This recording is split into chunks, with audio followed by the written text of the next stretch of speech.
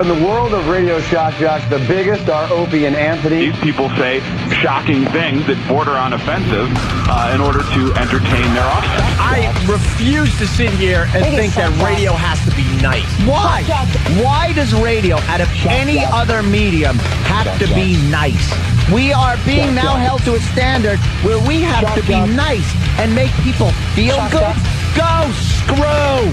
Radio bad boys, Opie and Anthony. Controversial radio personalities, Opie and Anthony. Infamous DJs, Opie and Anthony. Talk show radio hosts, Opie and Anthony. Opie and Anthony. Opie and Anthony. Radio shock jocks, Opie and Anthony. Opie and Anthony. Shock jocks, Opie and Anthony. Shock jocks, Opie and Anthony. Opie and Anthony. Shock jocks, Opie and Anthony. Opie and Anthony.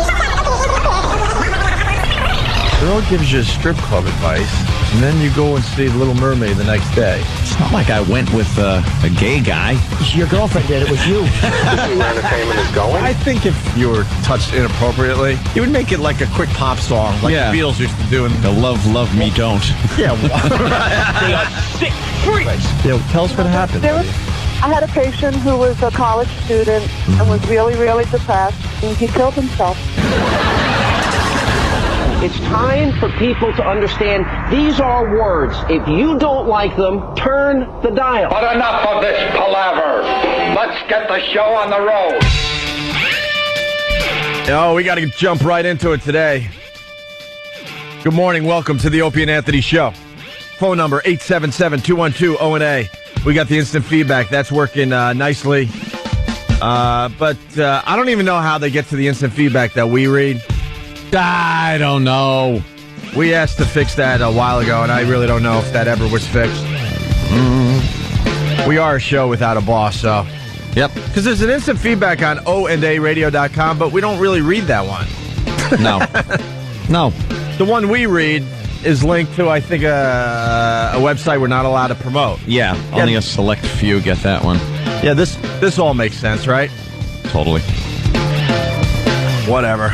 Good morning. Good morning. Good morning. Good morning. Where do we begin? There's so much to go over today. Well, I certainly did destroy my breakfast.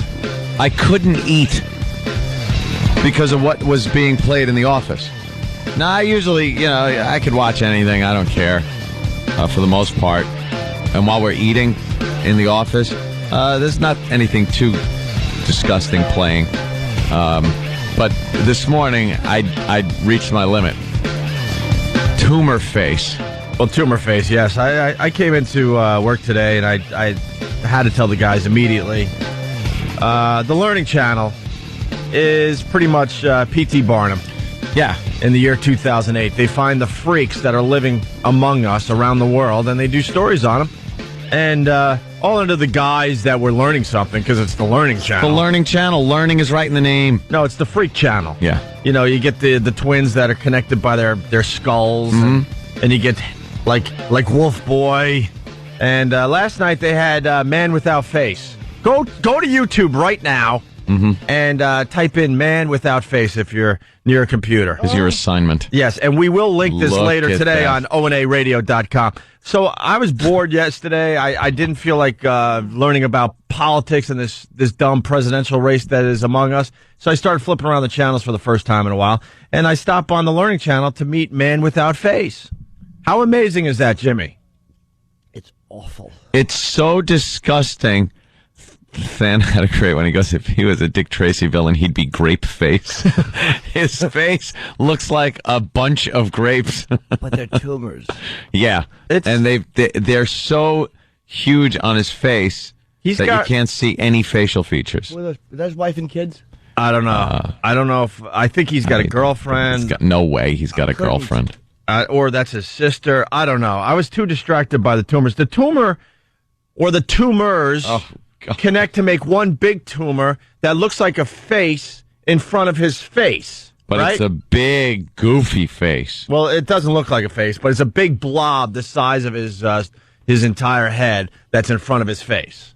I'm trying to describe this, and the color is kind of like liverish. Yeah, reddish. Kind of like a liver.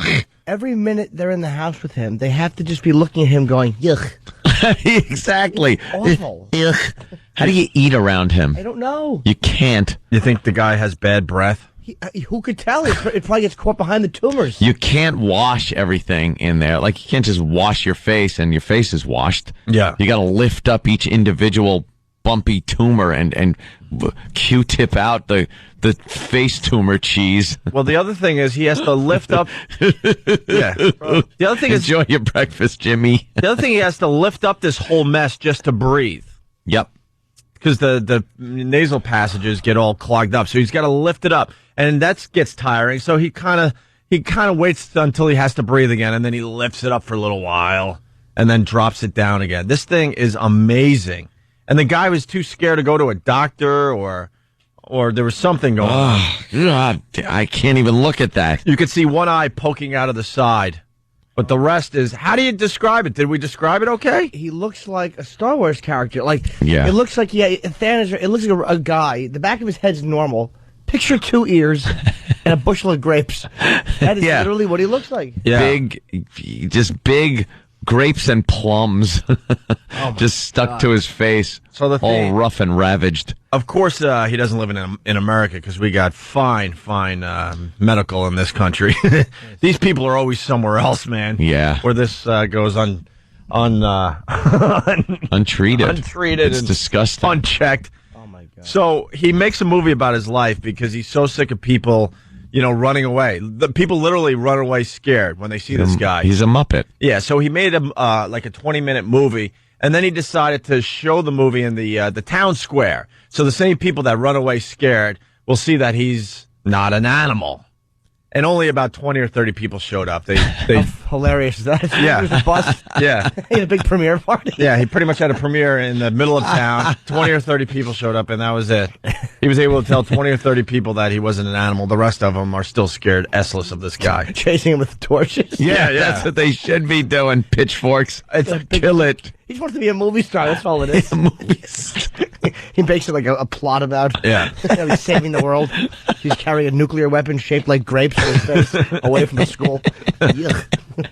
Yuck. That's all you want to say. Yuck. It's amazing. It looks like intestines. Yes. It looks like kind of. I'm trying to really give the visual to the people out there. Guts. He has a face full of guts. And know what? People are finding it, and all I'm seeing on instant feedback, Chunk One from Pleasant City, Ohio, he writes, "Oh my effing God," and just a ton of exclamation points. Yeah. We'll have this linked on onaradio.com later. We got audio. You want to hear some audio of this guy? Yes. This wasn't how we were going to start today, but I'm flipping around before I went to bed. Guess who had nightmares all night, by the way? Yeah, that's a good thing to doze off to.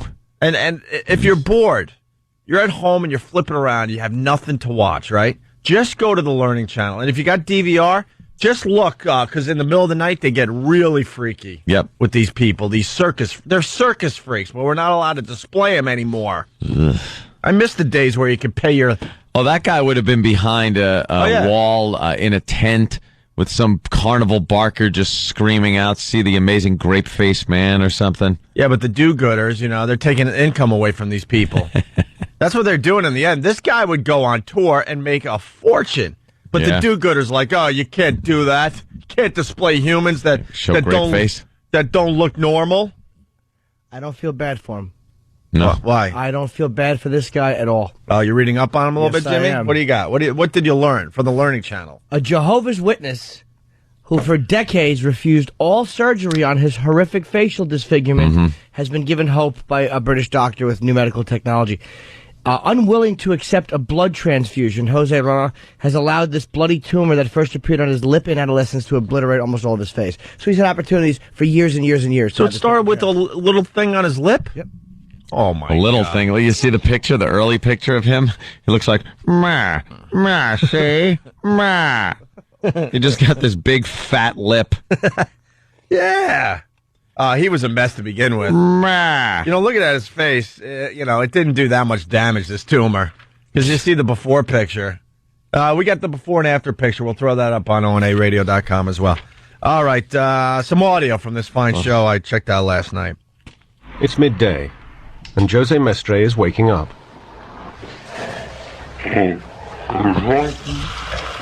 So when I wake up, I wash my face, And then I go back to bed because it's nighttime.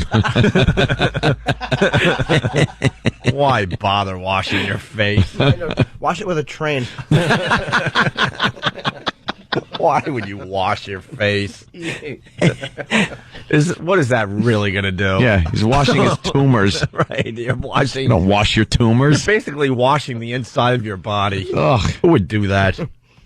Just there, I just picture him with like, if he really did have good hygiene, with a Q-tip, just getting in there. Yeah. All the nooks and crannies. Yeah. Oh.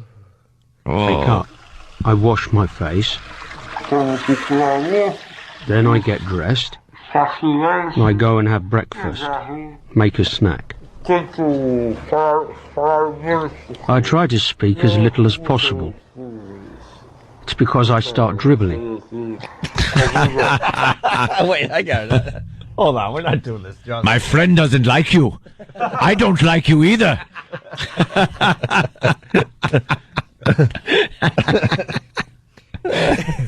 But he doesn't like to talk because he starts dribbling. Dribbling. What does he think? That's going to turn people off? Yeah, ew. Right. Get it? Yeah. Swamp Thing. A little drool on the shirt is not really going to hurt your chances with that girl. That's not really our problem here. That's not the thing we're really worried about. Possible. It's because I start dribbling. And sometimes the veins start to come out. Jose struggles with the simplest of day-to-day tasks as the tumor obscures his sight.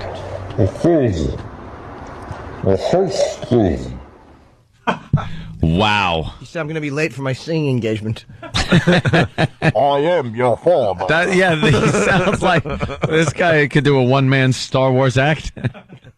He does sound like Darth. Yeah. I am your father.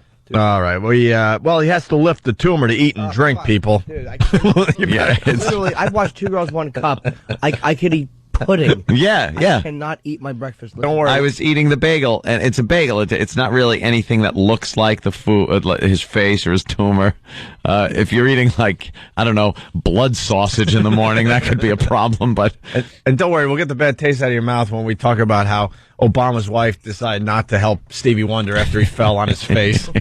Oh, my God, is that a funny video? Anyway, all right, we'll get to that in a bit, but more from Tumor Face. Meal times are difficult for Jose, as he has to lift the growth to eat and drink.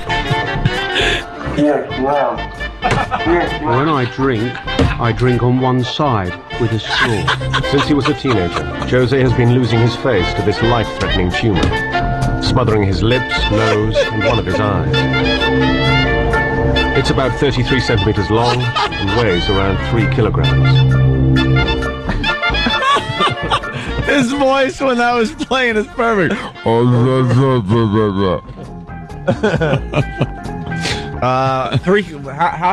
much does that weigh? And can we do the math? Look, Tumor Face, I just need a little more time.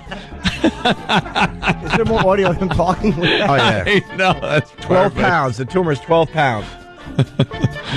Oh. Hey, we don't serve your kind in here. Sorry, Tumor Face, you have to leave.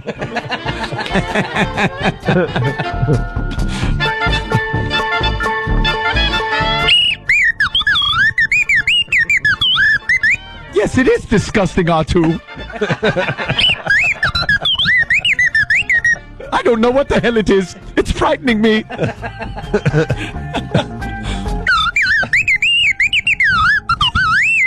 Yes, it does look like Jabba the Hutt's genitals.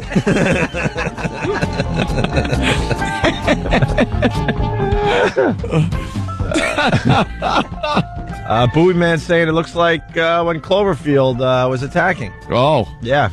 The little things jump off his face. Yeah. You want to hear more? Of course. All right. Please. All right, get rid of that for a second there, and we'll go back to... Till his voice kicks in. Yeah, he likes... Yeah, as soon as you hear his voice, you got to go there. Right?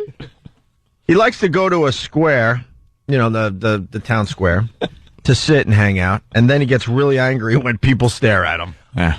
You know... Well, come on. Dude. Cut us some slack. Dude, humans will stare at a mole that's just a little too big. Of course you're going to stare at this. In the afternoon, Jose travels into Lisbon to pass time in his favorite place, the Praça do Rocio Square, and watch the world go by. But some find it hard not to stare. I get upset because the people, they come here, take a photo, don't say anything, and go.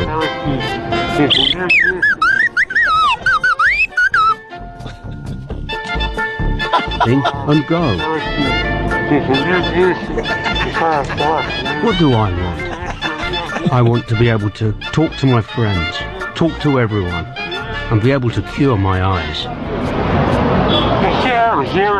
I want to travel, to see what I've not seen. Jose's thoughts are interrupted by a member of the public trying to take a picture. This is not the photo record you're looking for.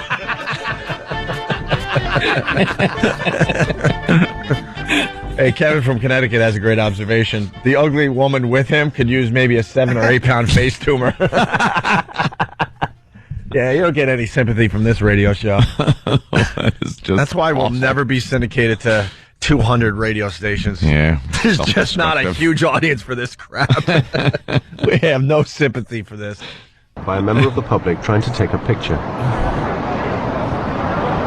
Jose has had enough.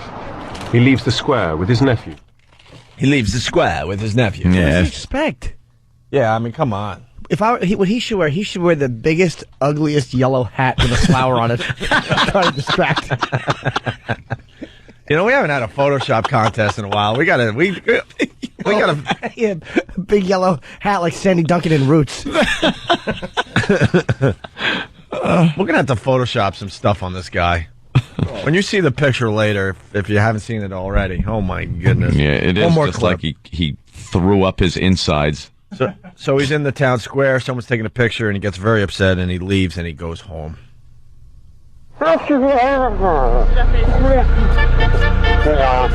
Upset by the day's events, Jose becomes angry and frustrated.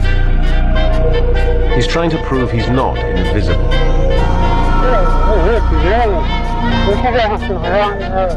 He feels that people see only his condition and not the man behind the face. That night, Jose explains his frustrations to his sister, Gita.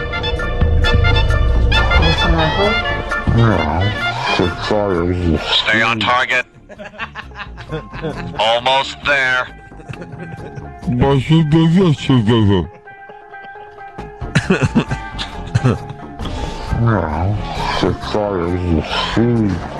Han Solo. He's saying that there are days where he feels sad and annoyed. Days? If it wasn't ones for the that blood end in that's Y. inside, he would get a knife and cut it off because he gets so desperate. Yeah. Well. I like the fact that he has days that he's sad and annoyed. Yeah. That's as bad as it gets. I know. Mild irritation, he's on his period. Oh. He feels fat. The second you find your mouth, put a shotgun barrel in it. He goes to blow his brains out, he shoots his ear off. Oops, I never was very good at aiming. He dribbles into the barrel, wets the shell, it doesn't go off. That's his life. Every Christmas is torture. Oh, another hockey mask. David W. from Jersey City writes, Star Wars, Revenge of the Sith. Oh, we can make money off this guy. Get him to America. Here's him just talking.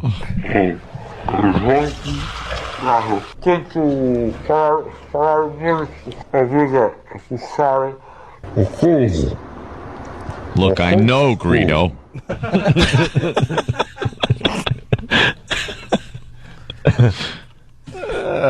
Well, I feel bad for him. He wouldn't go for. He refused all surgery for years. Yeah. Well, that's what you get. What a bad Jehovah's Witness he must have been. I mean, guys in general, we're scared of doctors, but if you see something that's a little out of control, you're running to a doctor. A little out of control.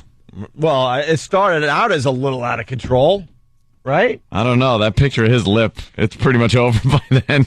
Well, it looked like what are you going to do with that thing? Looked like you got punched in the lip. Hmm. And that's how we start today. We're going to get that video up on onaradio.com. Oh, yeah. And now someone is bringing to our attention that there's a guy that's called Tree Man. Tree Man? He's the Asian dude. You've seen Tree Man? He makes this guy look like Rudy Valentino. Tree Man is a goose. By the way, I love the fact that we also have an article on this guy, and it says he becomes something of a local celebrity, a notoriety he does not always seem to resent, unable to find work or a girlfriend. I think it's hilarious that he's actually out looking. He still has hope that he's going to find a girlfriend. For a chick. Holy crap, look at Tree Man. I wasn't thinking of him. There's another guy. Oh, my God, look at Tree Man. All right, that's just not even human. Are those flies on it? What is that? What is that? What? It looks like when Stephen King was Geordie Verrill, and he went to the meteor and got some meteor crap on him. Big lunkhead, always in, always bad. Wait, I ought to take it up to college. You got to see Tree Man. I know this is radio, but his hands, how do you explain that? It looks like the roots of a tree. And he's smoking with them. He's smoking. He's going to set himself on fire. Eric, why were there spiders on him? There's massive hands. He should have 2 hobbits on his back. I want to make cookies on him. His feet looks like he stepped in elephant you-know-what. Yeah. And then couldn't get the elephant you-know-what off his feet. That's what his feet looks like. Just massive, just like stuff. Those are third world diseases. We have that's what I said earlier. We have wacky American diseases, You don't see anorexia, bulimia, things like that. That's kind of that disease that happens down in South America. Yeah. Proving God doesn't want you. No, God hates those countries. Yeah. So we'll link Tree Man to onaradio.com later today as well. That is disgusting. Wow. Guy, an Asian guy who I don't remember his name, obviously. And he has a massive tumor, and he goes for surgery. Can we find the Asian dude? Do you know who he is, Travis? Oh, that is so bad. Yeah, Tree Man has. It looks like tree stumps, like from when it goes the roots, the tree roots coming off his hands and his feet. Oh yeah, that guy. You see the other dude? Yeah, that guy's hysterical. Well, by hysterical I mean gross and disgusting and unlook-atable. All right, we got to take a quick break. We'll find. Oh, there he is. I thought. All right. Wow. It looks like his face is melting. That's after surgery. What do you mean? I believe that's after. That's an improvement? Really? Yeah. What did he look like before? Not good. Not good. That's his second operation. Let's find the before picture. Oof. Oh my God! Oh my God! How do you explain that one? I can't. He looks like a giant. It looks like a giant penis. You just got to be honest. It does. With a little hairdo on it. You need some soup. Well, a giant penis that has a problem. It's all you know what. A mess. It's all. Yeah. He doesn't have this. He doesn't have much of this. He has a lot of this. Doesn't have a lot of what it takes to really do some action. He's got the Darth Vader part. Yeah. All right, we're going to take a break. It's the Opie and Anthony Show. This is how we begin today. Terrific. After the break, we're going to play a few Twister clips. We started this yesterday. We found more Twister clips. We'll explain. Looks like Zoidberg from Futurama. Hello, it's Zoidberg. Look at my face. He's just eating crustaceans. Yeah. We'll be talking about Heath Ledger. Like Zoidberg. What else? Proof that Clemens did steroids, possibly. We got lots to do today. So why don't we step aside, take a break with a Grammy moment, because we got the Grammys right around the corner, and then we'll continue. Stay there. It's an Opie and Anthony Grammy Minute. Record of the year. Beyonce, irreplaceable. You must not know about me. You must not know about me. I could have another you in a minute. Matter of fact, he'll be here in a minute. Baby, you must not know about me. You must not know about me. I could have another you by tomorrow. So don't ever for a second get to think you're irreplaceable. Expand your Grammy knowledge base with Opie and Anthony. The Grammy Awards, February 10th at 8 p.m. on CBS.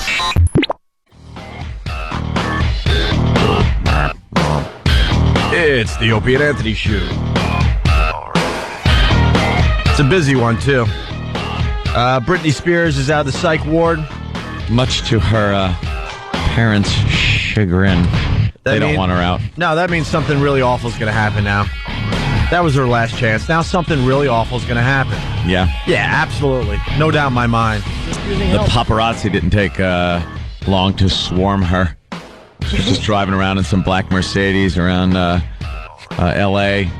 and being followed by the paparazzi. She stopped at a stop sign and they swarmed her car. You saw the footage? Yeah. They went live with this in L.A. because they love their car chases out there. And, yeah, Britney was making a left turn to go into the Beverly Hills Hotel, I believe. And, yeah, then all of a sudden, about 20 SUVs all made the left turn at the same time. Yeah. And then funneled into the one lane. Some amazing, amazing video. Yeah, they had a helicopter overhead. And Britney is surrounded by yes people. And her new psychiatrist basically said she doesn't need to be in the psych ward anymore. All right. And the parents are like, oh, my God.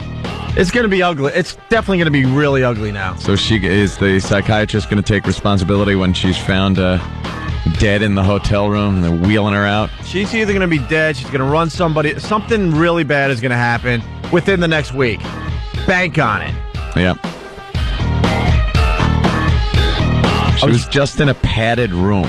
Yeah. She was in a padded room at a mental hospital. Yeah. And then it's like, okay, now you could leave. Yeah. I think she needs a little more counseling. And then you got Heath Ledger. The toxicology reports came out yesterday, and it was an accidental overdose. Of everything. Yeah, of everything, exactly. He was pretty much taking everything that people take these days. Yeah. Like not every, I don't think he had any chemo in him or any, right. any drugs that, for arthritis maybe. Right. But every drug that people take recreationally, a prescription drug, he had in him. He had, basically he had Oxycontin, in him. Valium. Vicodin. Xanax. And because that stuff wasn't good enough, he had NyQuil and Unisom.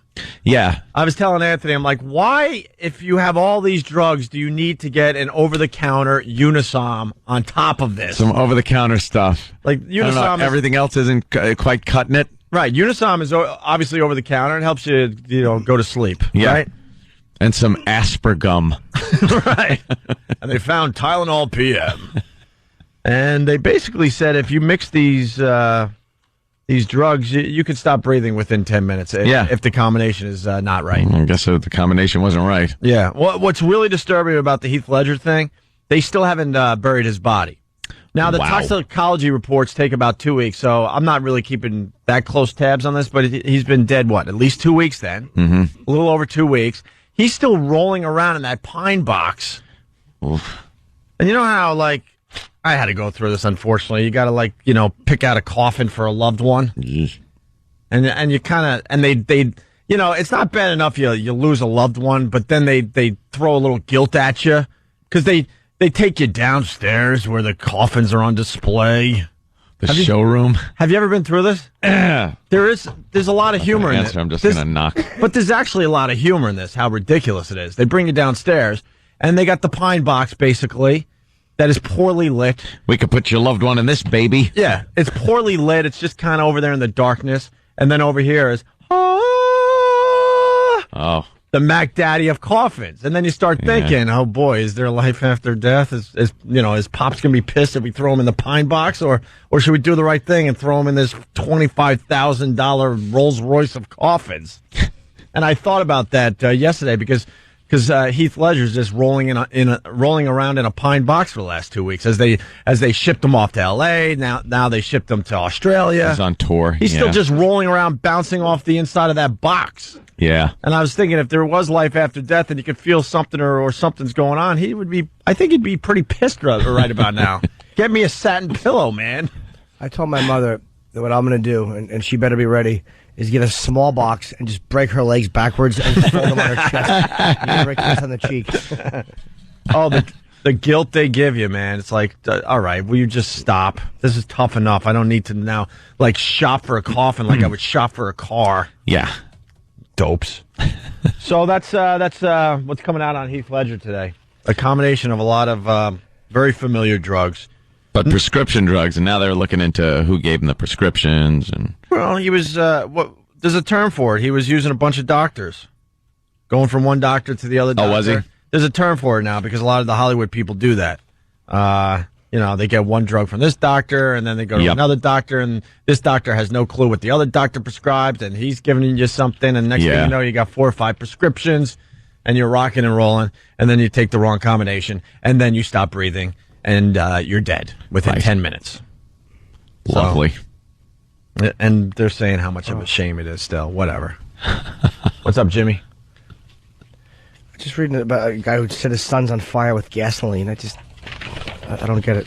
I don't either.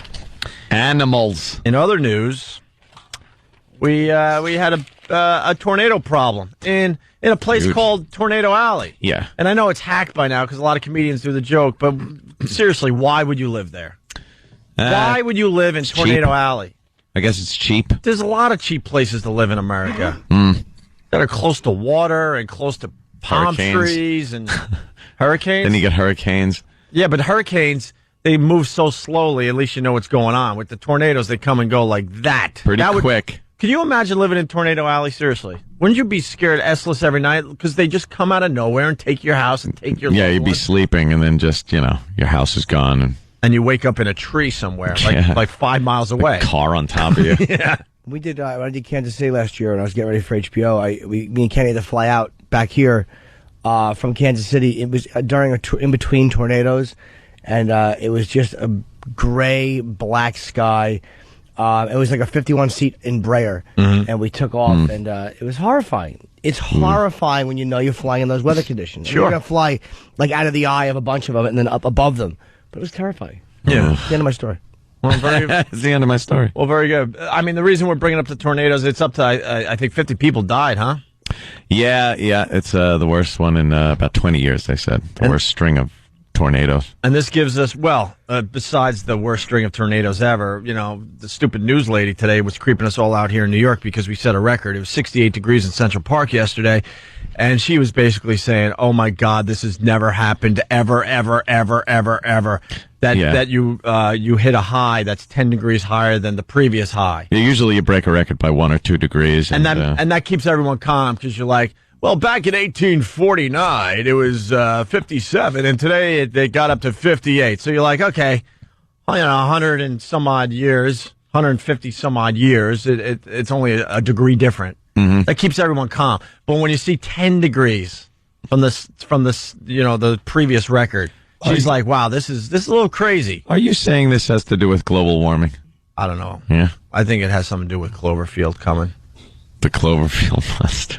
Yeah. They're eating the rainforest and making the earth warmer or something. I don't know. I don't like looking at global warming shows. It creeps me out too much. So I avoid it. I watched that Al Gore movie. I avoided that.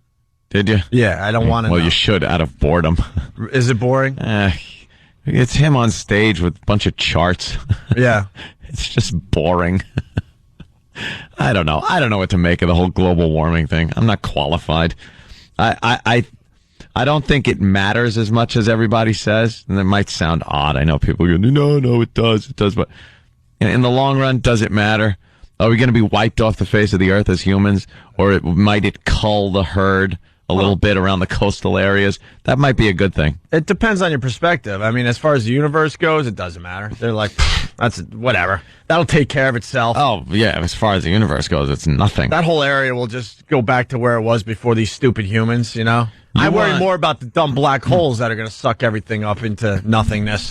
Well, they're not exactly creeping up on us. I mean, we certainly know where they are. The black holes it's not like we think one's passing over. Yeah, where'd that come from? Obama talks about change. You want change? Yeah. Well, global warming. That's real change. I think the world needs a big, plague or something. Something huge to really get rid of a lot of people. Something horrific. Mm-hmm. And maybe the global warming thing will do something where, the weather problems will wipe out a lot of people. Because there's too many people. And there's too many people that have put their priorities in like the wrong place. When you're faced with global death and destruction, that kind of makes people think a little more. Takes their mind off of dirty words on the radio and things like that. Ah, good point. You know, I just think we need something good, like a good 14th century disease. A little Black Plague? Yeah, something like that. Everyone thought AIDS was going to be it, but we kind of figured that out a little bit. It was the rats. Yeah. The rats, spread the Black Plague. There's still plenty of rats, but we figured that out. Look, I'm reading about rats, finally. Really? Getting to the end of this book. And the reason why, the rats still carry, like, the ticks and stuff that could, spread the Black Plague, Yeah. But the rats now live underground because of the sewer systems and stuff, and that's why the whole Black Plague and stuff is kept in check. They don't just run in the streets anymore, in the gutters of the street. Yeah, back in the day, they pretty much ran, alongside humans for the most part. They didn't have depending on which rat, by the way. Some rats knew how to burrow and stuff. But the rats that carried the Black Plague, oh yeah, they were the ones that kind of lived among us. And now they're all underground in sewer systems and in pipes and in basements and all that crap. And that's why. How do we get none of them that come up? There's got to be some that's. Oh, they come up. Yeah, sure. You see them every so often. Yeah. Yeah, Big, but not enough to create a plague. They're still spreading horrific diseases every day. You know that perfume was invented to ward off the plague? Really? Yeah, because they believed if you smelled good, that you wouldn't get the plague. Dummies. Oh, they were just as dumb as they come. Nothing. Because they didn't know what the Black Plague was. They thought it had something to do with molecules in the air and foul smells and stuff. So they figured if you smelled good, if you had an aura of good smell, you would keep the bad air away from you. Oh, they were just nuts. What they believed back then. Dummies.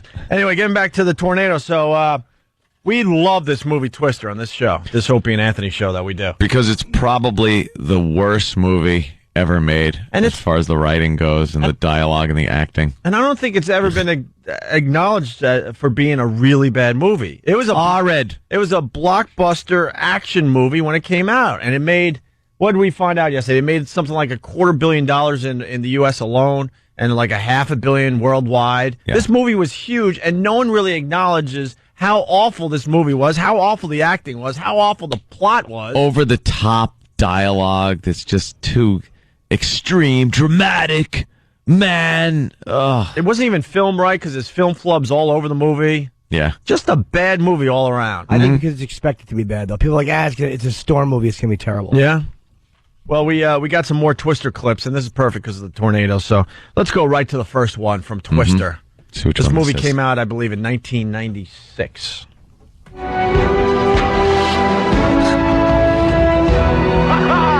It's the wonder of nature, baby! Oh, that was Dusty, wasn't it? Yeah. It's like screaming, "That's the wonder of nature, baby," and then cranking the music.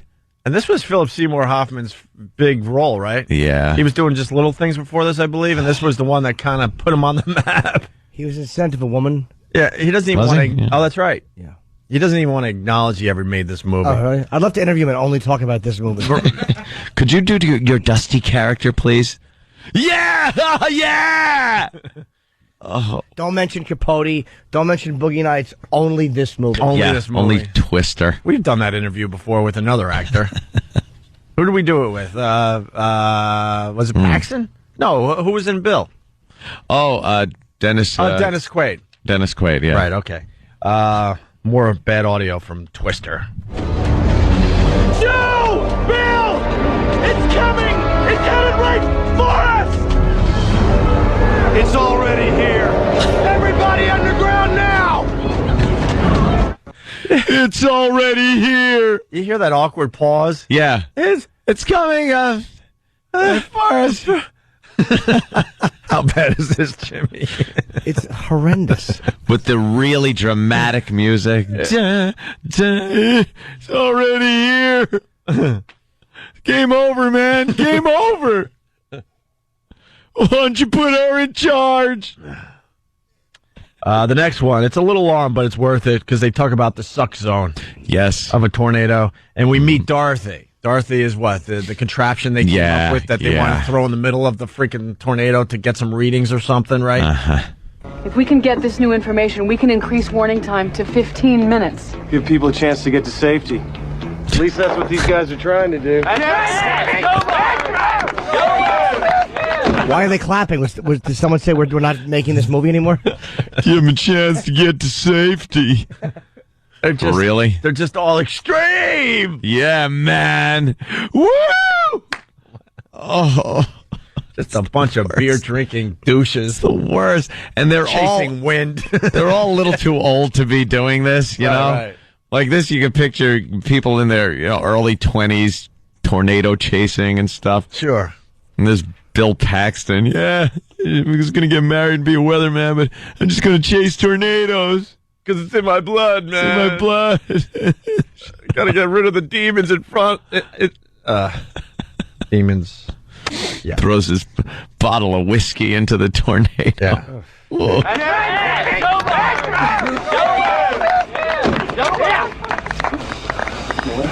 I can't believe you actually did it. Well, we did it. All right.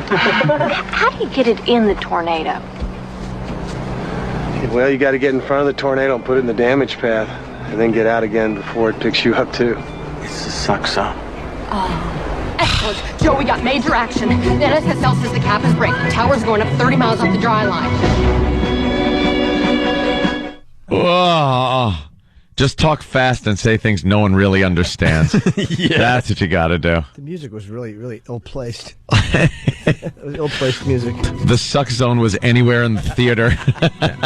They couldn't even get the music right for this movie because if I remember correctly, they used Van Halen's Human Being. Yeah. Van Halen was a great band, man. Who didn't love Van Halen growing up? And they picked probably the only song that sucked from the band. Human Being. Come on. All right, in this next clip, we got two more really fast before break. We meet the evil Twister team. Yeah, nah, come on. They're the evil chasers. Yeah, you got to have the conflict. You got the good guys and the bad guys. Mm-hmm. The good guys are doing it because they really care about, like, human safety. Bad guys, they're like corporate, and they just want to make money, man. They want to make money and a name for themselves. Right. Yeah. Jonas, son of a bitch. Who is that, honey? Wait a minute. Miller. Just, come on. How does that deliver a line? Jonas, son of a bitch. What, he recognizes that it's the evil team? Yes, it's the evil team because they travel in huge black SUVs. Right. All in a line. Yeah. In a perfectly choreographed line of vehicles. Of evilness. And they're like the bad tornado chaser guys. And they're just in it for themselves. And they're just in pickup trucks and... Right? Yeah, the good tornado guys are into like junk vehicles. Yeah. And they got, thank God they have the smart guys that are able to just jury rig everything together, man, so they could do things for the people. So we could give them an extra 15 minutes to get to safety. All right. Jonas, son of a bitch. Who is that, honey? Jonas Miller, he's a night crawler. We all started out in the same lab, and Jonas went out and got himself some corporate sponsors. He's in it for the money, not the science. He's got a lot of high-tech gadgets, but he's got no instincts. And he doesn't have Dorothy. Oh, Jesus, I can't he doesn't have Dorothy. Jonas. Of course, they they went to the same place to learn, and one of them becomes like the good guy that wants to help everyone, and the other one gets the corporate sponsorship. Well, how bad can the bad guys be? Like, what do they want to do? They want to make the tornadoes deadlier? Like, they're not killing enough people. We have to have them touch down on schools. Yeah, their whole thing was they wanted to do the same thing, kind of be able to predict where they're coming from. You know what? So you're absolutely right, Jimmy. In the end, it's going to be good. It's going to be good for everybody. He was a showboater, He liked getting in front of the news camera and stuff. Oh no! Yeah, the bad guy. Who was that? Carrie Elwes? Who cares? Carrie Elves. Well, the last clip we got for today, and hopefully we'll have more tomorrow because we can't get enough of this movie. The good Twister people fight the bad Twister people. Of course they do. They have a little showdown. Hey! Son of a bitch. What'd you think? I wasn't gonna find out about this loser off me? All right, back off. What's your mouth? Man? It's not worth it. What is the matter with you? You stole my design, you son of a bitch. Calm down. The hell are you talking about? Dorothy, you took her, you damn thief. Oh, I get it. You want to take credit for my design, is You're that a liar. She was our idea, and you know it. Unrealized idea. Wait, I have to stop. Okay, yes. Jimmy. Is that a cow moo in the back? Yeah. How is there a cow moo? Well, because they're in the middle of tornado, alley. There's a lot of cows and horses. You stole Dorothy. And it was the same gadget, wasn't it? Only the inside, like, the little things were square instead of round. Yeah. He goes, you stole her. It's called like Dot or something, just a clear ripoff. Yeah. Our idea, and you know it. Unrealized idea. Unrealized. Guys, oh my guys, get a grip on yourself. We both know he'll never get that thing up in the air. That's right. Well, let me enlighten you people. Oh, this baby has it's like community theater. This was a huge Hollywood blockbuster, Let me enlighten you people. Helen Hunt, by the way, can you go back a teeny bit to Helen? Guy, she's just terrible. She's trying to break up the fight between the head of the good guys and head of the bad guys. Yeah. Because they all want Helen Hunt, which is just so unrealistic, too, by the way. Waiting for Paxton. He'll be here.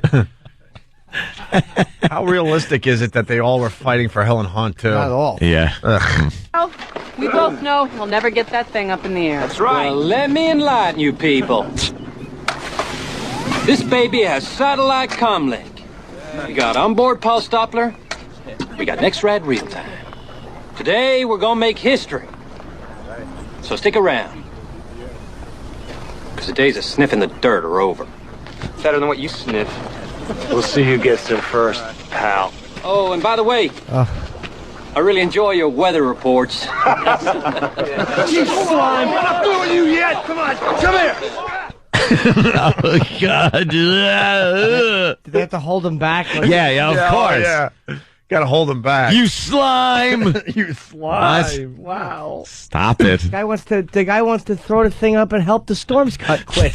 How is he slime? He's slime. Stole Dorothy. Game over. Relax. They'll never get it up in the air. Jimmy, do you think these people like tornadoes? No, I don't.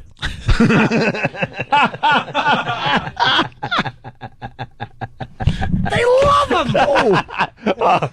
Whew. Got scared. The universe wasn't in balance. I thought that was going to be the end of the catchphrase. We love catchphrases. Sonny Forelli, what's up? Real fast. Hey, I don't know why you guys are picking on this movie so badly. I mean, I liked it. I thought it was a pretty good movie. Oh, did you? Stop it. Did you? No, really. Just stop. Really? Well, I don't know. Why are you guys picking on this movie so badly? I don't understand it. Are you listening to the clips, you dolt? Yeah, I am. But, I thought one of my favorite scenes there was when Dusty was chasing that tornado, put that track of Deep Purple on there and was chasing after that tornado like that out of hell, All right. I'm relieved because I was really believing your acting that you actually liked this movie. You act better than the people in Twister. And then just like a tornado, here comes the sarcasm. What Deep Purple track did he play? Do you remember? I believe that was Stormbringer. What was it called? Stormbringer? Out of California Jam. Yeah, everything is Storm something. Yeah, but out of all the Deep Purple songs you could play, another obscure song. You need one with Storm in it. I understand.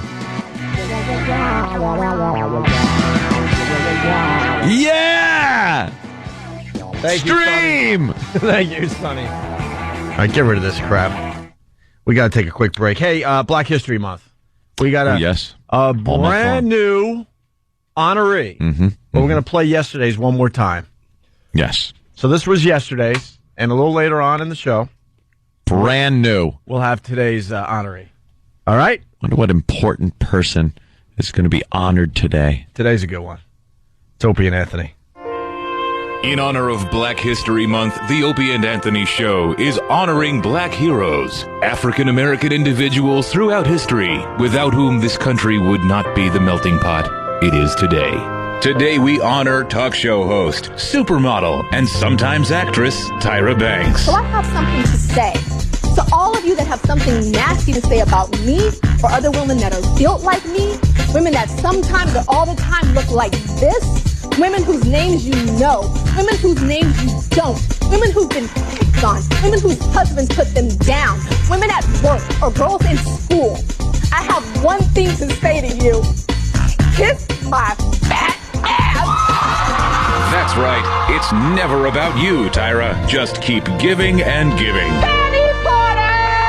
Stay tuned for more icons of Black history on the Opie and Anthony Show.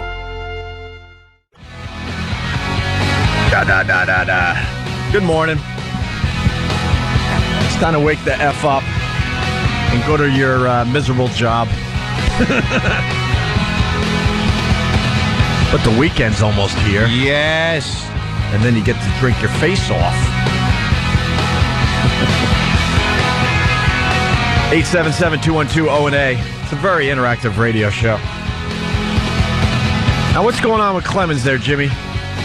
Now, Clemens was down there in Washington, and he spoke for how many hours? A few hours. Yes.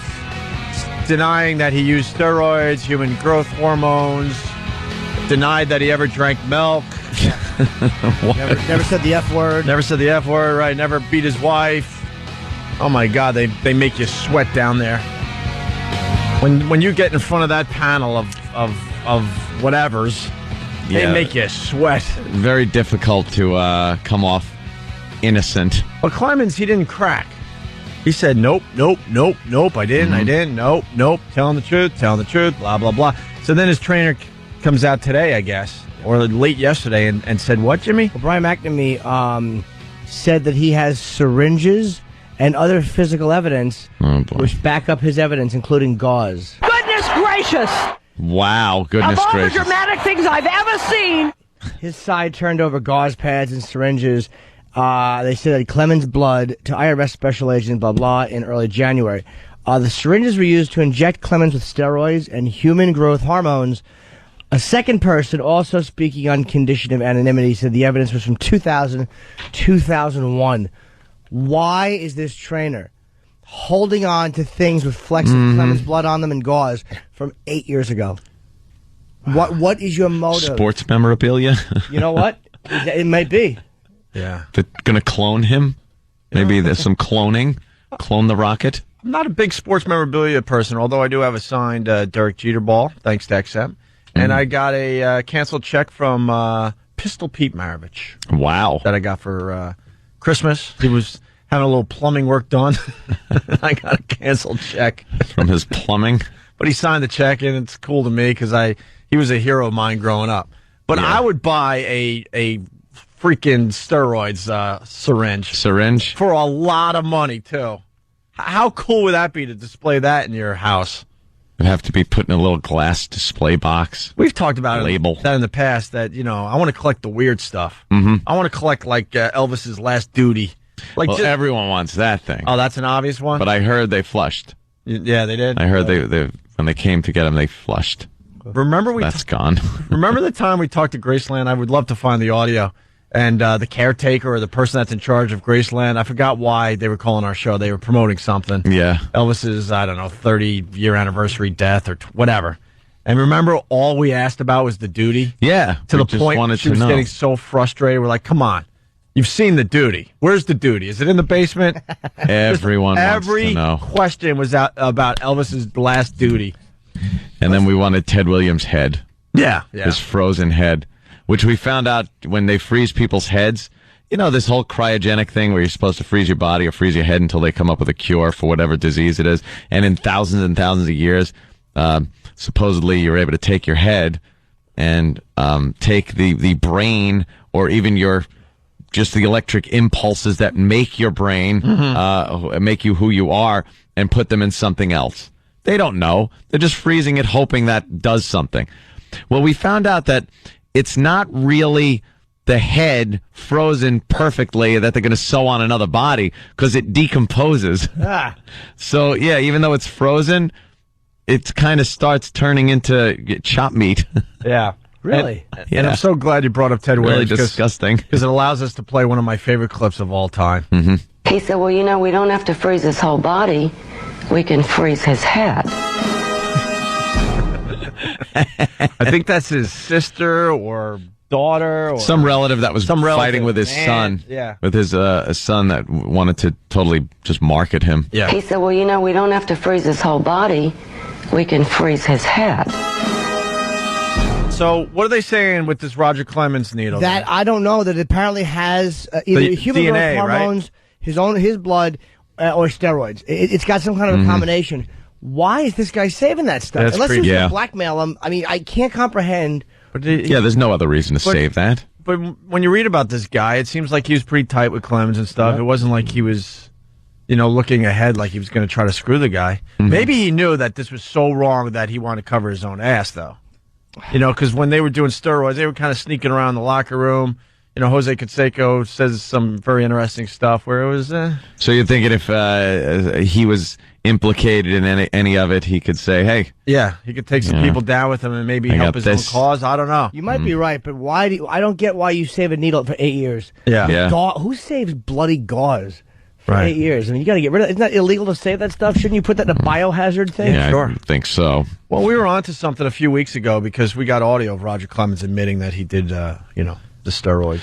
Yeah. We're the only ones that had it, right? Yeah, we're the Of course. only ones. Exclusive. For some reason, CNN is not playing this audio. ESPN's not playing this audio. I don't understand because it's very obvious when you listen to this clip that Clemens is very guilty. Yeah, it's very obvious. I want to say thanks to this Mitchell report. I've been getting emails and questions on this subject, and now the whole world knows the answer is that I use steroids. Over the last 15 days or so, when I played in Toronto for the Blue Jays, Brian McNamee used steroids to inject into my body. And I'm very thankful for those steroids, and it's been extremely difficult to do this. I'm almost numb to steroids and human growth hormones. I'm angry about it, to be honest with you. It's hurtful to have thousands of people to inject human growth hormone into my body. My friends to inject steroids into my body. The New York Yankees to inject human growth hormone into my body. The whole team? My children use drugs, and it means a lot to me. In my family, to inject steroids. Again, it's amazing to me that I have to even use steroids. And I want to say thanks to Brian McNamee, the New York Yankees. After Christmas, I'm going to sit down with Mike Wallace of 60 Minutes, and I'll inject drugs into my body. Right there in front of him, and we'll do all this again. And let me be clear that I'm very thankful for those steroids. And Mike Wallace used drugs now that that's come out. My children to inject steroids into Mike Wallace of 60 Minutes. But we're coming upon Christmas now, and I have been blessed in my life. I've been blessed in my career, and the answer is that I use steroids.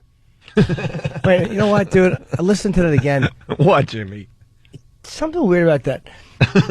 It's like he keeps repeating the same thing. Yeah. He sounds nervous. In the same inflection and everything. Yeah, he sounds nervous. Well, steroids gives you like OCD, and you just gotta say the same thing over and over. How come, though, the focus when I watch the news is still on him when it should be on the fact that his children injected Mike Wallace? That, to me, is far more important. I know. I love that clip. Changing gears, stupid Bob Kelly. Yeah. Yeah, we need a sound effect when we change gears. Work on that, E-Rock. Changing gears. E-Rock. Yeah. Hey, Bob Kelly, stupid Bob Kelly, he texted everybody last night asking us if we saw Stevie Wonder falling down. And I wish the clip was playable for radio. Well, it's not really an audio. It really is a visual. And visual. Another clip we'll put up on onaradio.com today. That's the place to go for all the visual stuff we talk about. Even Stevie can't enjoy it. And I was telling Anthony, I'm loving this whole political discussion we're having on this radio show. It's really, really interesting. It really is. And I'm in agreement with one thing that Anthony's been saying. Oh. That Obama's wife. I'll give you the bell now. Yeah. What? No. Oh, okay. Obama's sorry. wife is You a agreed with me. wild card in this thing. She does scare me, like you brought to everyone's attention. Yeah. She looks like she's full of herself. She's a loose cannon. She's definitely a loose cannon. You got Stevie Wonder walking on stage at some rally, an Obama rally, obviously, with Obama's wife. And as they're getting up on the stage, I guess they're stepping up onto the stage. Stevie Wonder falls really hard out of sight. Yeah, the thing is, she is guiding him. You know how you got to guide blind people? Yeah. You know, and there are people that are good at it, I guess, and people that don't know what the hell they're doing. Yeah. She apparently, backstage, they probably said, look, put your arm out, and Stevie will hold your arm, and then you just walk out. She was so taken with the moment and the applause and herself and the Obama signs that she didn't pay any attention to where Stevie was when she walked up the stairs to the stage and just kind of guided him right off the stage. Yes, and he falls. And he falls. He just tumbles right off the stage. He gets up, and you see he's squinting because his sunglasses fell off. Yeah. And his handler comes over finally. Well, he's squinting because he doesn't want anyone to see those lifeless eyes. Oh, doll's eyes. Black eyes like a doll's eyes. That are just still in his head. Eyes roll back white. And this is what bothers me, and this is why I'm with Anthony. She kind of tries to help him for a split second and then goes, I got things to do. These people are cheering for me. I got to get in the middle of this stage immediately. And she walks way ahead of him while Stevie's still having problems behind her. Yeah. Putting his glasses on. His suit is askew. He's a mess. He just fell off a stage. Right. How scary is it when you're a blind guy and you feel yourself falling? You don't know if the ground is right there. Or if it's 1,000 feet. Yeah. Are we on a cliff doing this rally? There's spikes down there. And if that's true, you don't know how far you're falling. Oh, good. And if you're going to be blind, why don't you lose a little weight, keep yourself in shape? Because, you know you're going to need people to help you around a little bit. Make their job a little easier. Yeah. He walks around. Oh, man, this is going to be really bad.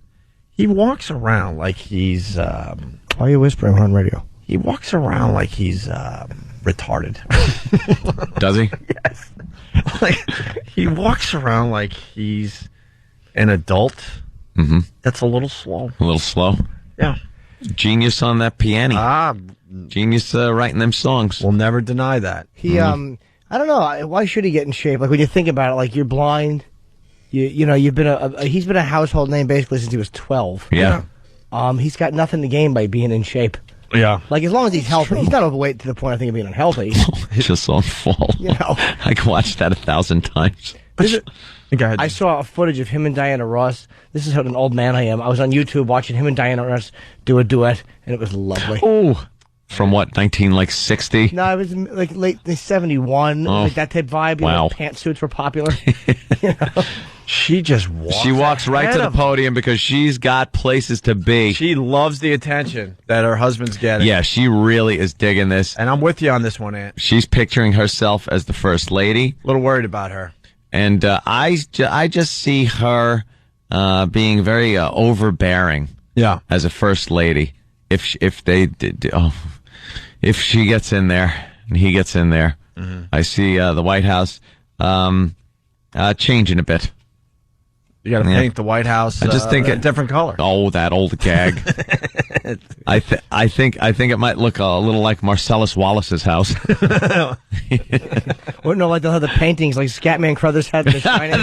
Now that I wouldn't mind in the Lincoln bedroom. Yeah. The big nude Afro women on the velvet.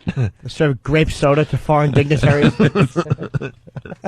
Scatman Crothers laying there with his huge feet and big toes. And you just see that Afro-headed woman. I like her though, man. I don't know why. I don't know much about her, but I kind of like the fact that she's a little out there. First ladies are always boring. Yeah. Good. Yeah. And well, they should be. In other Obama news, did you see the picture? I think it was on TMZ. We got to find it and throw it on onaradio.com. They found Obama. Well, Obama knows where she is, but the press has found Obama's great-grandmother or grandmother in Kenya holding a live chicken. Oh, yeah? Holding a live chicken in Kenya. Interesting. And she is as dark as night. Wow. She is as dark as night. Well, Kenya. Yeah. You got to figure, that's pretty... Find that picture for the boys. That's pretty what the African. grandfathers were doing. Yeah. Bootlegging it. Yeah. And we can't talk about Obama without this, of course. 1, 2, 3, 4, 5, 6, 7, 8, 9, 10, 11 o'clock, but rock around the clock tonight! Put your glad rags on and join me, hon. We'll have some fun when the clock strikes one. We're gonna rock around the rock tonight. We're gonna rock till broad daylight. We're gonna rock around the rock tonight.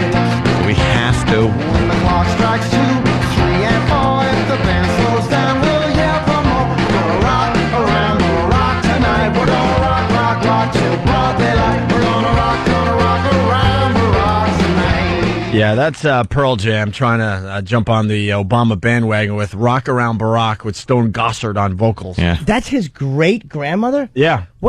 How do black people never look old?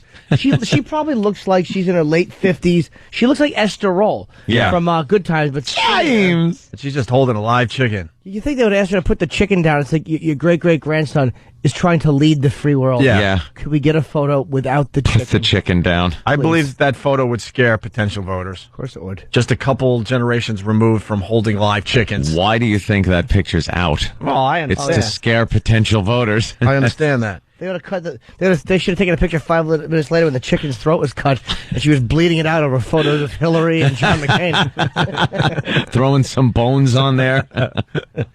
Hey, we played Rock Around Barack because Tim came up with a fine little production piece. Yeah. You know, because Pearl Jam thought it was a great idea to change one of the rock songs into to make sense as far as Barack goes. Yeah. Well, Tim took that concept and he ran with it. Introducing the new LP from Going Commie Records, Rock Like Barack. Here I am. Barack you like a hurricane. Here's some of the greatest tunes of all time set to America's next premiere, Barack Obama. Well, Barack and roll all night and party every day. Get on the campaign trail and rock like Barack. Rock, rock, rock, rock, rock and roll high school. She gets down on knees and hugs me. Oh, she loves me like Barack. To get this fabulous new long-playing disc, call toll-free 1-800-GOING-COMMIE. That's 1-800-GOING-COMMIE. Rock and roll ain't noise pollution. But rock and roll ain't gonna die. Barack Obama, rock like Barack. I'm Anthony Cumia, and I endorse this product. Barack of ages, Barack of ages, still rolling, keep on polling. Not long enough. Hey, there's a part 2, Jimmy. Oh, we're playing that later. There's plenty of songs with the word rock in it. Yeah, well, that's what we're getting at, I guess. Do you know what I was wondering myself last night, unless you had a thought? No, I don't have a I don't thought. know why I hate Hillary as much as I do. Like, I was listening to Ron and Fez, and Ronnie was making an interesting point about bipartisanship, whatever, where Democrats and Republicans. And they were saying that McCain is probably the best at it of all the candidates, and Hillary is probably the second best. Like, she'd be willing to work with Republicans. And when I think of her and Obama, I really do think that she'd be tougher on terrorism than he would. I really believe that. I think that she is probably relatively ballsy when it comes to that. I don't know why I have this visceral reaction to her. Because I think she's a phony. Yeah, she's very insincere, but a lot of politicians are. Yeah. But she doesn't even fake it well. She's not a good actress. Yeah. I don't know how you get the idea she might be tough on terrorism I just get or something. the vibe because I think she's much more pro-Israel. I just think that she would be tougher than him. And honestly, when dealing with terrorism, I would feel more confident with her than I would with him. You know what the Republicans should do?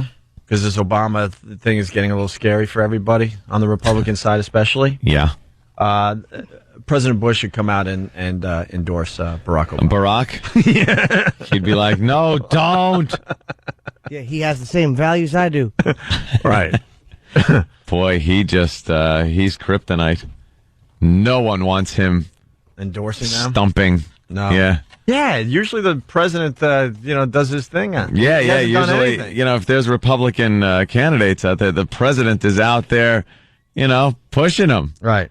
No one wants him near them. No. That speaks volumes. All right. I got to do this just for Jimmy. Part 2.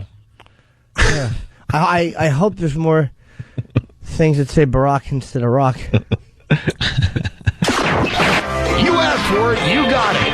Rock Like Barack, Volume 2. Barack in the Casbah. Barack in the Casbah. This gatefold double vinyl set What's that includes mean? all your favorite classic Barack tunes.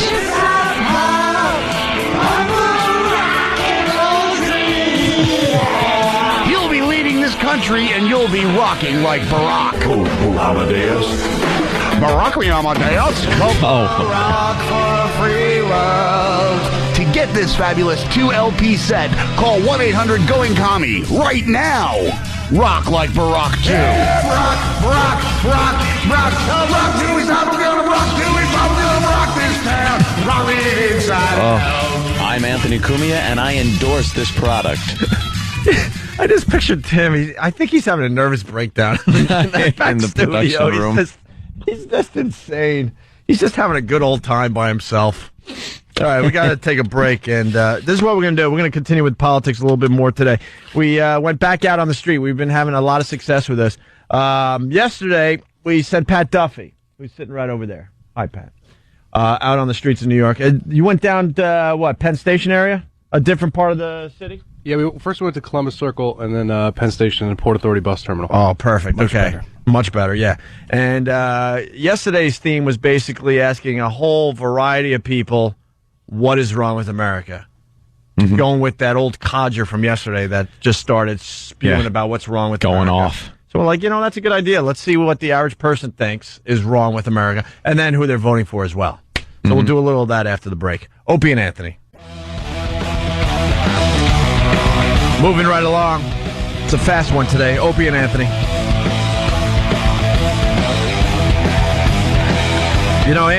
Anthony rules. Well, is insane. Oh, or that. Or that. Rules, yes. Insane, yes. Some people say. Yesterday, you started the show off Others say I'm just crazy. With a terrific I'm losing my mind rant. Let me tell you a little bit about that I'm losing my mind rant. Yes. I had numerous people come up to me yesterday during my after-work activities and say, wow, thank God for you. That was very, very important to hear, some people were saying. So there are supporters out there. Oh, I have no doubt. Mm-hmm. I'm not stupid. I know people believe just like you believe. Somehow that didn't sound good. Well, and Derek kind of took your rant and kind of put some, some socialist music to it. Ooh, nice.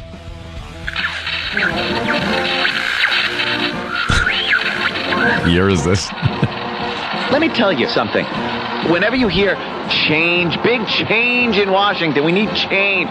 It's socialism. I've had it. I've had it with Democrats and liberals and people with this dream, this goddamn false dream that everyone's going to share. Go to Russia. Goddamn communists. They're all communists. The commies are back from the 80s. It's the new improved 21st century communist. This country's never a place where somebody comes and goes, take care of me. When the frig did that happen? It's a place that you work your ass off and you might make it. Some people will make it, some people won't. Jesus Christ, it's not friggin' Russia. Goddamn communists. I think my favorite part of that is that you think you're going to be in a country where everybody shares. Like, it's insane to think that we would help each other. Like, you're communist fags if you want to help someone who's sick. Yeah. Like, I think we need, I think healthcare is ridiculous because I think insurance companies are raping average middle-class people. Yeah. Poor people. What are you, a communist queer? You're a commie. But I'm not saying take money from the Glad we can bring up the commies again. and you're getting your supporters on instant feedback. Booby man. Of course. I don't like Anthony. I love him. Sure. It is. Well, that leads to Pat Duffy's Man on the Street interviews that he did yesterday all over Manhattan. This is a great time in our country to go out and get the voice of the people. Sure. Collect it up. Sure. There's a lot of a change is on the horizon. Mm-hmm. And I want to see what the people are thinking about this. Absolutely. So let's get right to it. We meet Annalisa, a Hispanic woman. Annalisa Martinez. I'm from El Paso, Texas, and I'm a musician. How old are you? 33. 33, Hispanic, musician. Yep. and we asked her what is wrong with the country. What do you think she's going to say, by the way? We can play along a little bit here. I think she's going to say she doesn't agree with the immigration policy. And probably a problem with the war. Why is this weirdo on the couch? But why did he... I'm sorry to interrupt you, but Stan said sit, and he squats against the wall and lowers himself. Wow. Have you never sat before? Hobbit. You're not Pat Duffy. Who are you? Ron, I'm an intern. I did the interviews. But it says interns Pat Duffy. What? What is going on? Ron and I went out the first time yesterday, and we came back and all of our audio was botched, so Ron went out by himself again and got these ones. Oh, good for you, Ron. Now get out of here. All right. Now stay right there. Leave. Well, we're going to ask you a question. What, are you going to not come back?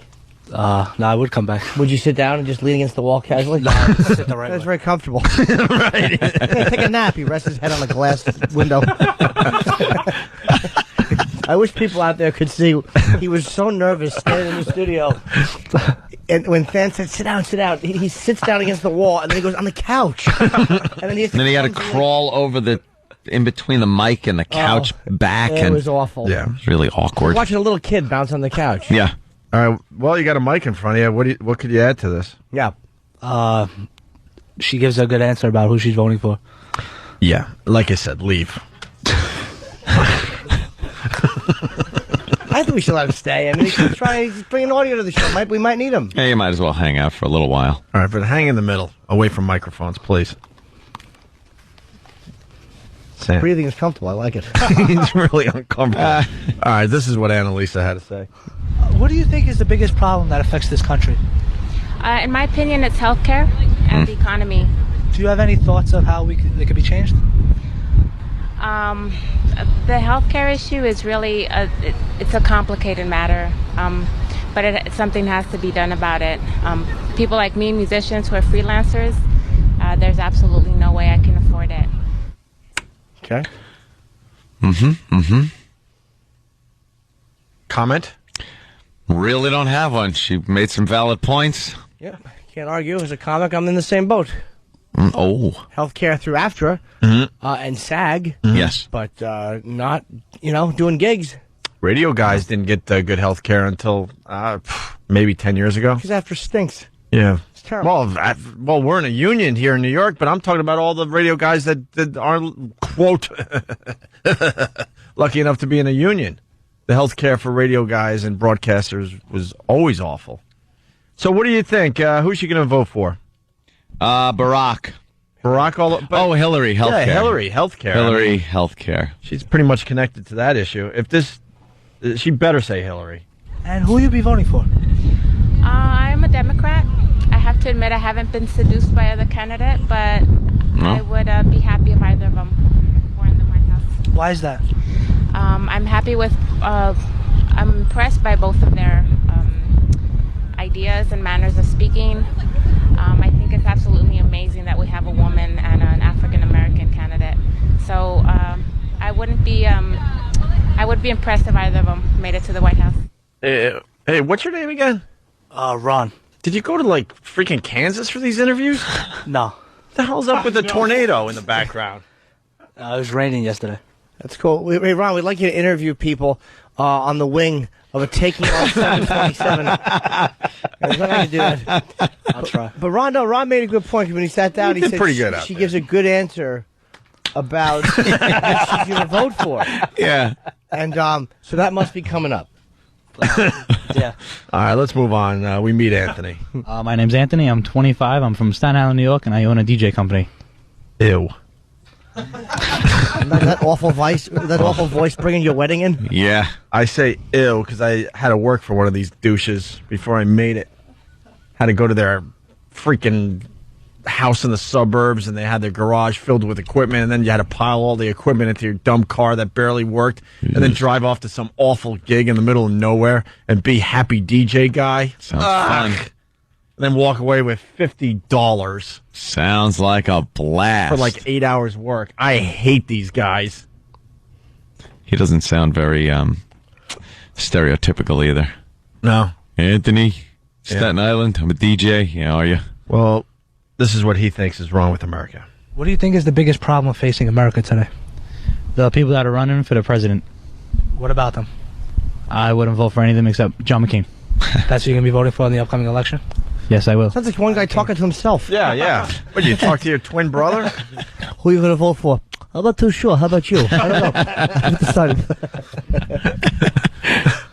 Yeah, it's conjoined twins just talking to each other. Just country singer in the hat. Right. Chatting. What's your name again, Joe? Ron. I'm sorry, Ron. Ron. Yes. Oh, Club Kenny. Soda Kenny, very wants jealous to that add someone else is something. getting airtime. Oh, Yes. No. What's your real name? I was given the name Hip Hop Ron by Sam. Hip Hop Ron. Why, Sam? Because Kenny gave it to him first. Oh, Kenny. Oh.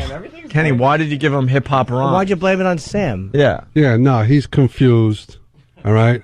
He has that name, and he should be proud of that name because that's his lifestyle. Hold on. Oh, you live the hip-hop lifestyle? No, not really. I just kind of dress that way. You got an American When? Eagle sweatshirt on. Not today. You don't exactly look like you're hunting 50 Cent. A pair of Air Jordans, all right?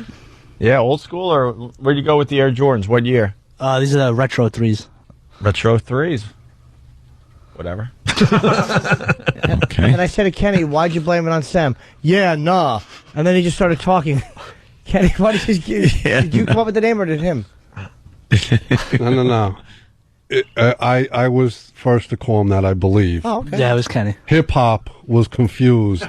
Yeah. And like, everybody has to like always like attach somebody to something. Right. So he blames Sam for the nickname. And I want to thank Club Soda Kenny, because I was thinking to myself, this segment wasn't going slow enough.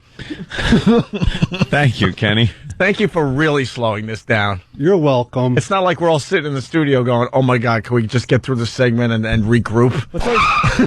It's always good to have one of these segments. It's at 7:45 because you don't have like a bigger part of your audience. No, this isn't like the most 7:08. listened to part of the radio show, so. Yeah, but you guys are so talented. You'll pull this off magnificently. Mm-hmm. You sound exactly like the voice in my head. All right, let's this is Hip Hop Ron interviewing Hip Hop Ron about what's wrong with America. What do you think is the biggest problem facing America today? The people that are running for the president. It's the same guy. You just interviewed yourself, didn't you? No, I You didn't, couldn't actually. find anybody. What do you think is the biggest problem facing America today? The people that are running for the president. What about them? I wouldn't vote for any of them. It's the same guy. I defy you to put this through some kind of forensic sound machine. You were too scared to interview people. It's the same exact waveform. Look, they match perfectly. It's the same guy. I think this guy interviewed his sister and then interviewed himself. Said, here you go, guys. This is what I did for you. What do you think is the biggest problem facing America today? The people that are running for the president. What about them? I wouldn't vote for any of them except John McCain. That's who you're going to be voting for in the upcoming election? Yes, I did. Because he's better than all the other candidates, and I don't want a woman running the country. It's like listening to a crazy person just talk to himself. Oh my God, it's the same voice. Wow. That's great, man. Yeah, wonderful. Do we have time to meet Shannon before we take a break? Shannon is a what? A black guy. Well, I wasn't asking you. Oh, so. sorry. Jimmy looked at me. I thought it was... I did look at him. You did? I did. As long as I'm attracted to him. My name's Shannon Forche. My age is 34 years old. I'm currently a full-time student. He's how old? 34. And a full-time student? In high school. Oof. Forehead is sweating. We're all sweating. Oh boy. I got This break is so slow. I got swamp ass right now. I need to get to the bathroom. I'm like uncomfortable for everybody. All right, let's get more of Shannon. And what do you think is the biggest problem facing America today? The biggest problem facing America today would be... He doesn't know. I would have to say the war. How would you go about solving that problem? First, I would go about that by electing people that I believe that have the correct plan of action to correct the problems.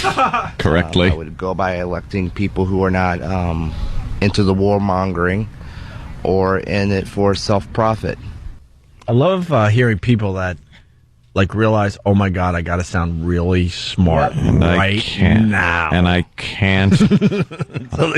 I have 3 words I can use here. All right. Correctly. I was watching Hannity and Combs the other night. What did they say about the war? What can I repeat here? They might have missed the spirit of this bit.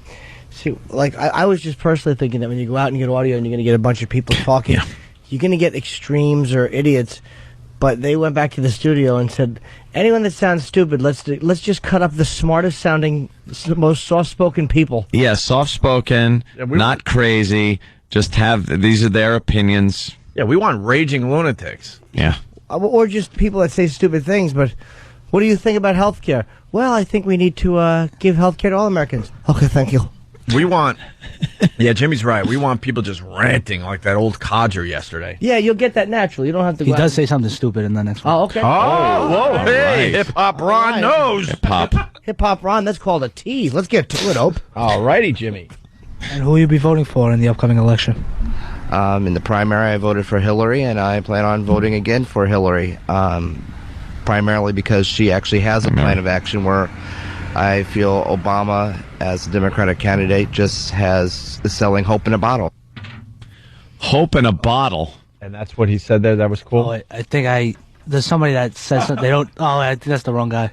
Is there another track to that part? Oh my God. Is there another track to that part? Oh my God. I think that's the wrong guy. Is there another track to that part? I don't know. Is there? Wow. What is Hillary's plan? Hillary's plan calls for actually a lot I don't understand it completely, but from here listening to her speak, it's the most educated. I can't really go into the details of it. Yeah, that was terrific. You were not kidding, Ron. That's what we call the payoff. I'm just people are slamming hip-hop and his interviews. They think he sucks. Thank you all. Oh. He's just soft. Wow. You're soft-spoken, hip-hop. You really are hip-flop. Hip-flop Ron. He is, you're not the most energetic.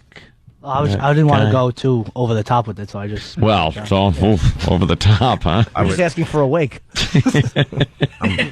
I never very charismatic. I never want to see you over the top. Whoa. Yeah, that's got to be wild. Right, Jimmy? Whoa. Pick that energy up and actually make it entertaining. Whoa. Did you hear yesterday's hip-hop Ron. interviews? Yeah. That's pretty much the perfect example of, what we're looking for. And, I thought there were a couple of good ones there, but apparently not. No, you were right. The girl she's got a good answer. Yeah. The problem is you promote these things like hope pull over, folks.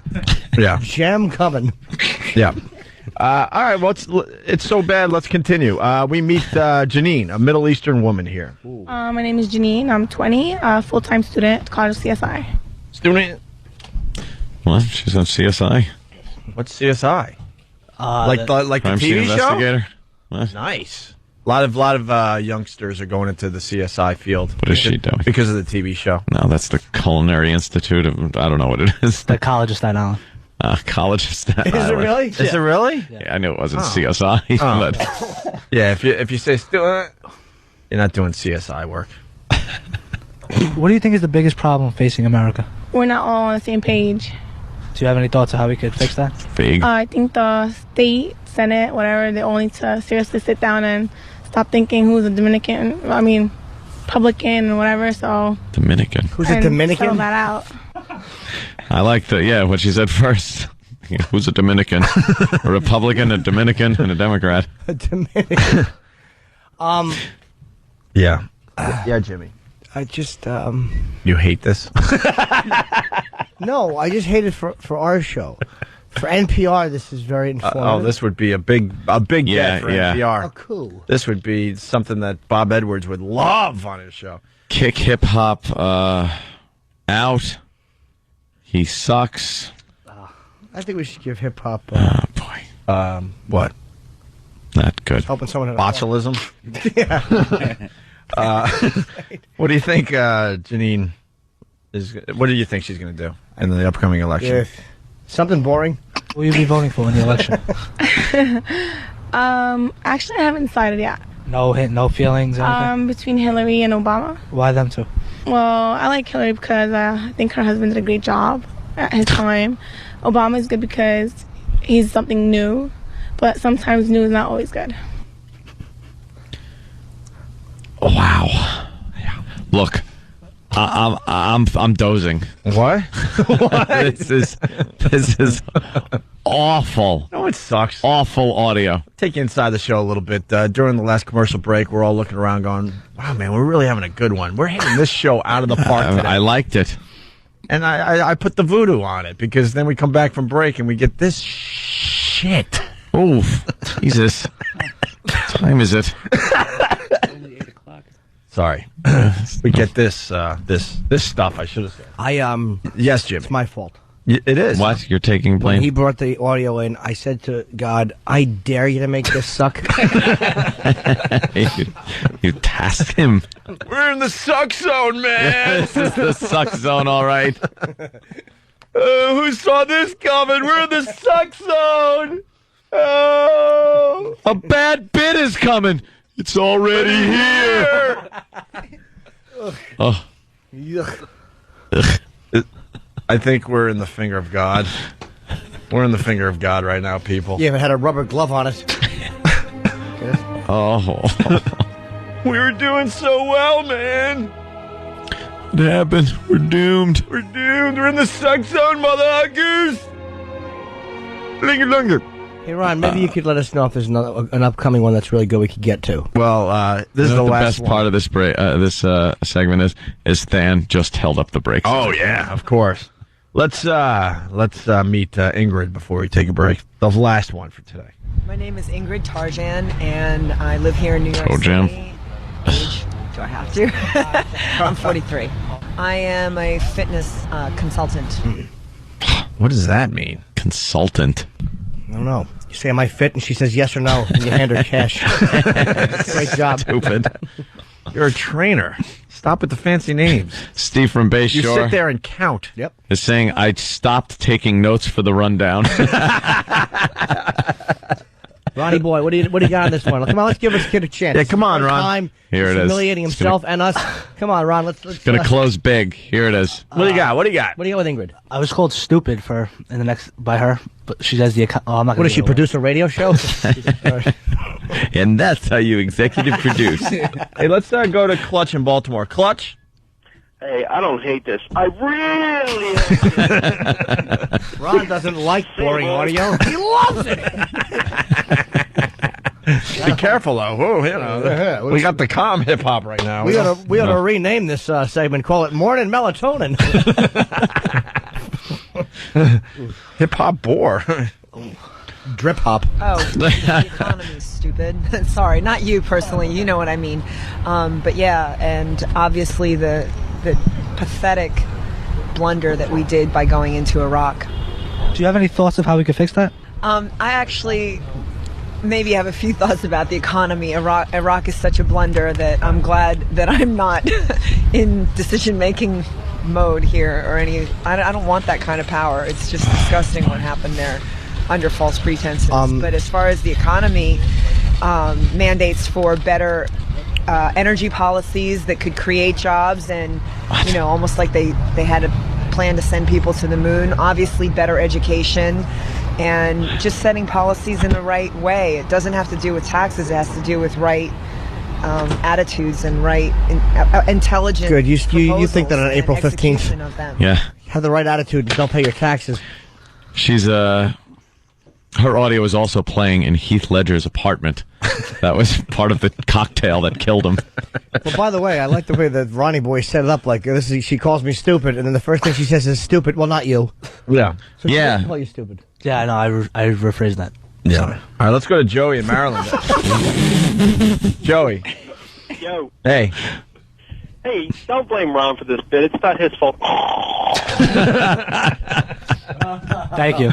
A lot of callbacks today. I love it. Love callbacks. And finally, the rest of Ingrid here. And who will you be voting for? Oh, Hillary. Why? Why?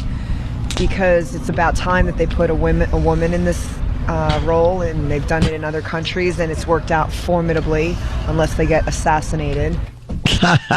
You dope. What a dope. Just go to the gym and practice counting. So she's just voting based on sex. Oh, yeah, of course. That's it. Let's go to Mongo the trucker. Mongo.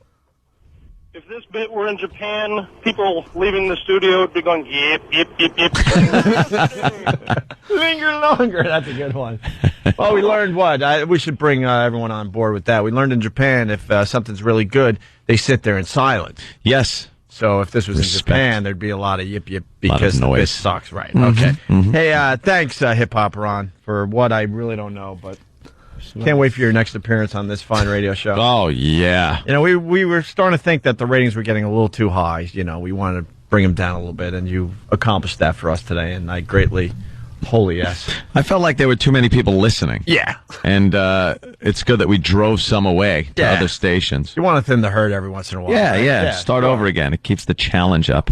All right. And I blame Steve, because you're the executive producer, and somewhere in your dumb brain you thought this would be good. And that's how you bore the audience. Did you actually hear this before? No, I gave it to Yeah, why would you? Why would I? I delegated responsibility. But how is no one hearing this before it goes on the air? Oh, plenty of people are hearing it. I gave it to Sam. You do realize this is a college kid. Yeah. You know. Is he leaving all dejected? Oh, where was he going? What's the matter? What is he doing? Were you trying to leave through the cabinet? Were you going to choke someone or guy, it's a visual, but the guy gets up. He starts walking behind E-Rock. There's a cabinet there with two huge cabinet doors, and he attempted to leave the studio through a cabinet. Than was motioning to me, so I thought he was talking to me, so I went. He thought it was the elevator. Oh my God! Than was motioning to. Than wouldn't motion to you for anything. No. True. He would motion to someone else to motion to you. Yeah. We have no one monitoring, because yesterday we had the intern beep the word bitch, which is allowed. Yeah, pretty much the interns are producing the radio show at this point. No, this was handed in. I'm sorry. Okay. What happened was this was handed in to Sam. I believe he cut it down from 24 tracks to whatever we had today. There was 20 worse tracks. It was. I had to cut out probably 10 tracks. And there are more at XM if we want to hear more audio. No, this is the very best of Hip Hop Ron. Wow. All right. Well, sometimes we find things people can do, and sometimes we find things people can't do. Glad I can mess up the show. You're more of a get my coffee type of guy.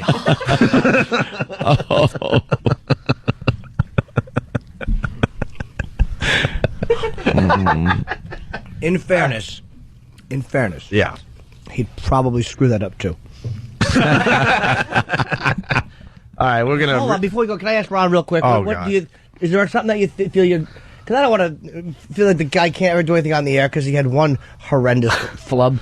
Is there something else that you think you might be able to bring to the show audio wise? I think if I did this again, I'd be able to get a better, because that was my first time I did that. So, second chance. So you're saying that you had kind of like a freshman. Yeah. Yeah. What? Pretty much. Freshman what? Swing and miss. Okay. Actually, two different analogies, but it really wasn't that bad. I mean, it shouldn't have seen the light of day. And I have to But clear things up. You did okay asking the questions out there. I have to clear something up because a lot of people are under the assumption, no, nothing was dumped out of during that segment. They think all the good stuff got dumped out of. No, that went undumped. Well, me saying holy ass because I just couldn't help myself anymore. Well, probably just that, yes. Which they should have kept in to maybe keep people tuned in. Yeah, wow, did he say that? Kind of a thing. But yeah, why don't we regroup? Thank you, Hip Hop Ron. Can we send Ron out to do something else and give him one more chance? Sure. All right, cool. Sure. And as we go to break, Grammy's right around the corner, so we got this Grammy minute, Grammy moment, whatever the hell we're calling it. We got Big A, our own Big A, helping us out on this one. It's an Opie and Anthony Grammy Minute. Song of the Year. Hey there, Delilah. Plain white tees. Hey there, Delilah, don't you worry about the distance. Right there, if you get lonely, this song another listing. Close your eyes. This is my voice, it's my disguise. I'm by your side. Oh, what you do to me. Oh,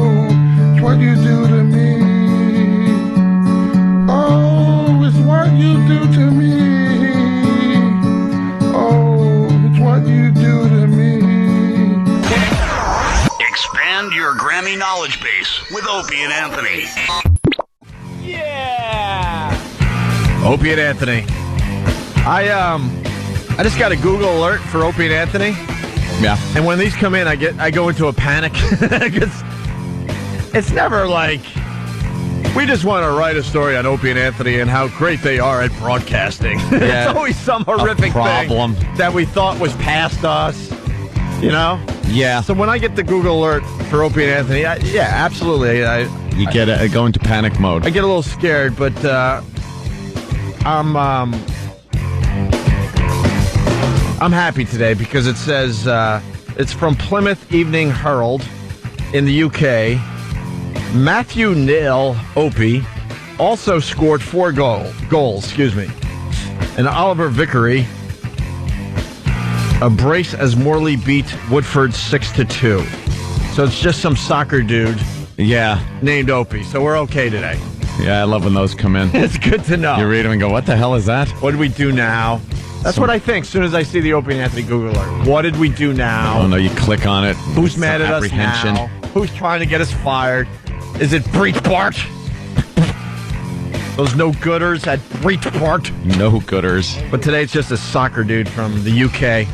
Hey, we talked about this after the Super Bowl, and we hit this one right on the old head. Mm. There were a lot of sweatshirts and T-shirts and baseball caps that were printed that said, Patriots Super Bowl champions. Oh yeah, Patriots 19-0. All that stuff, right? Mm-hmm. You have to print that up in advance because people want to buy immediately. The second it happens, and we always wondered where that crap, went if the team didn't win in the end. Yeah. I just assumed they would just burn the stuff, throw them through a shredder or something. But no, they actually find people that would actually wear something that's not true. And it's this place that I can't pronounce, and I better just let Anthony read the headline. Because I'm going to get us fired because I for some reason I just pronounced it the wrong way. Oh, and I'm not racist like Anthony, so that would be really bad if. Hey, you pronounce it like you're talking about a guy named Rockwell.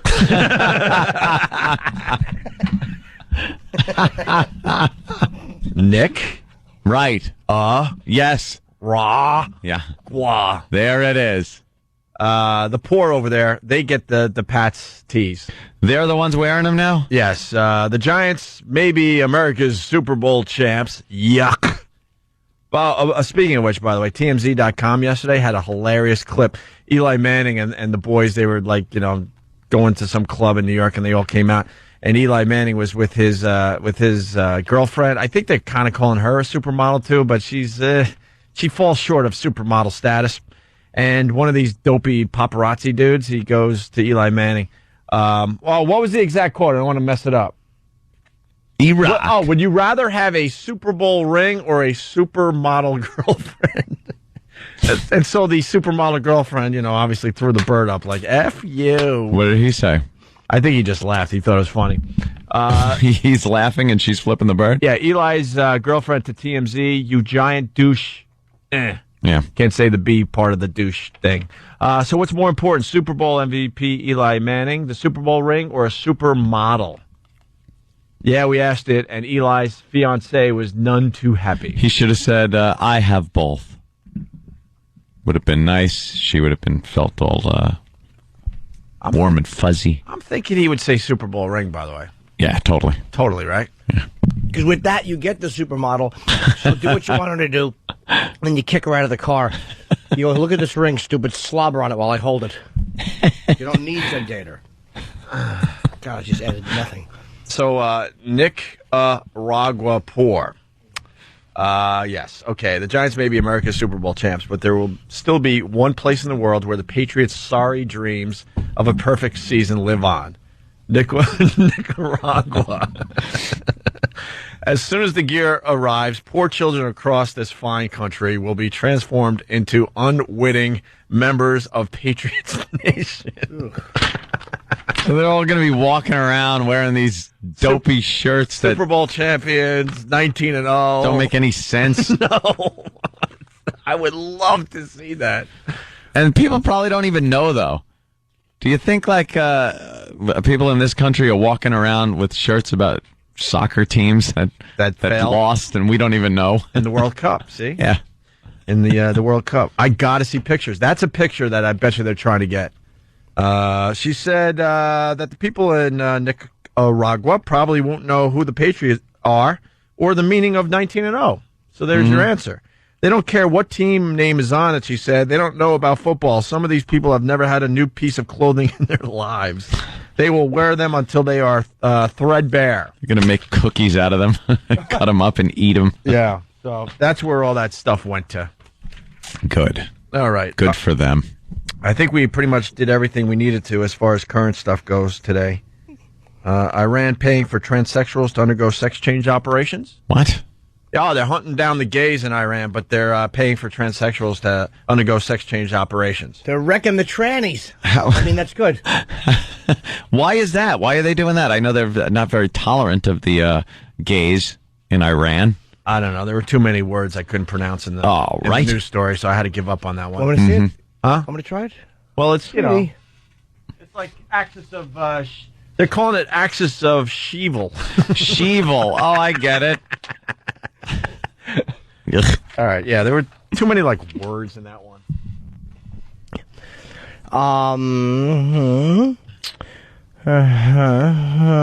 Yeah. I see. Kimmy, for everybody! Iran has been called many things, but a progressive nation isn't one of them. But while bearded morality police race around the nation condemning homosexuals to death and flogging women whose headscarves they deem too revealing, the fervently conservative Islamic Republic is happy to pay for transsexuals to undergo sex change operations. They are not to blame, Hassan Mousavi Shalek of Iran's state welfare organization told Bloomberg News. They have rights such as every other citizen. What is with the tolerance with them? Well, I've heard that a lot of people over there enjoy the tranny. They enjoy the tranny. Really? Yes, that's what I've heard in that region. Yeah, yeah. Tranny is a popular mythical creature. Kind of like a unicorn. Yeah, almost exactly. It's like a girl, it's like a girl with a unicorn under her dress. She has magic powers. Yes. One wave of the wand, you don't sit for a week. Is that what it... All right, I don't know more about that. Hey, Josh from Albuquerque writes, wow, so we shipped them the crap that we can't use anymore. Well, can we ship hip-hop Ron? Oh. Yeah, that was useless. Yeah. All right. Kind of killed the whole show today, let's be honest. We're going to get a C+, and we were heading toward an A. We really, yeah. Broke out of the gate. Hey, Black History Month. Today's honoree. Yes. Let's see who this is. Black History Month is upon us, February, and every year. The same old shows drag out the same old cast of characters for Black History Month and do a little tribute to them. Mm-hmm. Martin Luther King, George Washington Carver, Malcolm X, Peanut Guy, Frederick Douglass. Well, that was George Washington Carver. I like him as Peanut Guy. I'm just trying to keep the bit going, Anthony. I like when you just say Peanut Guy. I like Peanut Guy too. I felt I was overusing Peanut Guy. What else did he do? Peanut Guy, all right. Peanut butter, because it was just jelly and butter, and people were like, this kind of sucks. Just I have an idea. I got this idea about mashing up peanuts. Before him, they were just eating brittle. He said, why don't you throw some peanut sauce on that? I said, okie doke, sir. Who are you? What a contribution he's Who's made. this magical man with a bag of peanuts freshening up our treats? So many ways to use them. People were just popping them in their mouths and chewing them and swallowing. Yes. And then George Washington Carver said, no, you could mash them up and spread it on some bread. Wait, right. So he didn't even invent the peanut? No, the peanut was around. He invented ways of taking oil out of it and making it be peanutty buttery. He invented the peanut. Before him, Charles Schultz was drawing a cartoon called...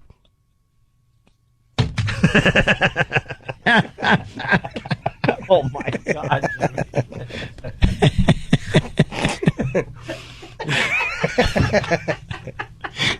Can you do that line again? Yes. Yeah. Yes. I certainly will. I was proud of that one. Okay. He invented the peanut. Before him, Charles Schultz was drawing a cartoon called... Well, it wasn't named yet, obviously. Oh, boy. I think we're heading into silly mode. Well, we like paying tribute. Oh, yeah. To African Americans. Sure. That don't really get the recognition they are so due. Amen. Sure. Yeah. Amen. In honor of Black History Month, the Opie and Anthony Show is honoring black heroes, African American individuals throughout history, without whom this country would not be the melting pot it is today. Today we honor actor Michael Dorn, who starred as the mighty Klingon Lieutenant Commander Worf in 175 episodes of Star Trek The Next Generation. That is how the Klingon lures a mate. Little known fact, Michael Dorn played Apollo Creed's bodyguard in the original Rocky film. Stay tuned for more icons of black history on the Opie and Anthony Show. There you go. Oh, we should have ended with the scream again. Well, there's today's honoring. That's a good one. Worf. Yeah, these guys got to come up with a new one every day. Every day. I think it's easy. I think we could probably do it for a year. Yeah? Oh, absolutely. All right, hey, let's try to squeeze this in. Magic Highway. Ooh. Danny says this is terrific. We love these films from the old days. This is from 1958. What a time of innocence. What a time of prosperity in this country. Hope. Dreams. Anti-communist sentiment. Racism. I was talking about good things. I'm sorry. Don't want to slip up there. Oof. 1958 Disney short about the possible advancement of America's highway system. The highways and byways. Vehicles. Some of the predictions they make are highly accurate, and others are simply irresistible. Absurd. Huh? Here's the first one. Speed, safety, and comfort will be the keynotes of tomorrow's highways. And no Negroes. You just know that's what he's thinking. It's the 50s. They were very racist. There's segregation going on back then. You're going to have the music ready now? Yeah. Dun, dun, dun, dun, dun. I like the music. Keynotes of tomorrow's highways. A multicolored highway system may enable the motorist. Really? I guess you were wrong, Anthony. I was wrong. No, he wasn't. You need somebody to flip the bird at as you're driving. Multicolored highway system. White people in the cars, and of course, the tar is black. That's about the only multicolor we'll get. The stripes, white. You'll be in the back of the car while someone else drives it, if you know what I mean. I'll be going to the store. Let me hear more. The highway system may enable the motorist to reach his destination by following the correct color strip. The increased speed of tomorrow's automobile will demand that highway signs be larger and more simple to read, so that the motorist can anticipate his moves well in advance. Better visibility will be featured in new highway designs. As day dims into night, electric eyes automatically illuminate the way ahead. Radiant heat will keep the highway surfaces dry from rain, ice, and snow. Really? Where's that power coming from?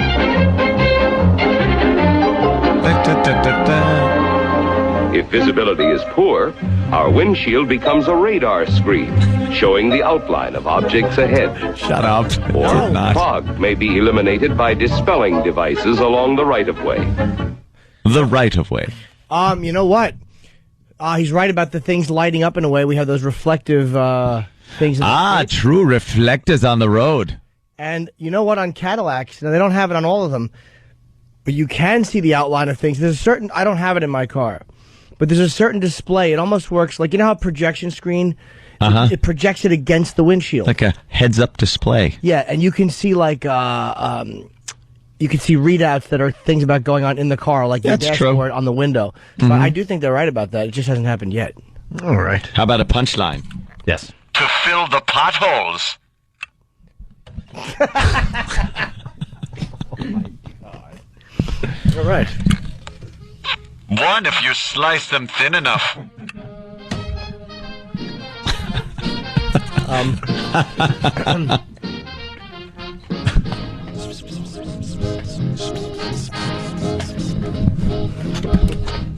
An empty boat.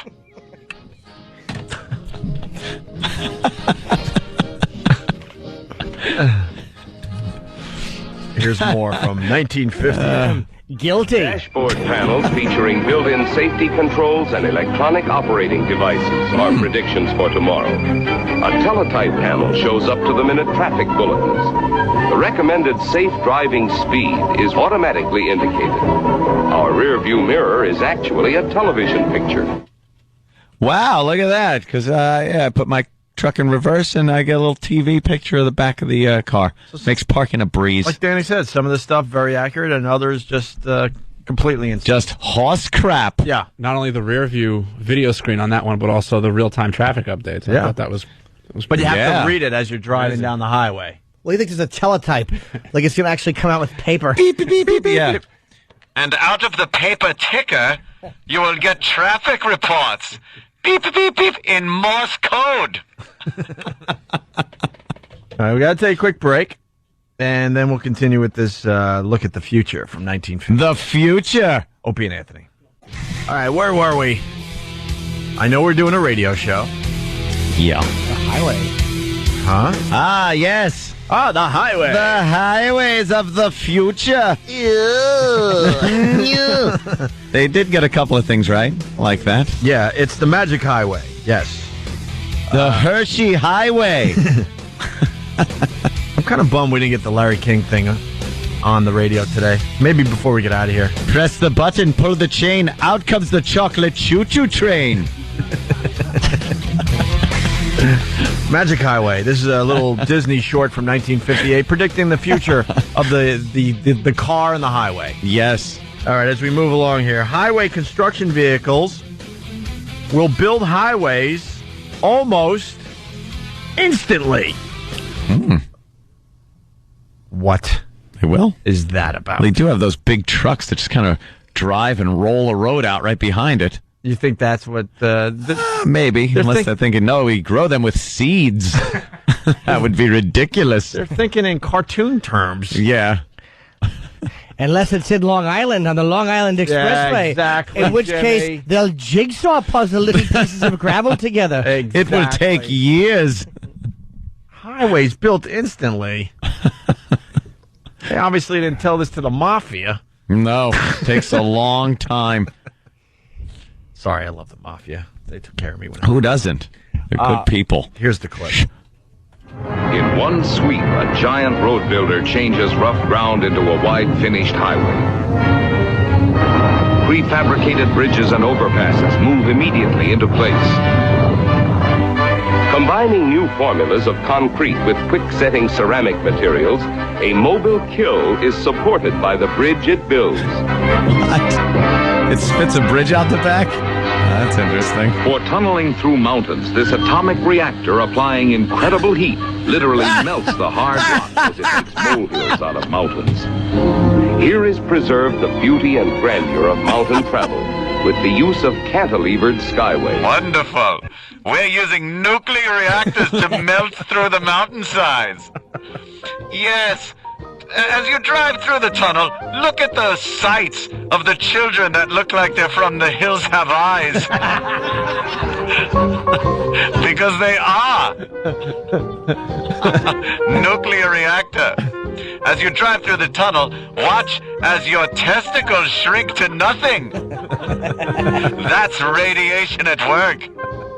Look at your loved one and check for broken bones. You could see right through them.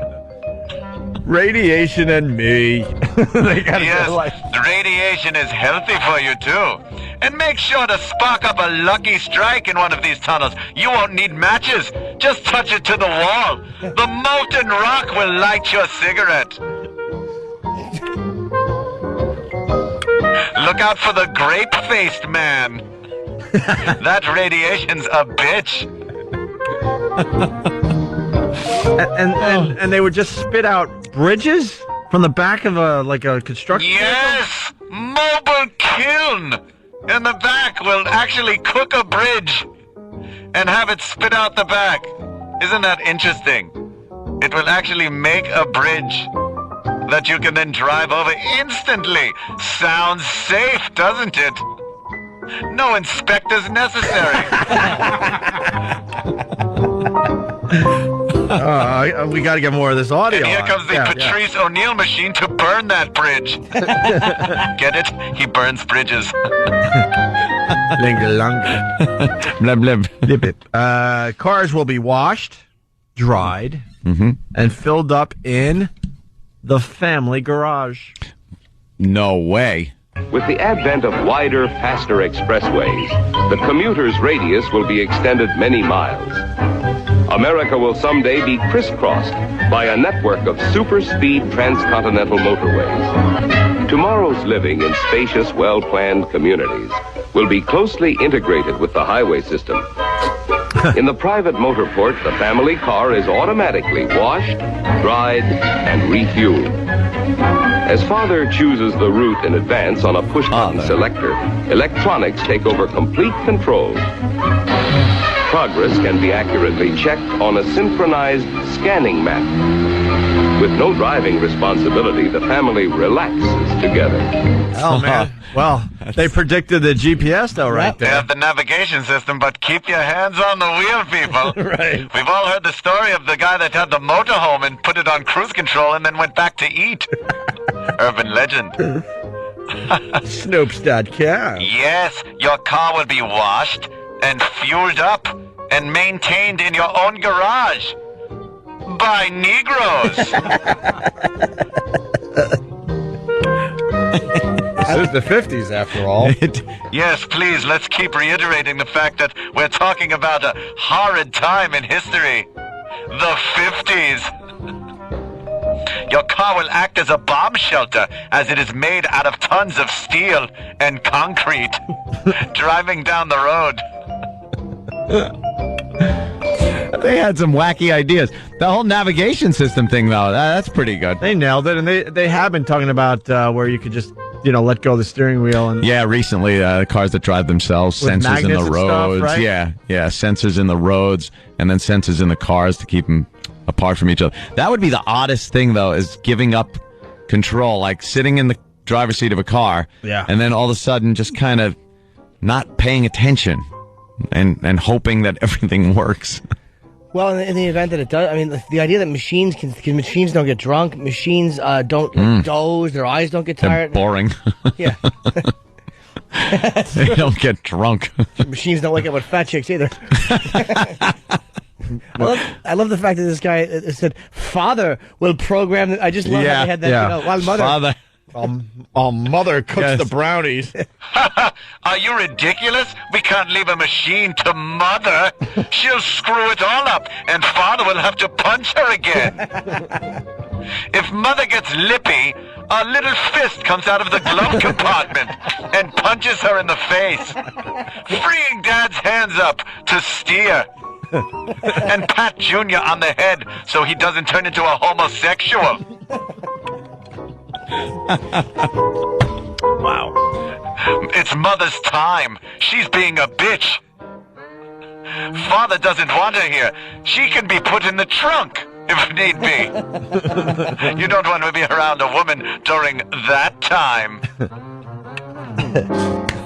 Here comes Aunt Flo to visit. Ready for the next clip? Oh, please. All right. Advances in technology will give us more time for leisure in tomorrow's living. The family vacation will always be decided by a family vote, but getting there will be simplified by a punched card system. And the car is automatically operated and guided to preset destinations. Punch card. Highly specialized pleasure vehicles will have every convenience of home. Today's insurmountable barriers and sheer cliffs will be scaled by highway escalators. 1 minute, our car is a highway vehicle. The next, a cabin cruiser.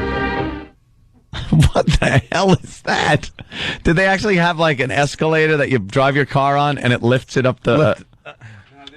The mountain? They didn't really show that part of it. They were just kind of like the voiceover, but Even we thought that was silly. there was a lot of very Jetson-like things that they were trying to predict, like parking. Like you'd drive your car into a platform and it would lift up to your office type of thing. It was just absolutely ridiculous. Like me, it's serious, Robin. Yeah, rumor has it there's an elevator for the Escalade. I want to do the next clip. Wow. Yeah, I like the escalator. Thing. Highway and automotive design will move forward together. First, we'll have the more efficient gas turbine car. Then the speedier jet. All right. Jet. What were they smoking? Then strap a Jeto rocket onto it so you can drive into an abutment. Another urban legend. Right. Can we go into a time machine and steal their pot? They got some good stuff back then. And then, of course, the nuclear-powered car. Yeah. Hopefully everything in the future will have a nuclear reactor strapped to it and will all glow in the dark. Didn't we know crap about radiation? You won't have to worry about hair care products. We'll all be bald. There will be no people left because reproduction will be impossible. They loved their nuclear reactors back then. Gas turbine car. Then the speedier jet. The inexhaustible atom. And possibly the sun-powered electro-suspension car. Stop it. Which needs no wheels. These spectacular conceptions will lead to new dimensions for the American highway. Brought to you by Monsanto. It's like a Disney ride. When you go through it and then go, yeah. Horse crap. Yeah.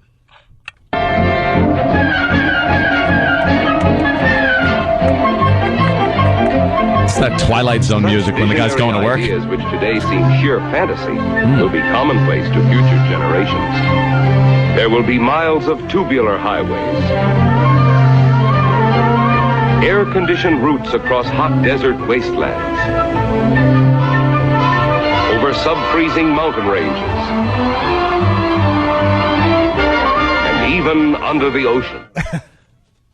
Sorry. Yes, it's the future. Yes, air-conditioned roadways. That won't take too much power. Thank God we have nuclear reactors. And the car of the future will also have automatic locking doors and rolling up windows for driving through neighborhoods full of Negroes. Hey, remind the That's people. the future. Okay. Thank you, Steve. Very funny line from fellow racist Steve C. Oh, no, it's Steve from Bayshore. Yes, sorry. I'm not a racist, I'm a homosexual. Get it right. I prefer white, but I'll go black and unclipped if I have to. What did we miss there? Because we turned off the mics. We were all like kind of chatting there. I think we missed the air-conditioned outdoors. That's crazy. It'll be cool around hot highways in the desert. Yeah. And finally, Thanks to coal. we got one more clip. This is from 1958, a little Disney short. These giant arteries will link together all nations and help create a better understanding among the peoples of the world. As in the past, the highway will continue to play a vital role in the progress of civilization. It will be our magic carpet to new hopes, new dreams, and a better way of life for the future. For white people. Well, that was 50 years ago, so here we are in the future. We're the future men. Let's look out the window. There's a road made of tar. Yeah. And there's cars driving on it. Oh, they look a little nicer. But we're still steering and stepping on gas pedals and brake pedals. We're pretty much doing the same goddamn thing. We do have the conveniences of navigation systems and the assistance of... that's barely a year old, though. You know, yeah, I know. We just got that. Right. I'm just glad that the highways of America have really brought all the cultures together and we could live in peace. Yeah, that's what happens. Sure. Because of all these future highways. Well, The highways of America are bringing nations together. Someday they will span all countries. And the first one I want is a huge one-way tunnel from here to Africa. 1958. Yes, remember, 1958 we're talking about, not here. And I'm doing a character like Mr. Imus. Oh, I can't even say that anymore. No. Mule Spanker from Whackbag. We'd like to play What Did We Learn on the show late in the show, but we're running out of time, but I want to get this one on the radio. He learned that Hip Flop Ron is the wrong kind of intern. Linger longer. Linger longer. All right, the show's over, but not your participation in the Opie and Anthony experience. We're going over to XM, so we do a little more radio. If you're not joining us over there, I just want to remind you that we're sending Sam and Big A to the NBC Knight Rider premiere party at the Playboy Mansion, and we want you to join them. Now, this is what you got to do probably on a regular basis. Later on in the day, you got to go to onaradio.com. Stephen S. from Bayshore does a great rundown, and all the stuff we talk about that is very visual. We make sure we have all the links up there for you. It's a great place to go after the radio show, and also to catch up on what you might have missed if you're only catching a part of the show. As I say that, you also could go to onaradio.com to sign up to win this trip to the Playboy Mansion with our own Sam and Big A. And don't forget, watch the Knight Rider movie event Sunday, February 17th on NBC. Yeah. On WN. BC. This Friday and Saturday, I'll be at Bananas in Poughkeepsie, 845-462-3333. 2 shows Friday, 2 shows Saturday. Bananas in Poughkeepsie. I want to get to Bananas, Jimmy. Yeah, you should. You're going to be up there. We'll see. I would like to do that. Why don't you? I get lonely. It's just me and Kenny. I think we're going to, I think me and my girl are going to fit that into our Muff weekend. You what? Well, every once in a while we have a Muff weekend. A Muff and Muff weekend? Oh, boy.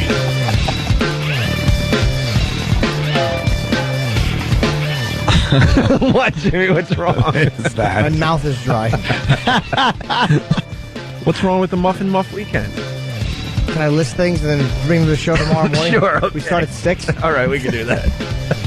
Hey, guys, we had fun today. Thank you. 80% of the show was just terrific today, and if you were listening to the 20% that sucked, I'm really sorry. We apologize for that. Yeah, it's Opie and Anthony. This is the Opie and Anthony Show. Opie and Anthony. It's the Opie and Anthony Show.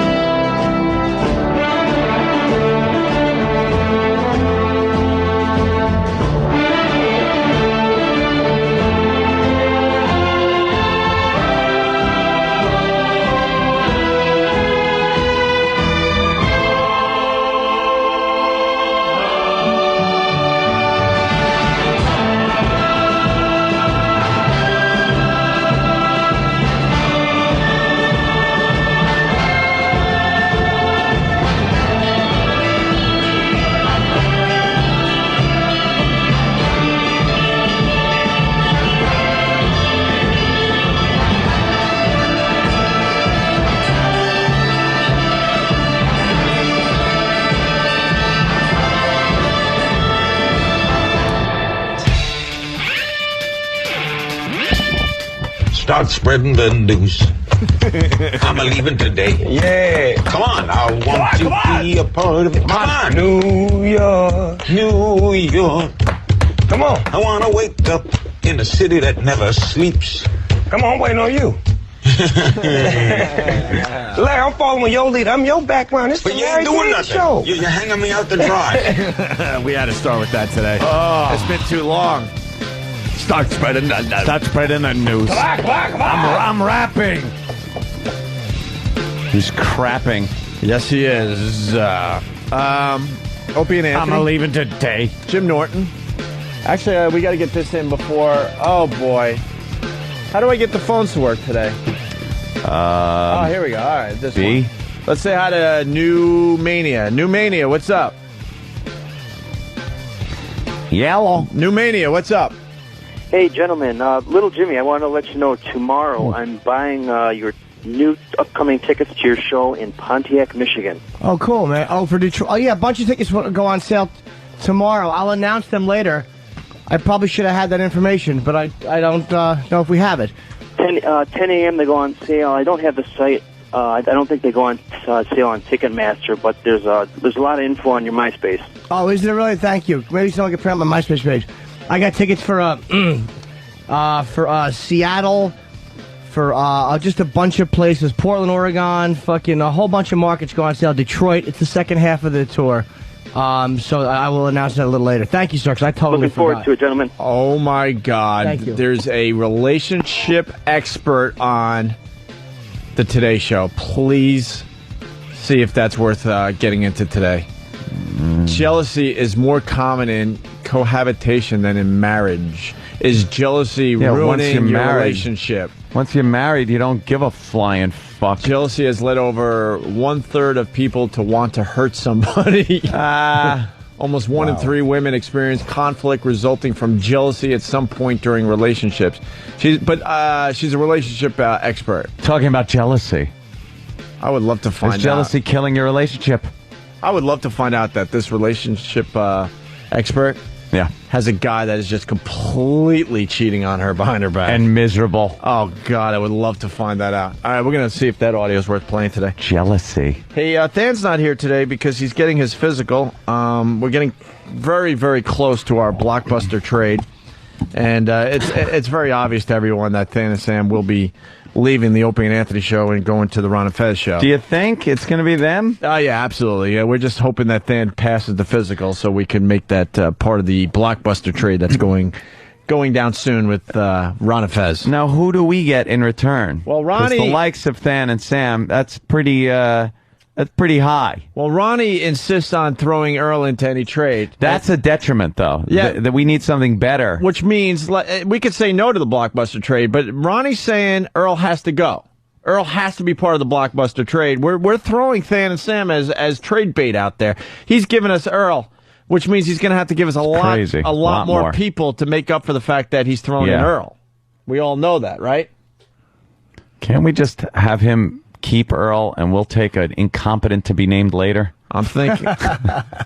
To make up for the Earl thing, Ronnie might have to throw himself into the blockbuster trade. Ronnie? Would take Ronnie? Well, we'll think about it. Earl is such a detriment at this point in this whole blockbuster trade. We're giving up Than and Sam. They're giving us Earl so far. I'm thinking he's got to throw himself in there.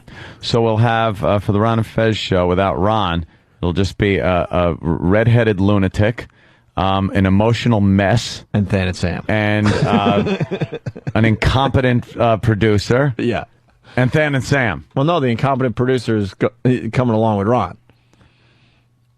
Who? Earl is the incompetent. Oh, we'd have to take him. Oh, that's right. We have no choice. Ronnie said that he won't even acknowledge a blockbuster trade if Earl's not thrown in there. So then I, in turn, say then Ronnie has to give himself up too in the blockbuster trade. And we take Ron. We take Ron. Everyone's up for grabs? We take Ron. We take Earl. Mm-hmm. We give them Than and Sam and a player to be named later. Possibly hip-hop Ron. Oh, God. How about this? We give them whoever they want for Lily. That's it. You just want Lily. You just want Lily? On the show. Just to walk around and look nice and smell good. Yeah, and I think she's good on the air, you know? Yeah.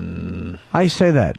Okay. No, I mean I love Than and Sam, but I say those two, along with Steve. Yeah, Steve's got to go. His company. Yeah. DFL Media. We will. Let's trade Steve's Lily. Foundry Music. And Will Chapman, our salesperson. Let's trade Lily. Steve's sexuality. What can we get for Steve's sexuality on the Ron and Fez show? Big Something to hang clothes in.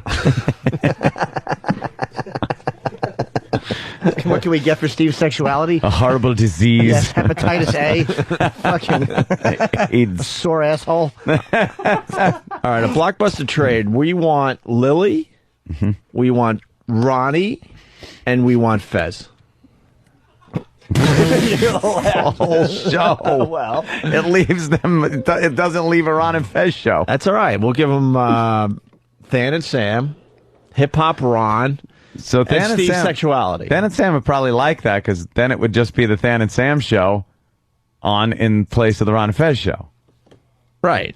Well, you know, sometimes when a blockbuster trade goes down, you don't even recognize the team anymore. No, that's true. You know, they're still called like the Knicks or what have you, but the so players they'd are still all have to be different. called Ron and Fez, but it would be Than and Sam. Yeah, they would just have to recast the Ron part and the Fez part. Right. Menudo. Menudo, yeah, they're like Menudo.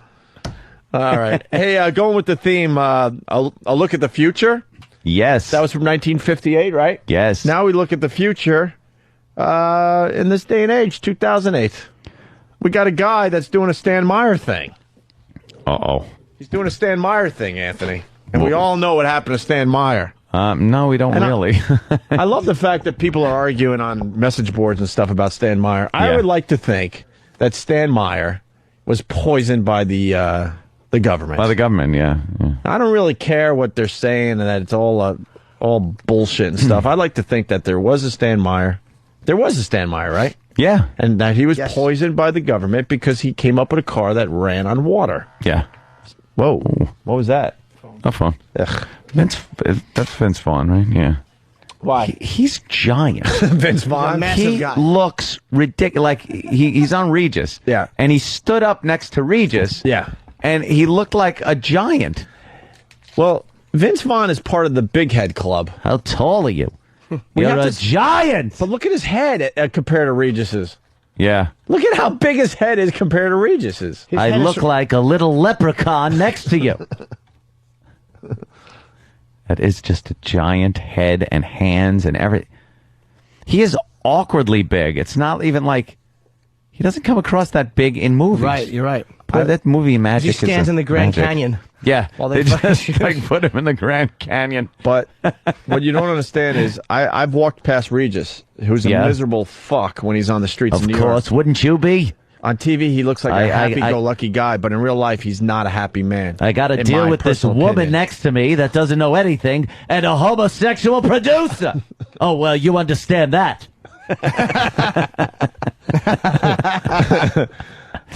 Regis is tiny in person. Is he? Tiny. A little guy. And Vince Vaughn is listed at 6'5". I'd put him at Regis- 6'7". I don't think Regis is even 5'6", 5'5". No. I really don't. I'm a wee little man of a man. He's a little tiny. Little thing. With a cot to match. It's tiny. Joy hates my little dick. She calls it Lil Regis. It's awful. Lil Regis. Can we start the Big Head Club? Ooh, I don't want to be a member. No. We got to get a club. Maybe Stephen S. from Bayshore could write this as part of the rundown, even though it's happening on this side of the show. Just Stephen S., I know you're still listening. We want to start the Big Head Club. We want to put Vince Vaughn on there. We want to put Robert Plant on there. People are checking out my Robert Plant. Robert Plant's head is giant. My Robert Plant picture, because I'm finally displaying some of my crap in my my apartment. They cannot believe how big his fucking head is. He's the cowardly lion. And I had to tell people, no, it's not that I was standing way behind the guy. I wasn't. I was pretty much even with Robert It wasn't Plant. forced perspective. It was thank you. actually just you guys, the you. exact distance from the camera. His head is giant. Yeah. Anybody else you want to add to the Big Head Club, Yes. Jimmy? Everyone with Down syndrome. Aha. Yes. And the shoot-off Big Tongue Club.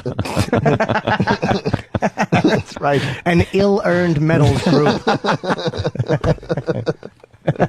Photo Ruiners of America.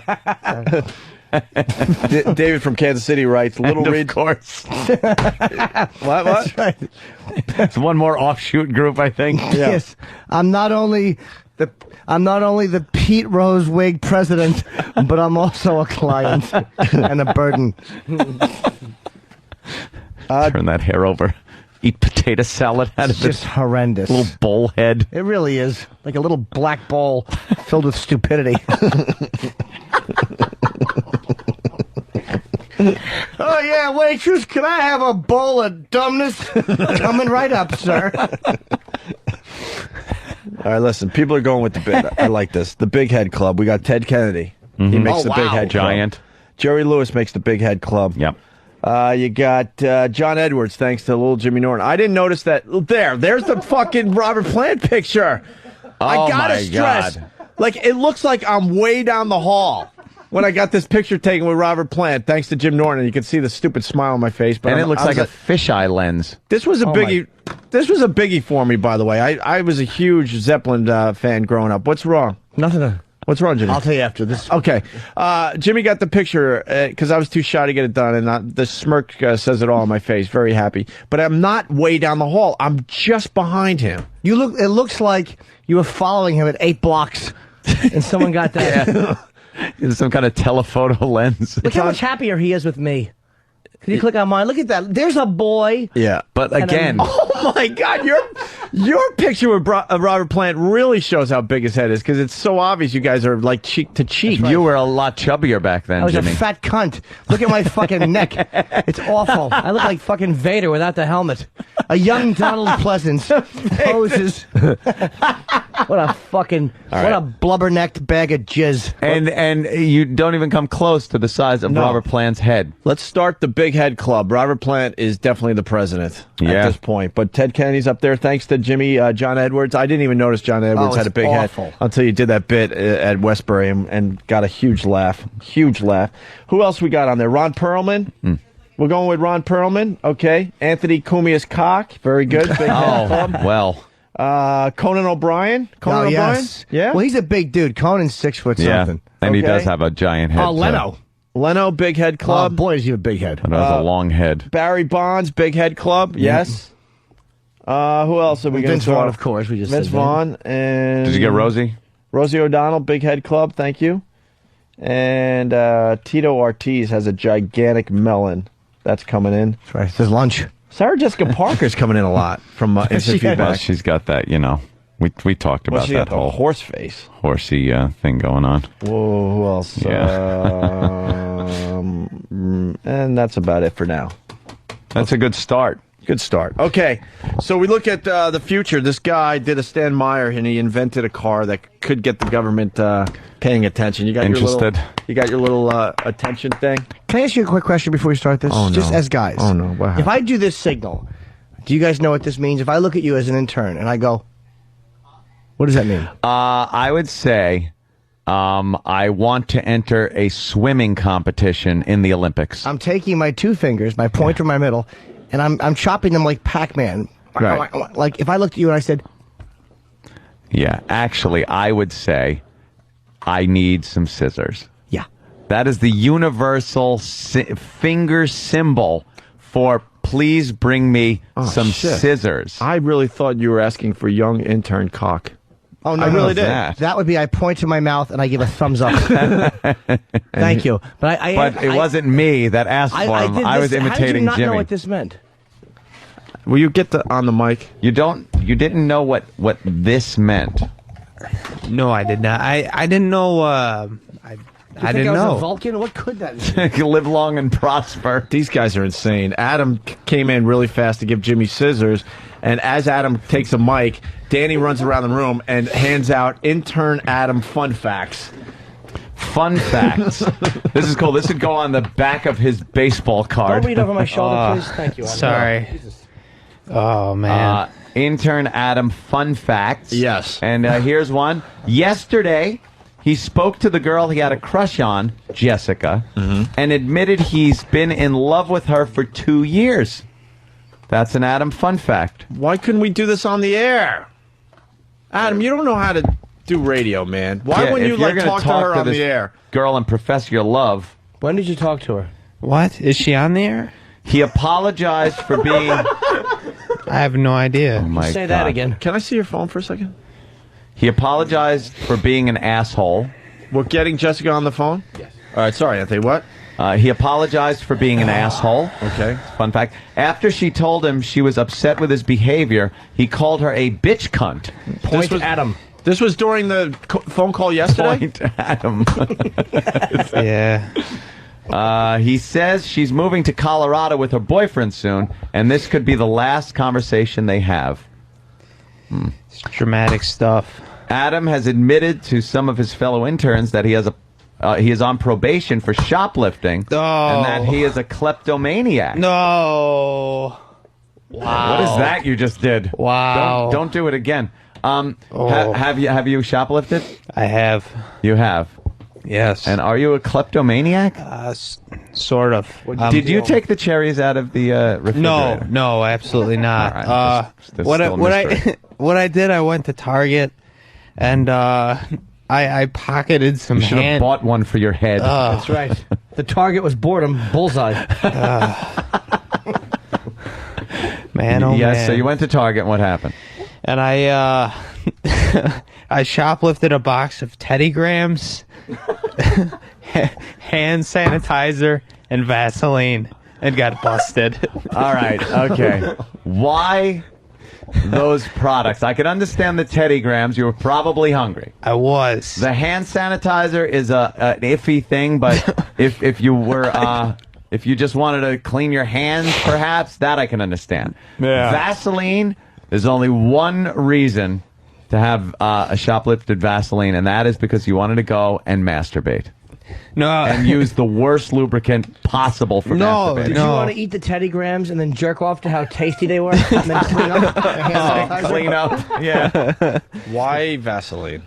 No, I just needed some. For what? For what? Well, because there's that region in between the penis Holy shit. and the leg where I rub it on so I don't irritate any skin. Are you out of your fucking mind? You put Vaseline between your nutsack and your thigh? Yes. For what? Were you chasing playing baseball?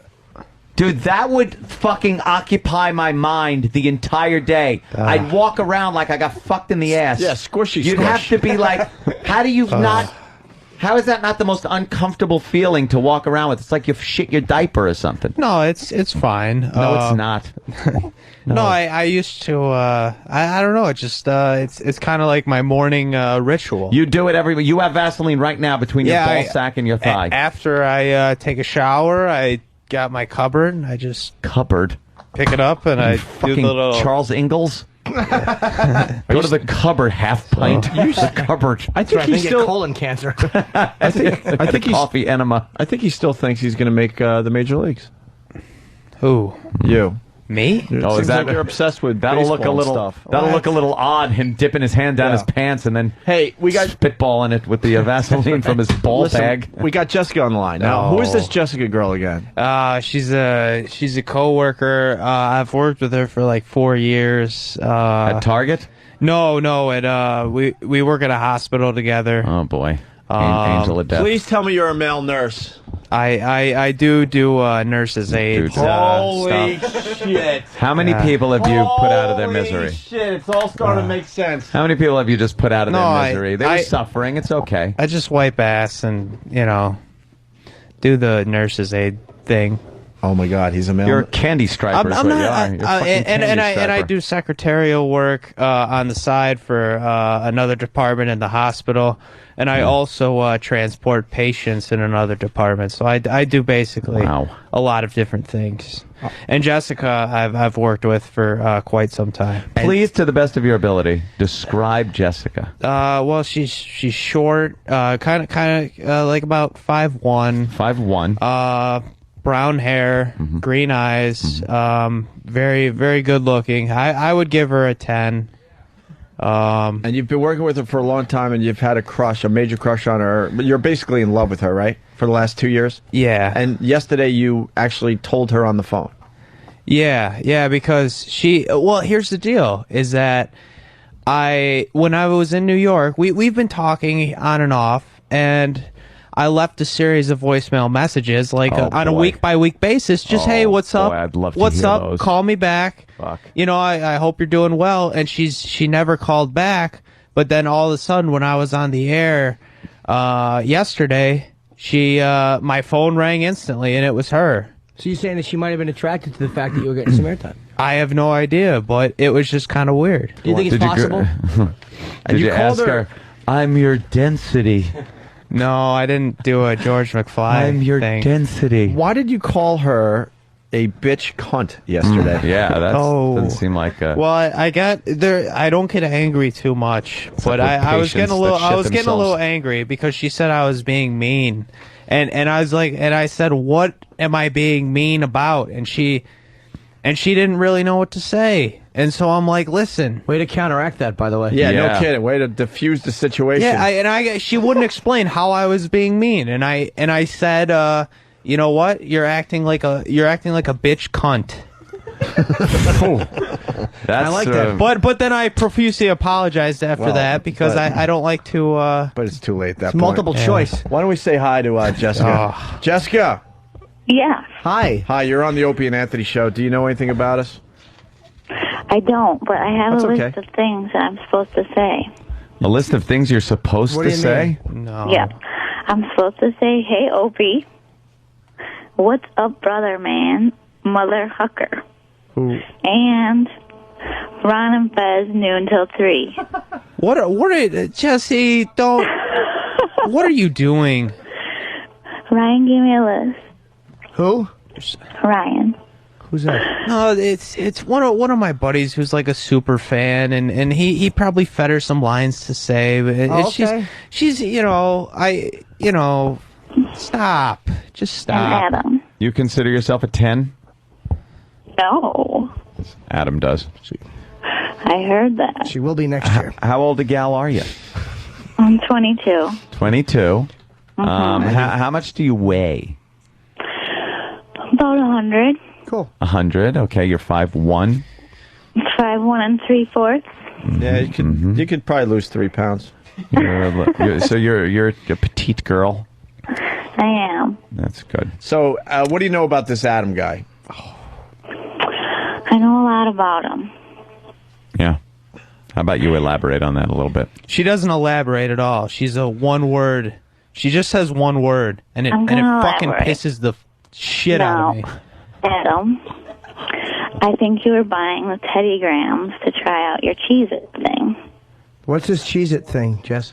No. Are you going to tell him, Adam? You know what, Jesse? I don't give a shit. I don't Hey, care tell what him. you say. Wow, he is really violent toward you. I don't care. He's got... Tell him, Adam. What's the Cheez-It thing? Yeah, what is the Cheez-It thing? Does it involve your asshole? No, I just like to, put Cheez-Its on my erection and use them as a catapult and catch them in my mouth. All right, listen, dude. Wait. You're so full of shit. I know, of course you are. Jessica, Yeah. Jessica, has he told you this? He told me this. He's kidding. He's just trying to be shocking. No. Listen, what do you know about him that you've experienced? Well, I know he can do some stripper dances. You've seen them? I have. So you guys worked in the hospital together? Are you guys in cahoots together? Of course you Adam, are. Are you trying to get airtime? No, What is this no. about? No, she's just a terror. She doesn't know how to emote. She's a one-word gal. I try to get something out of her, but she doesn't really say what she feels, or she doesn't. Who came up with the Cheez-Its gag? Where you said you that's made up. Of course it is. That's made up. No, it's not. How do you know? He told me Exactly. When? when he told me the remote story. When was that? The remote story where he measured his dick. When with is that? his remote. When did he tell you this? How long ago? Like last year at work. So now, do you like this girl? I I do, but it's complicated because I'm very awkward, and she has a boyfriend who she's constantly on and off with, and so I don't really know. I don't really know how to make my move. I don't have any moves really. You know who he reminds me of? Adam Sandler, a little bit. You actually do sound like him. So, Jess, wait, Chester's Liver's saying that's a Dane Cook bit, but he uses a different food product instead of Cheez-Its. What does he use? Like fucking peanuts or I something? don't remember. I just remember that was a Dane Cook. Oh, yeah. Yeah, it's cashews. Eric Cashews. Yes. in the audio. Yeah, what the fuck? Come on, dude. That's a Dane Cook bit. Yeah, but I juxtaposed it with Cheez-Its one day. He is weird, but I'm starting to think it's a big put on. Yeah. No. You Jess, went over what's he the like top at- with the cheese. Yeah. cheese What's he thing. like at work, for real? What's Adam like at work? Yes. He is awkward, like he said. Okay. He's funny. Okay. He's really funny. But toward the end, he got cocky, How cocky? How? rude, and cocky. Did you know And that is why I didn't call him back. Did you know that he liked you? I did. Because one night he got really drunk and told me. How'd he say it? He just came right out with it. And said that he loves you. Yep, he's had a crush on me for 2 years. Yes. Sam. Did you just say he got really drunk and told her? Yeah. Adam has proclaimed off the air that he has never tried alcohol. Well, no, is your web of lies? Sam. No, it's all coming apart. It's crumbling. I think we got him on the ropes here. We got if there's a party, and people are offering and people are drinking. You said you had never we ever got another tried eye alcohol. patch situation here. Yeah. Linger longer. So now explain this. How did you say you've never had a drink? Well, I said I don't drink. And no. From what Sam's saying, he's saying you elaborated to the point where you really made a point of saying that you've never drank. I don't like to because That's not what he said. Mars is a witness. Mars is in here, and he said to both of us Mars? No. Adam said. No, I know. I'm just getting Mars. Yeah, Adam, you said you don't drink at all. No, yesterday. Yes, you did. And he said you never have. No, I don't. There was a period where I just gave it up and I just don't do it anymore because it brings out stupid things. That's what he said yesterday. What did he say, Mars? He said he doesn't drink and he has never tried it. Oh, he did say he's never tried. I didn't say something to that effect, right? Oh, we got another witness, Tony. I asked him if he wanted a spitter, just joking around. What's a spitter? Skull. And he told me he's never done nicotine or alcohol in his life before. That was second day he was here. Now, why would you say that? Well, I don't do tobacco. I don't smoke, but I drink occasionally. Wait, Tony, don't go anywhere. And it brings out the worst in me. And I don't do it. I do it very rarely. And Tony's very opinionated and the true star of the Than and Sam show. Yep. Tony, No offense, guys. What do you think about this kid?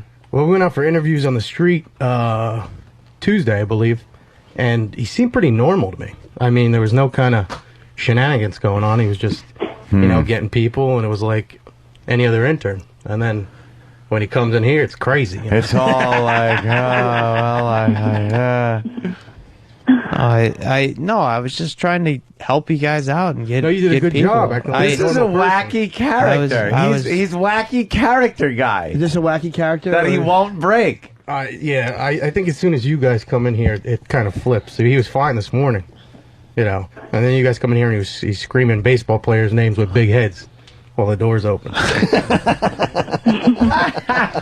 I think you're wacky. Jess, is his diction different now than you know him at work? Is he a little more stilted now? He seems a little shyer. Are you part of the bit, Jess? You could tell us. What? Are you part of the bit? No. How did he prep you? Just tell us that. Yeah. Let's see if it's consistent, because we were told that he prepped you. I want to see if it's the same way. Oh, no. I talked to him yesterday, and he told me I could say whatever I wanted. Okay. He called you a bitch cunt?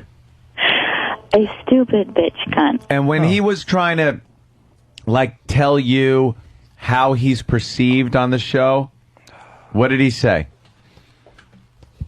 He didn't really say too much about that. He just said he was the intern, and He didn't say that he's kind of weird and... No, she already knows that. She already knows I'm fucked up. Don't try to interfere with my fucking ruse, my clever ruse. Yeah. My questioning, my line of questioning. I think it's a he bit. didn't. Yeah, what's the bit there? What is the bit? What's Adam? the end game with this one? There's no bit. There's no bit at all. I just I had all my ducks in a row. I would like to say that Jessie has been like probably the only girl that I've like ever associated with on a normal basis. The only girl who's gotten me. And I didn't really know where to take that. And I had like a couple opportunities here and there. I missed them immensely. Oh my God! Listen, I'm bored with this guy. First don't of all, know. the remote story is also BS. That's like from Rescue Me, Dennis Leary. Thanks for reminding me of that one. Dennis Leary talks about that in Rescue Me. The other thing, it's so obvious you're lying at him because you won't look at anybody. I mean, who do you think? Yeah, you're yeah, you dealing just with? kinda- You think we're fucking rookies? No, I know body language. I've been studying body language since I was 18 years old. No, you're looking down at the console because you know if you look in someone's eyes, you're going to be had. No, So tell us what's going on. There's nothing. Do you want airtime? If you want airtime, we can figure something out. There's no airtime. It's just no, there is airtime. There is, but There's no airtime. There is. I think what's happened is there's a bit of truth that's just been, let's say, exaggerated. Right. I think this is a magnification, and that's where the character part of it comes in. I don't think that he's completely unawkward or shy. I think that's probably part of who he is. But I think it's exaggerated here to be interesting. No, I think this is some kind of fucking Groundlings performance we're seeing here. This is like he's doing a performance piece. See, look Anthony in the eye and tell him it's not true. No, it's not true. He's a liar. Yeah. Yeah. Well, Jess, are you in on this? No, I don't think he's lying. You work together and he's been like this, exactly like this. He's never normal. He's always a fucking weirdo. Come on, Jess. He's sometimes normal. He can have a conversation if he needs to. Yeah. What? But he is awkward at times. You can't hear what she's saying? Yeah, because we have that microphone is blocked, so you can't hear what she's saying, coach her. Oh, man.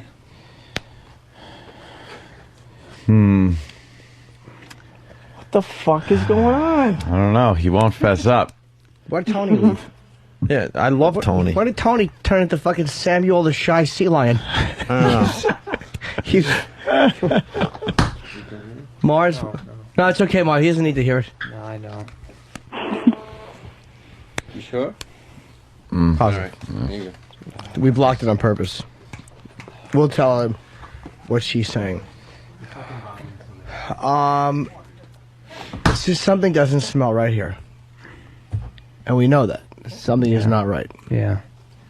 What's going on? I don't know what's going on. I just, what was she saying? How do you feel about him, Jess?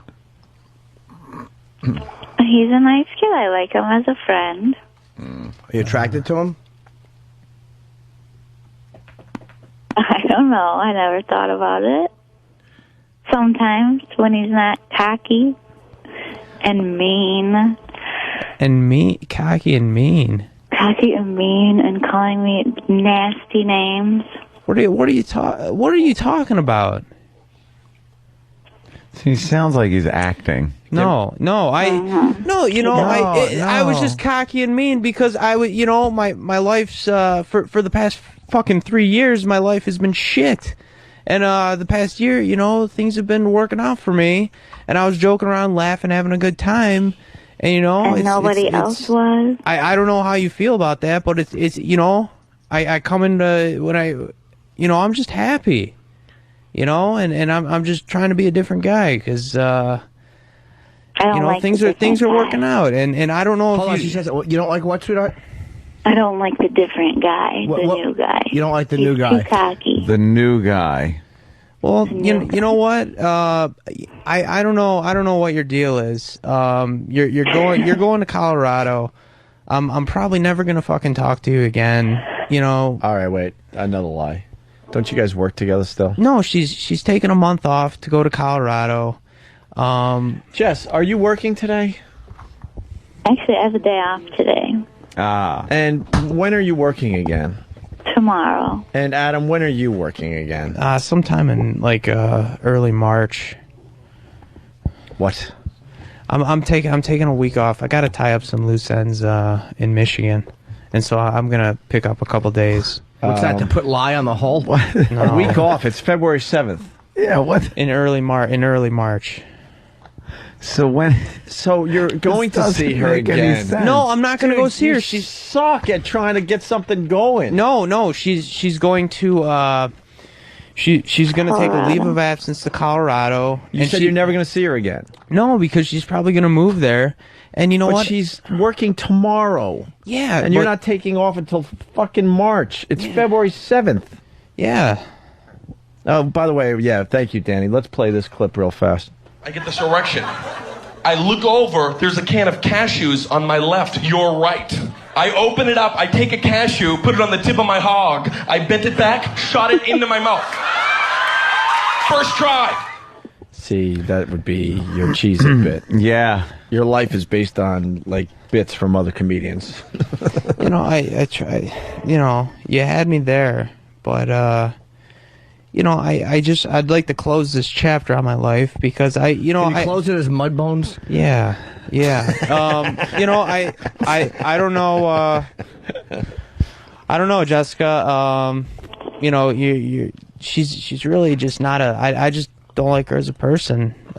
She treats people like shit. She's treated me like shit for 2 years. She's walked all over me, And and it keeps going back to this, even though we're not even addressing the you and Jessica thing. No, for the most part. there is no thing. No, we're addressing the fact that we think you're bullshitting with your whole act here. No, you know, I'm just I'm trying to get into trying to do new things, and I'm trying to put myself out there and do a lot of different things So that just I've never done. Just be you. Go ahead.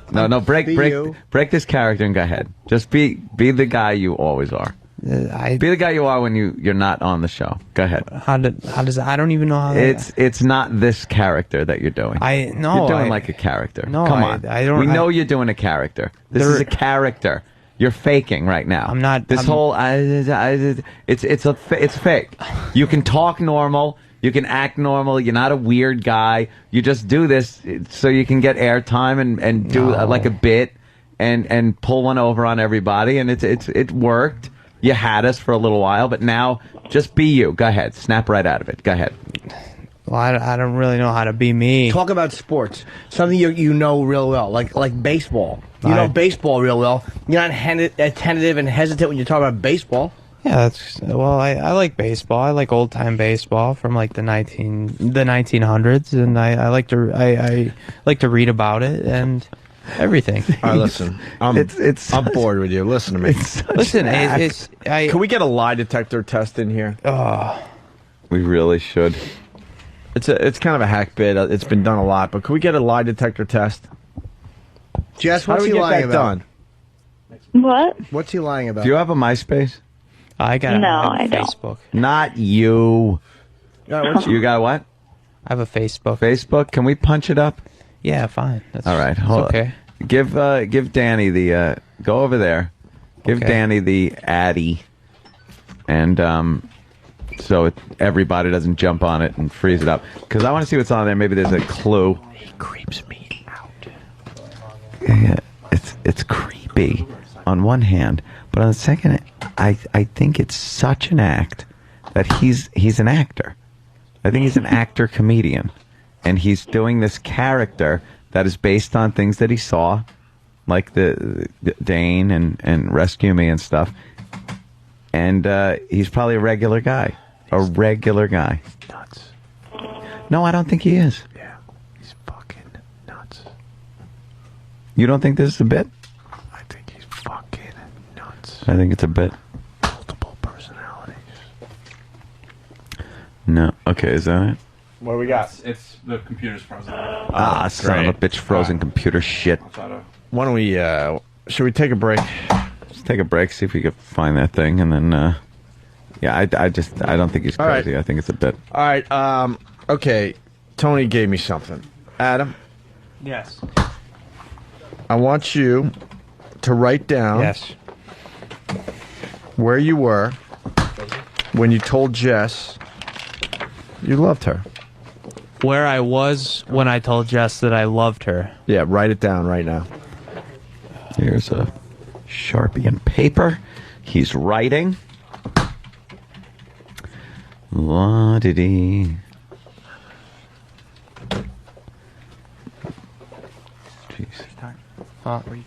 It's a location, for fuck's sake. Should take 2 seconds. He He's just writing crossed out his fucking- first answer. Why, Sam? Because Because he was writing where he was when he called her yesterday. Oh, my God. Oh, wow. All right, you're supposed to write down where you were when you told Jess you loved her. And also where Jess was, part 2 of the question. Shouldn't take this long, should it? Okay, I'm just about complete. You're who shall I give this to? Give it to Anthony. Okay. I really don't want any contact with you. I smell psychopaths. Psychopaths? Yeah, you got multiple personalities. You fucking scare me. He says a party in the summer, and then where she was there as well. Jess, is that true? That's true. We're sitting on the couch. We were supposed to have Jess answer first. Yeah. Because if she's in on the bit, we just play into his hand. Well, no one told me what the fuck was going on. He gave me the paper and I read it. Because I don't trust her either. I didn't know what the bit was. The whole bit was to have her answer, and then we read Adam's answer. That would have been good. We just fucked it up. Oh, well. Oh, that could have been it right there. Because I don't. Because she sounds suspicious too. I had no idea what the fuck that was. It would have been, nice if someone told me. I had no clue. Can you redo it? Who's Tony? I don't know. I think maybe we do whose party. Where was it at? I don't know. I thought that was the way to go. Oh, we fucked it up. Tony had a good idea too. All right, how about where was the party? That's a good thing. Hold on. Don't say anything. How about he writes down his answer and then she says it? Yeah. Am I late to another? Yeah. Just right on the back of my ear. No, those are my tour dates. Right there. Right where this party was. There we go. Yeah, you're right, Mikey from Philly. He repeated the question. That's a mental stall tactic to come up with a lie. Very good, Mikey. Very good. All right, I have the location of the party, which I will not reveal. By the way, Anthony, is that what you just did? I was pissing. It's hilarious. Anthony not Cumia writes, "Ha ha, way to go, Columbo." No one told me what we were doing. It's like, let Anthony read it because I don't want any contact with him, so I read it. Good. Yeah, good point. Right. I led you down that road a little bit. I didn't know where we were going there. All right, Jess, what party? A coworker, Matt. Says Matt's house. It's probably they hang out at his house all the time. A party. That's why the Well, after the party was revealed, she could easily remember that a party that she possibly was at with this fucking clown. All right, we're going to get a lie detector. I guess Danny's saying it'll take a couple of days, but we can certainly get one. Yeah. All right. Why are you worried about a lie detector? No, I'm not worried about a lie detector. Test. It's just that my personal life has been just destroyed. How? What do you mean? Why? Well, yeah, you guys say I'm gay, I'm asexual. I don't say know. you were gay. We're asking. I'm not gay. That was an just opinion, which is very different. I just try to. I just try to. I don't really know. I don't know what's going on. Yeah. I'll make it I have- perfectly I have no clear. idea. I don't know if you're gay. I don't know if you're asexual. I don't know what the fuck you The are. bottom line is you were saying you'd never kissed a girl at age 22. No. So being gay was an option. Of course, guys are going to think that or ask it. I'm an asexual. You said, no, all right, well, asexual, maybe you don't like to fuck at all. You said no. I don't know. I just I got a question. Why are we letting the interns wreck a wonderful radio show? I don't know. Between Hip Hop Ron and this clown. Hip Hop Ron. I'm sorry. He stunk on ice. Yeah. Oh, did he?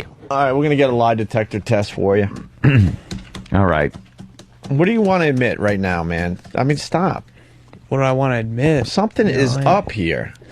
Are you on drugs? No, I prescription pills? Are you seeing like a psychiatrist, a psychologist? I'm on prescription. I'm on I take Zoloft.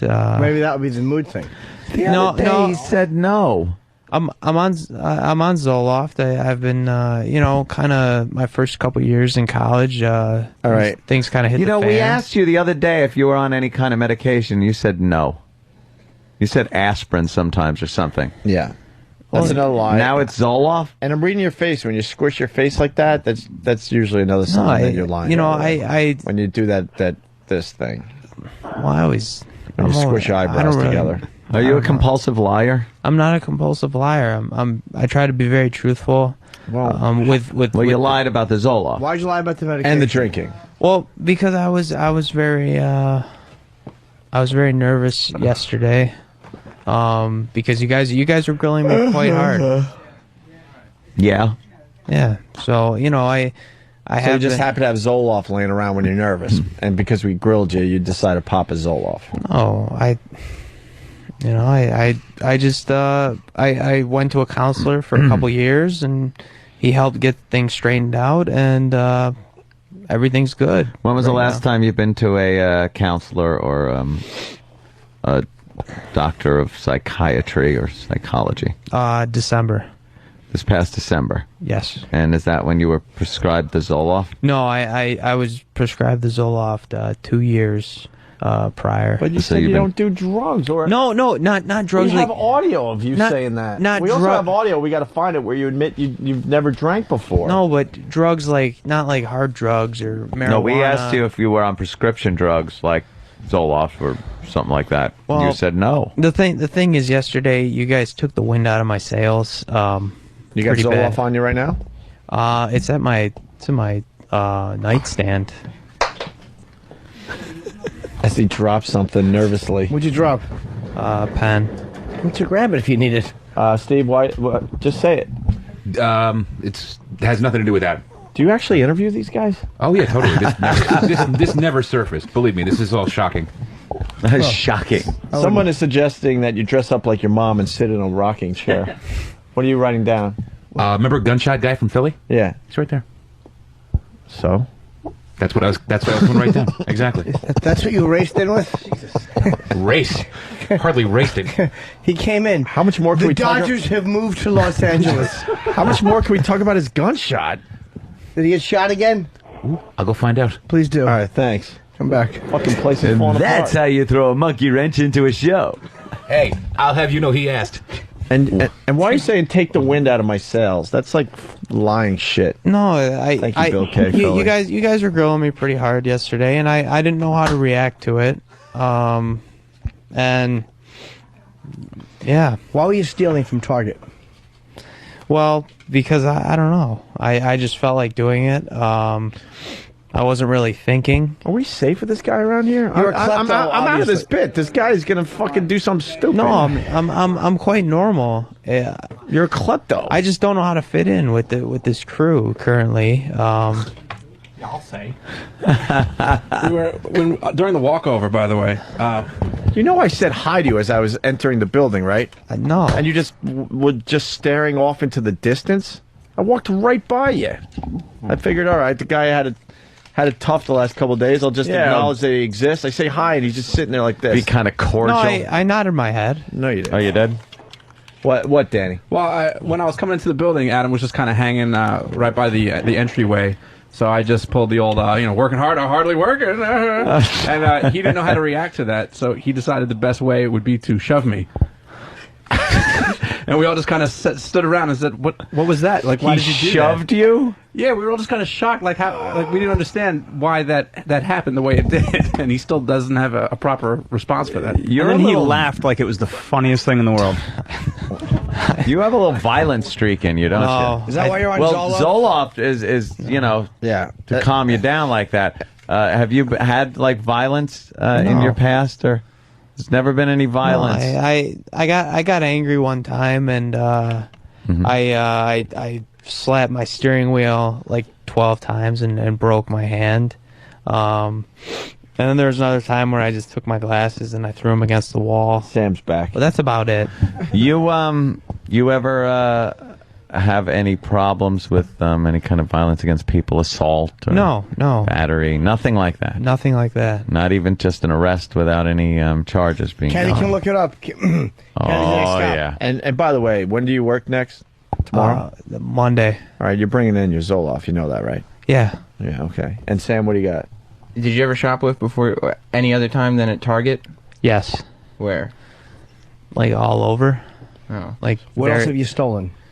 Like DVDs and when The Sopranos, the final season came out, I would take those from various stores and then just sell them on eBay and get like $60. So now, what makes me think our shit is safe around here?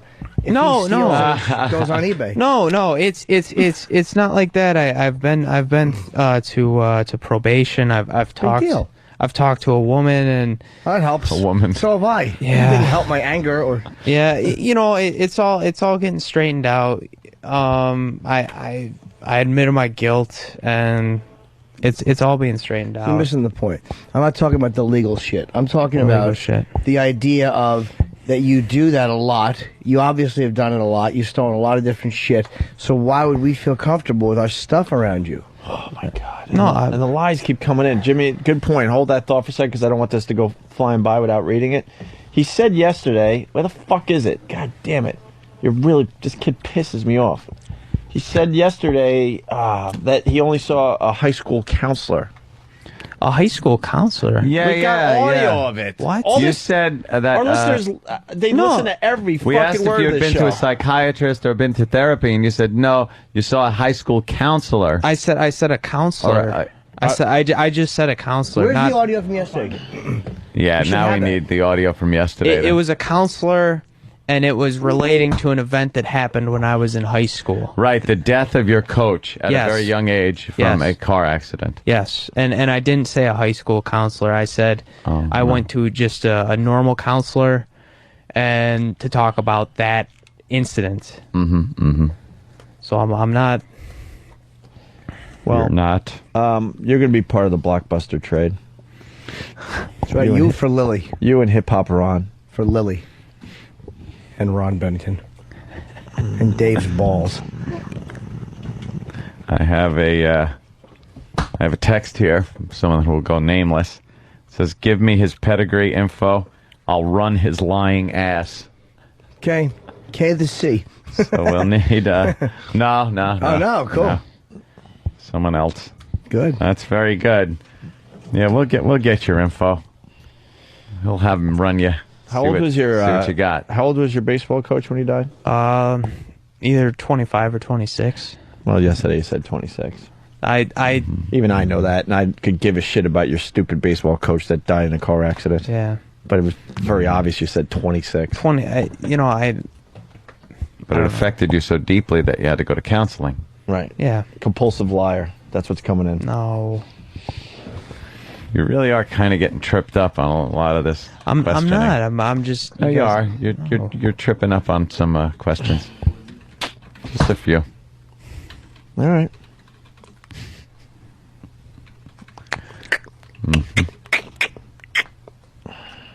Where'd you steal at Target again? Well, Teddy Grahams, hand sanitizer, some Vaseline. So what else have you stolen besides that and the Sopranos DVDs? Just papers, gum. Come on, man. I'm trying to think about what else. Some DVDs of series of like HBO stuff from Best Buy. Why so vague? What?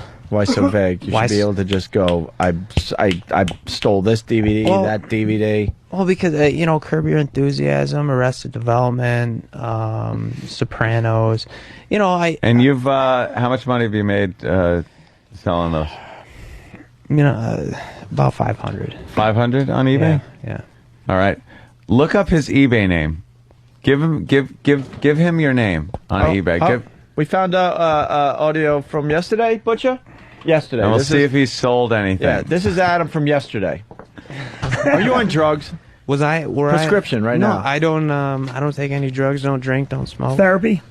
Huh? Don't drink. Don't smoke. You in therapy? No, I did a little bit of counseling back in the day. Yeah. Yeah. Yeah. Not December, back in the day.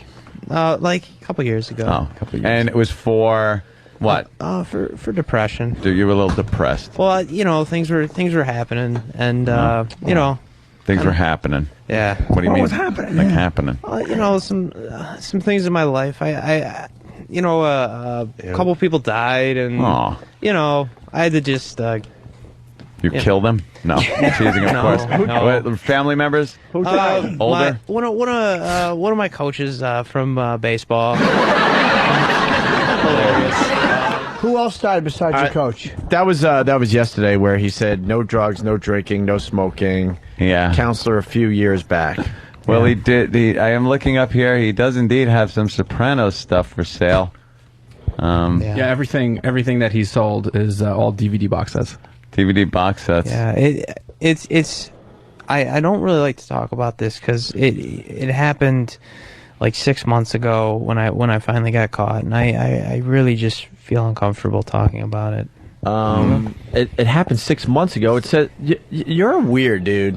What the fuck is up with you? All these fucking sales end January 20th, 08. That's not 6 months ago. That's 2 weeks ago. Well, because I just 3 got- weeks ago. I just got around to selling them. The fuck is up with you, He's bro? still selling the stolen goods. So you got caught. You went through all your thing. You talked to the woman, but you Yes. still sold the stolen stuff. Why not? All right, so the problem is not solved then. That's my point. No. You are the same guy. That's why I said, why would our shit be safe around you? And you said, because I talked to a woman, but 3 weeks ago, you're selling stolen merchandise on eBay. Yeah. How much are you selling those maraschino cherries for? I see up there. What? 3 jars. Wow. No, I didn't take any of those. Of course not. No. What's your record like on eBay? You got a good record as a 13. 100% feedback. 100% feedback on stolen merch. That's great. Yeah. All right, sounds up. I'm not proud of it. I'm not proud. I'd be. That's pretty cool. Actually, yeah. got away with it. Who else died besides your coach? Well, my grandpa did. Oh, that's very good. He wasn't like terminally ill. He just kind of instantly just kind of hit the deck randomly. What was the name of your baseball coach? Dave Susala. Throw that into Google. How do you spell his last name? Susalla.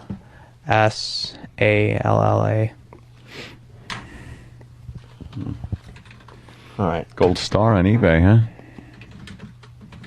Not bad. Yeah. I think Adam doesn't know who he really is. You said Dave, right? What was that first name? Dave or David, however you want to put it. I bet you that comes up accurate. Sure. I think he's just compulsive Peppering. liar, probably. No, And a klepto. Klepto. I'm not He's a got klepto. issues. He doesn't know who he is, so he steals his shit from comedians Yeah. to make himself more I think you're interesting. afraid you're not going to be interesting. Like, why else would you take a Dane bit and make it part of your life? Like, you don't do that. I have tried it after I heard it, but I did. Yes, I did steal that bit, and I apologize for that, Jimmy. No, don't apologize. You're not a comic. I'm not saying it's wrong. You told a chick a lie to make yourself interesting. That's fine. Yeah. We've all done that. Panning out, Danny. Yeah. The Dave Susala thing looks to be legit. Yeah. Okay. Yeah, so I'm starting to get a feel for this kid. I think he's got some major issues. Major, not little issues. He doesn't know who he is. He's a weirdo. A weirdo. He's a weirdo. You're diagnosing him as weirdo? Yeah, he's a weirdo. Who's creeping me the fuck out. then he has these moments of normalcy. That I was just trying to get people on the street to talk to Tony on the mic. I was trying to just block all my weirdness and all the shit going on, and trying to get people to get good audio. You own any guns? I don't own any guns. No. No, I was just trying to do my duties. I try to block this stuff out. I try to get the job done. And I do have issues. What are your issues? Because now you're starting to admit some shit. Klepto. Minor kleptocracy. I don't know how to say it. Kleptomaniac. And you lie when it's convenient. You like to paint a picture of yourself that's not necessarily accurate. Just spit it out, dude. I'm an alcoholic. I'm an addict. I'm a sex addict. And we all have character defects. No, not all of us. I'm pretty much close to perfect. Okay, we have a grandiose sociopath. Everybody has things wrong with them. Fuck you, Jimmy. Not even a pause. You didn't even think about it like, well. Anyway. And by the way, you said you weren't a klepto 10 minutes ago. Now you're finally admitting that. I mean, I had some issues. There was a period of time when I was just taking things. I do have some depression issues that I'm getting over, and I'm dealing with those right now, and I'm just trying to think positive about everything. Mm-hmm. All right. Should we take a break? Yeah, sure. Yeah. Let's let this all simmer and marinate for a little while. Danny, we could get a lie detector guy? That's what I'm hearing. It'll take a few days just to get the money approved, but we could... Really? We could do it. How much is it, Dan? I don't know. Steve's working on it. All right. We're going to try to set that up. We're going to do moment of truth with you. Yeah. Say now that you brought it to everyone's attention, now we got to end this thing somehow. Yeah. Or this just ends up being just a boring hour of radio. So now we got to fucking hook you up to a lie detector test to fucking save this shit. No, it's not a bit. I am who I am. I really can't help it. Puddle of AIDS. Please let Kenny waterboard this lying prick. Kenny. I'm worried about your guy's safety. No, I'm not worried about safety. No, Kenny and I do not get it. Kenny does not like me.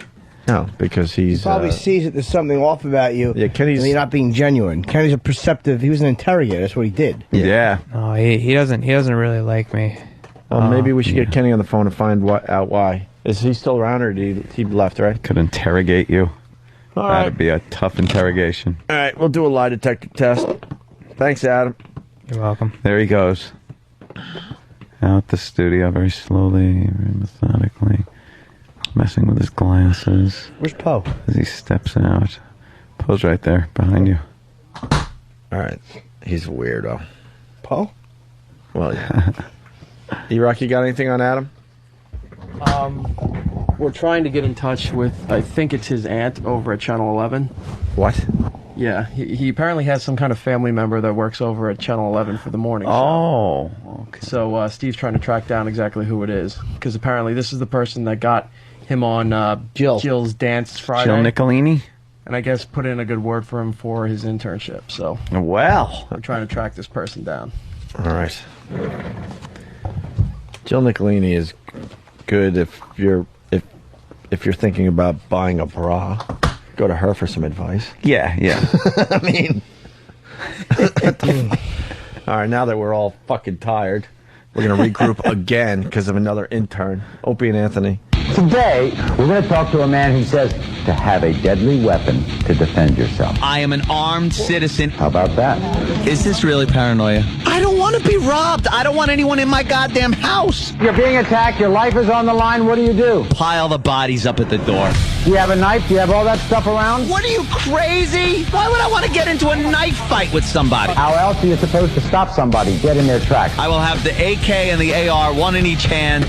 Being overtaken. Rally point, rally point. Anyone coming in the bedroom door is completely exposed to my fire. Zips in the wire. I will fight it out till the end, till somebody's dead.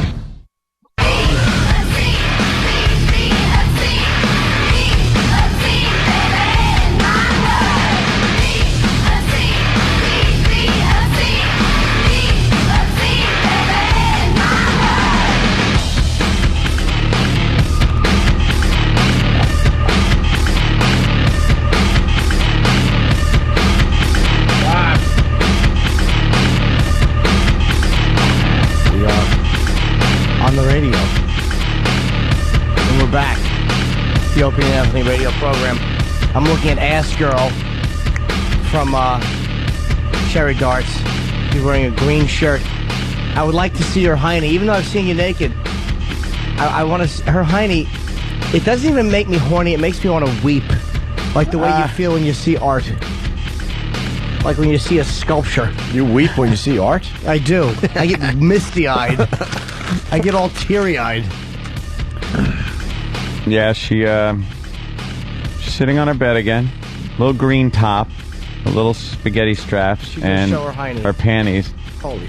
She's wearing like little panties with hearts on them. And yeah. How does her boyfriend do anything but put his nose in her hiney? You know how I would never work? I'd be late for the show every day. They're like, what are you doing? I'm putting my nose in my girlfriend's hiney. I'll be in at 7:30. That's funny. I gotta get back on fucking Pal Talk. Hey, Pal Talk, be Mac compatible, would you? They're not listening right now. Why? They just don't listen. Fuck them. We got a guy in there. But can he please be... Pal Talk guy. I have parallels and they suck. Yeah, when the hell is Pal Talk going to be Mac compatible? There's the question for the Pal Talk big wigs. Go ahead, email us. More stories were coming in about Adam during the break. I'm convinced he's the real deal now. I think he's got some obvious issues, some lying issues, some other things going on. Why are they waving at us? They're waving at me. Well, maybe they're waving at all of us. Oh, well, that's Gunshot, dude. Is that your girl? Well, let's talk to him for a sec. E-Rock came running in. He had a fine Adam story where Adam started yelling at E-Rock and Steve in the office. Yeah. Where's E-Rock really fast? Don't worry, we're moving on. All right. And we got to get a mic on Gunshot Dude from Philly. E-Rock. So tell that story again. I'll make believe I didn't hear it. All right, so we're in the office, and Steve and I are discussing some audio that needs to be pulled, and Adam is sitting on the couch in the office, all laid back and calm, jumps up and starts yelling at me for knocking newspapers out of his hand yesterday as we were leaving. And I go, "Are you serious?" And he keeps going, like really just pissed off about it. And Steve goes, "Stop it, we're talking." And Adam just keeps going, keeps yelling. He's ignoring that Steve's even there and just yelling about these newspapers being knocked out of his hand. So I see Sam in the corner laughing, thinking Sam put him up to this. So I'm asking, I'm like, "Did you do that?" Sam, no, he's going crazy. He's been doing this all day. He just jumps up and out of nowhere just starts yelling at people. All right, no car crash there. I just love his stories. Oh. Well, were you listening? That's a little weird, though. No, I know the thing was weird, but it's just, E-Rock's got a way of telling a story. Yes. Not. It's just... I liked your story. Kind of. It's easy to make fun of you, but I like the story. Yeah. It just gives more info. You'd think it was up there with some of the other stories I've heard. With the fucking crazy car accident one. Yeah, that was a good one. Yeah. Poe, new job. Follow Adam the entire time he's in our presence. That's your new job. He's right next to me. I see that. Yeah, Poe's aware.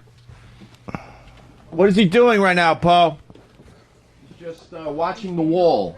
He's watching the wall. Yeah, he has his hands. He has his hands on one of the counters, and he's just looking at the wall. All right, staring at the wall. That's. Can nice. we read up on the Zoloft? What does that prevent you from doing? I know he learned that from Tyson from killing y'all, but what else? What else is it for? Because he admitted to the Zoloft. All right, hey, Gunshot Dude, what's up? Yo, what's happening, guys? Who's the broad with you? That's my girlfriend, and she has a bit of a thing for Jimmy. Oh, would you let her have sex with Jimmy in front of you? I don't know about penetration, but I like this guy. They talk us over. One of our first dates, we actually sat at my place and watched Lucky Louie, the premiere. Oh my God! So yeah, I know it's a shame. She's quite nice.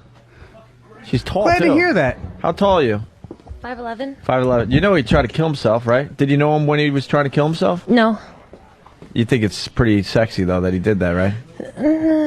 I won't say sexy. Yeah, that's right. Throw me under the bus. Good job. He's very sexy, as you can see. Yeah, he's terrific. Yeah, she just doesn't want to get beat when we get home. That's good. She's smart. So you want to have sex with Jimmy? Well, she's got a boyfriend. They couldn't have Just say whatever you want to do. I know you're not banged up enough, but go ahead. I don't give a shit. We just started the borgata. It was awesome. Oh, thank you. Best Except for comedy those show ever. retards ended up showing up at the end of the thing and screwing up your whole set. Oh, yeah. Real retards? No, I wish. That would have been. No, the real retards are on my shirt, the Special Olympics weightlifting one. I can't imagine this guy try to kill himself. He seems like he's so full of life. Like he's a He is very full of life. happy-go-lucky type of guy. I know. I don't get it either. Right? How long you been dating? 2 years last a week. while. And when did he try to do it? 3 years ago. Three. Okay. Nah, 3. I thought I was going to try to Three. blame We it on actually you. met a bunch of years ago, and And by the way, he can't lie to us. The gunshot wound is horrific. Yeah. It's in the middle of his chest, right? Hey, I lie to my friends. I don't lie to you guys. He told one of the greatest stories ever when we were down in thank you, Philly. sir. It was amazing to hear, thinking about doing it and then sitting there going, fuck, I didn't kill myself. That was actually an accident because I was working and I heard that Jimmy was doing his book signing. And actually, I was standing around with Happy Typing Girl and Anthony's girlfriend the whole way up. And they're the ones that actually prodded me on. he Show got you guys. He got the book signed from you. Oh, really? Yeah. Oh, good. Should you get naked in front of Jimmy, I guess? Knock yourself out. I I don't want to know give when a the shit. cherry darts thing is. We did it already. We did already, but That's it? could you show Jimmy your naked body? Go ahead, babe. It's all right. I know you didn't shave your legs, but it's okay. You didn't shave your legs? Ever? Yeah. Oh, she's like Chewbacca down there. What? She looks like the guy got tased yesterday. Longer, longer. He's basically saying you're, hairy. That's messed up. Would you like to take off maybe the sweater? Honestly, it's cool. I don't give a shit. No one will grab you. Just Well, drop so it all. fun. Yeah, just for Jimmy. Come on. You know, how many times you've said, oh, I love Jimmy. Oh, you introduced me to him. Oh, it's great. All right, she's taking her top off. Well, I but just have a keeping the tank halter top top on. The tank Sexy. top. Come on. Athletic Don't be build. embarrassed. She's got a great body. Well, thank you. She's 5'11". Would you like Nah, I think it's closer to 6 foot, Nice but body. don't start whispering things. Just say it to the microphone. Yeah, no, you're whispering in 2 countries. Would you like to, I don't know, flash Jimmy now? In front of your Go ahead, boyfriend? knock yourself out, kid. I know it's just going to equate to better things for me tonight, so. You can flash. You can flash if you're comfortable. I won't obviously touch you. I have a girlfriend. Go ahead. Come on. You do have a girlfriend? Yeah. Mm. Well, what was that? Mm-hmm. You were kind of bummed to hear that? A little bit. Usually But your he's boyfriend's willing. right there. He Yeah, knows but she's everything for about, Jimmy. what, 8 yards away? Wait, would you you would do an upgrade? You would just I don't know show if that's- him the door for Jimmy? I don't know if that's an upgrade. How big's your penis? Mine? I don't know. It's Ask a her. pretty good size.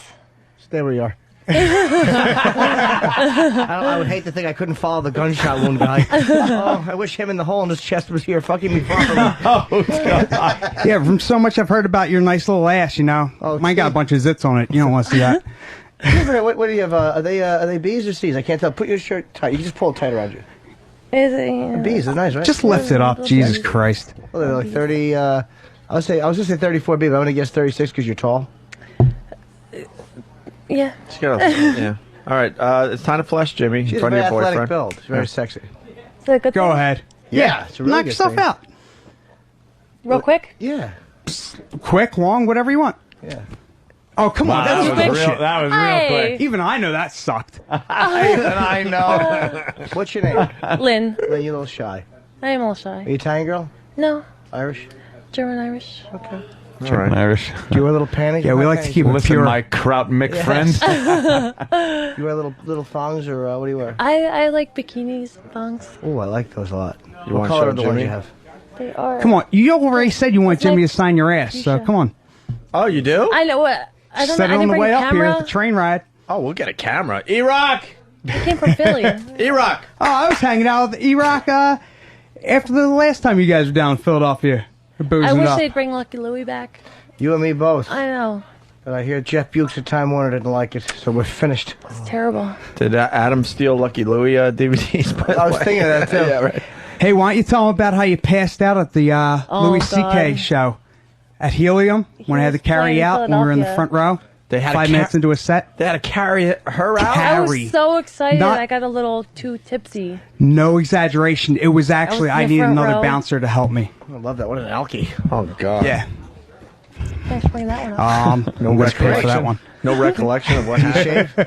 I shave. How much? Well, actually, I get waxed. A little or a lot? Wax. Waxed. How much do Ow. you leave if you take it all off? She does a nice Brazilian wax. It's pretty sweet. That's nice. People are asking me, what does her body language tell you, Ope?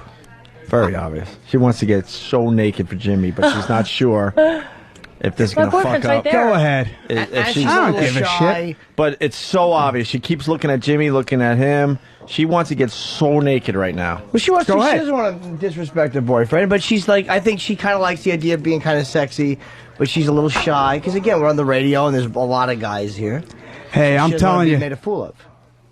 she can do whatever she wants. Hey. No penetration. No, of course. You want to show the panties, I guess? Panties are harmless. Oh, wait, you want Jimmy to sign your ass. Well, that's why I brought E-Rock in here. E-Rock, the camera, please. And he's going to email you the picture and everything. serious? Yeah, so Oh, pull down awesome. your pants. Let's get it over with. Come on. I don't look at it like getting it over with. Look at Your parents don't have XM. Don't worry about castor it. oil I'm taking. It's called getting you You back, feel like I you saw my asshole. ass? What? You gonna really saw my ass? Sure, why not? Yeah. I sign breasts and asses. And he likes spanking asses before he signs them. It's the only rule Jimmy has. I do. Let me take this off. I can't though. I don't have a I got problem with yelled that. at. All right. What's that? I said I don't have a problem with that. Go ahead. I can't touch the ass at all except to sign it. Oh yeah, that's right. Well, I if don't you like want to get She does have a good ass. I'll get hollered at. Yeah. She wants that? I said she does have a good ass. Oh, cool. Can I see it? I haven't. Just see what your panties. We've done anal a few times. It was pretty nice. Oh my god! Oh my god! Felt like I- sometimes it felt like I was hitting a turd sometimes. Oh but, my you know. god! Oh wow. We're on the air, right? You gave your penis a shit hat. That's hilarious. Can I see the front of them, the panties? Wait a minute. Hold on, Jimmy. Wow, very nice. But first of all, we got to know more about can't believe I'm stripping them the down. ass sex there. And why is Lily taking a peek at this fine woman? Oh, that's Lily. It's gonna stay over at your house. Ass sex only part of it. Why don't you tell house. about you Your and your house. friend the one night when I came home? What? When I came home from when you guys were at the wedding? Oh my Why you tell God. that story? What happened there? Why'd you tell that dude? story? Tell that story, dude. Oh, I'd love to. Well, I go was ahead. working. She was at a wedding solo. So she brought home her one friend. I show up. So I start trying to get him drunk, which is, just my MO. And next thing you know, my beautiful girlfriend is having beautiful sex with her beautiful friend. And then I joined in. It was a good time. Is he white? Jesus, man, come Is on. a girl or a guy? Wow, it's pretty hot. So you're- yeah, like that's it. Are you bisexual? That was the first time it ever happened. It was very a little, sexy. a little scary, but it was, She's yeah, a little it was embarrassed when fun. you told that story, but you shouldn't be. That's very, very common. And it's with your boyfriend. That's the way it should be. See, I I didn't figured realize I'd throw her under the bus as soon as she got in here. But that's not. You're just making her a hit. Yeah. She likes girls and she takes it up the shitter. You're 2 for 2. Doesn't get any better That's than all that. I do. I That's Can we your buy her a work, I brand don't do muffin? anything. Take her into the bathroom for you, brother? So why do you feel like you were hitting a turd? That could be. I don't know, Yeah, man. you Something never about the top of mentioned my that before. cock, man. What's that? The top of my cock just felt like that little ridge. Just felt like it was hitting something. You feel like there was a little hand in there saying stop, like a little palm. God. That's the asshole's palm saying stop.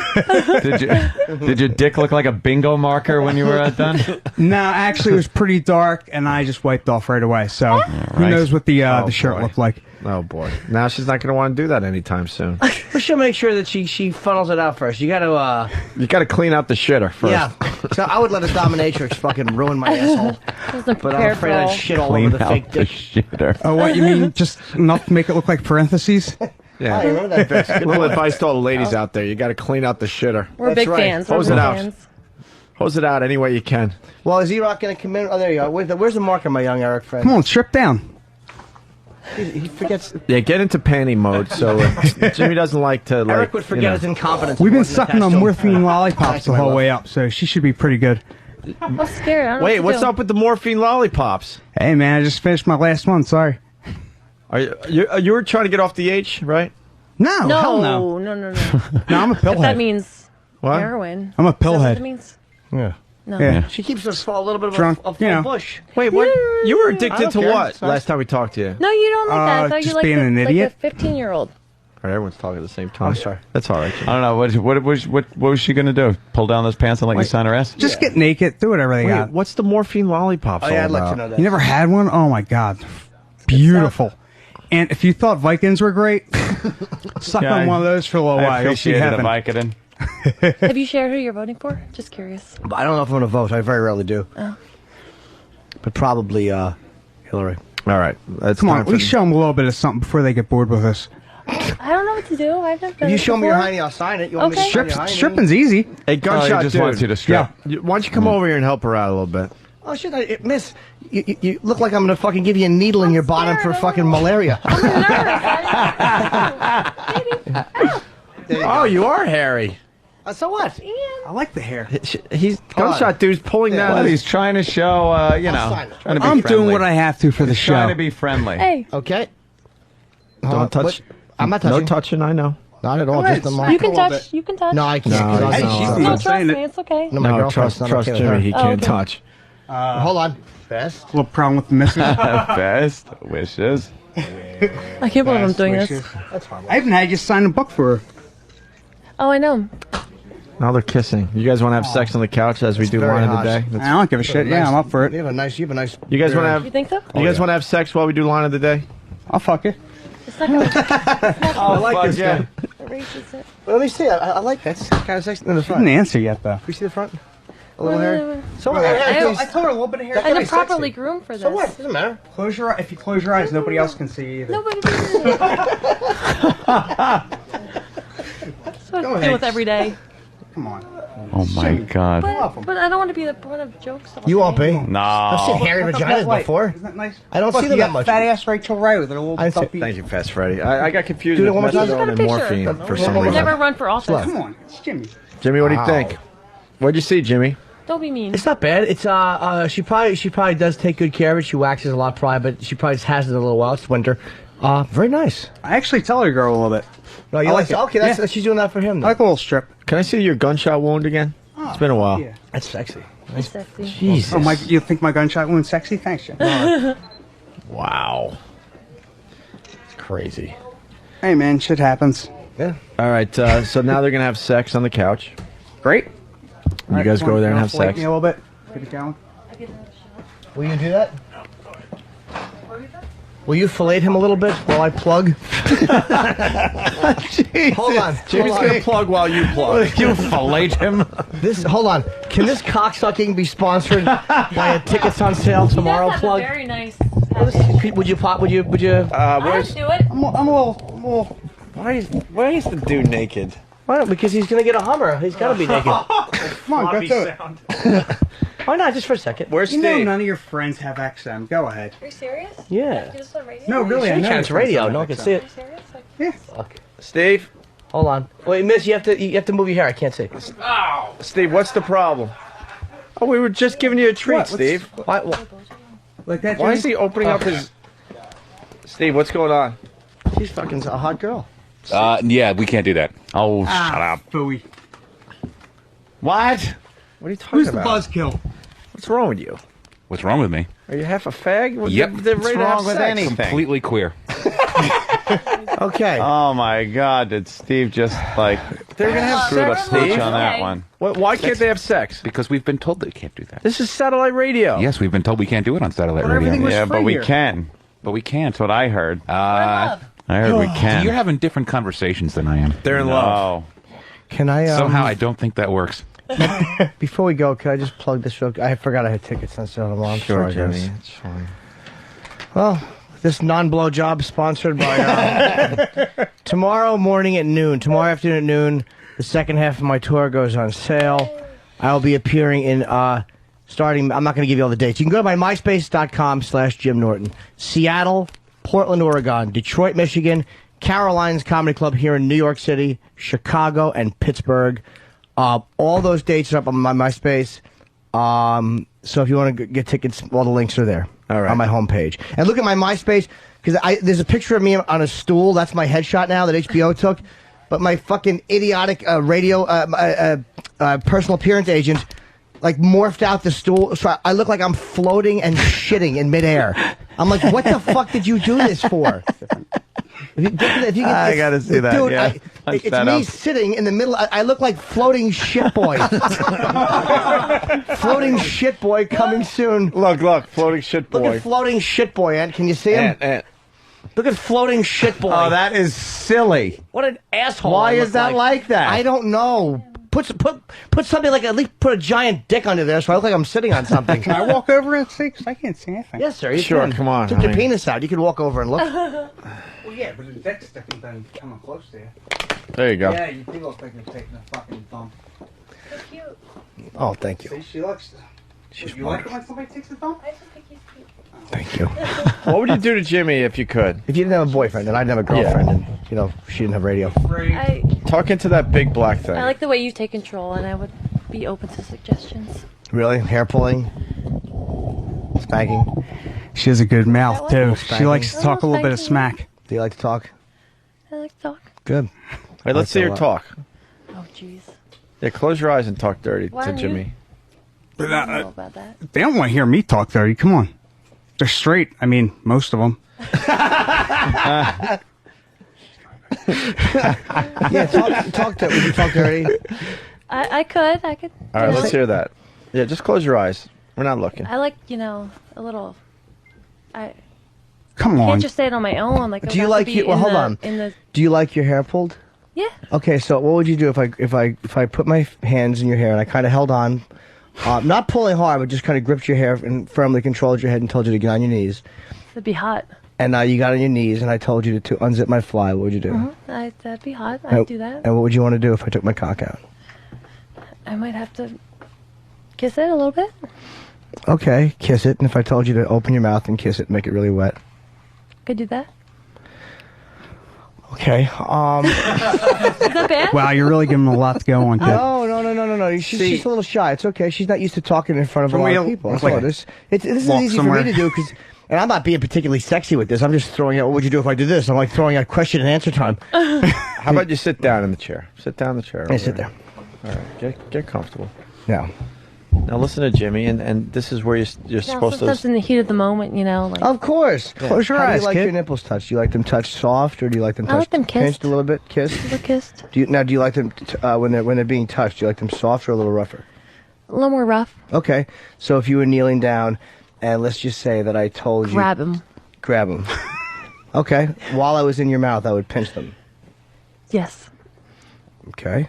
I'm turning myself on at this point. I'm just squeezing my shaft. I like when a guy takes charge.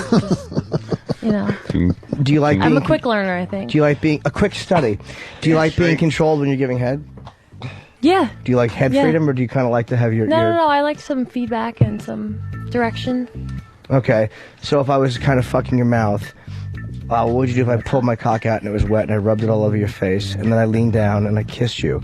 That's okay. Okay. So sensual. That's okay. No, it's okay. No. She's just shy. It's all right. She's I'm perfect for the remake of Twister. No, I like her. I like her. It's like, I'm going to come in your mouth. Okie doke.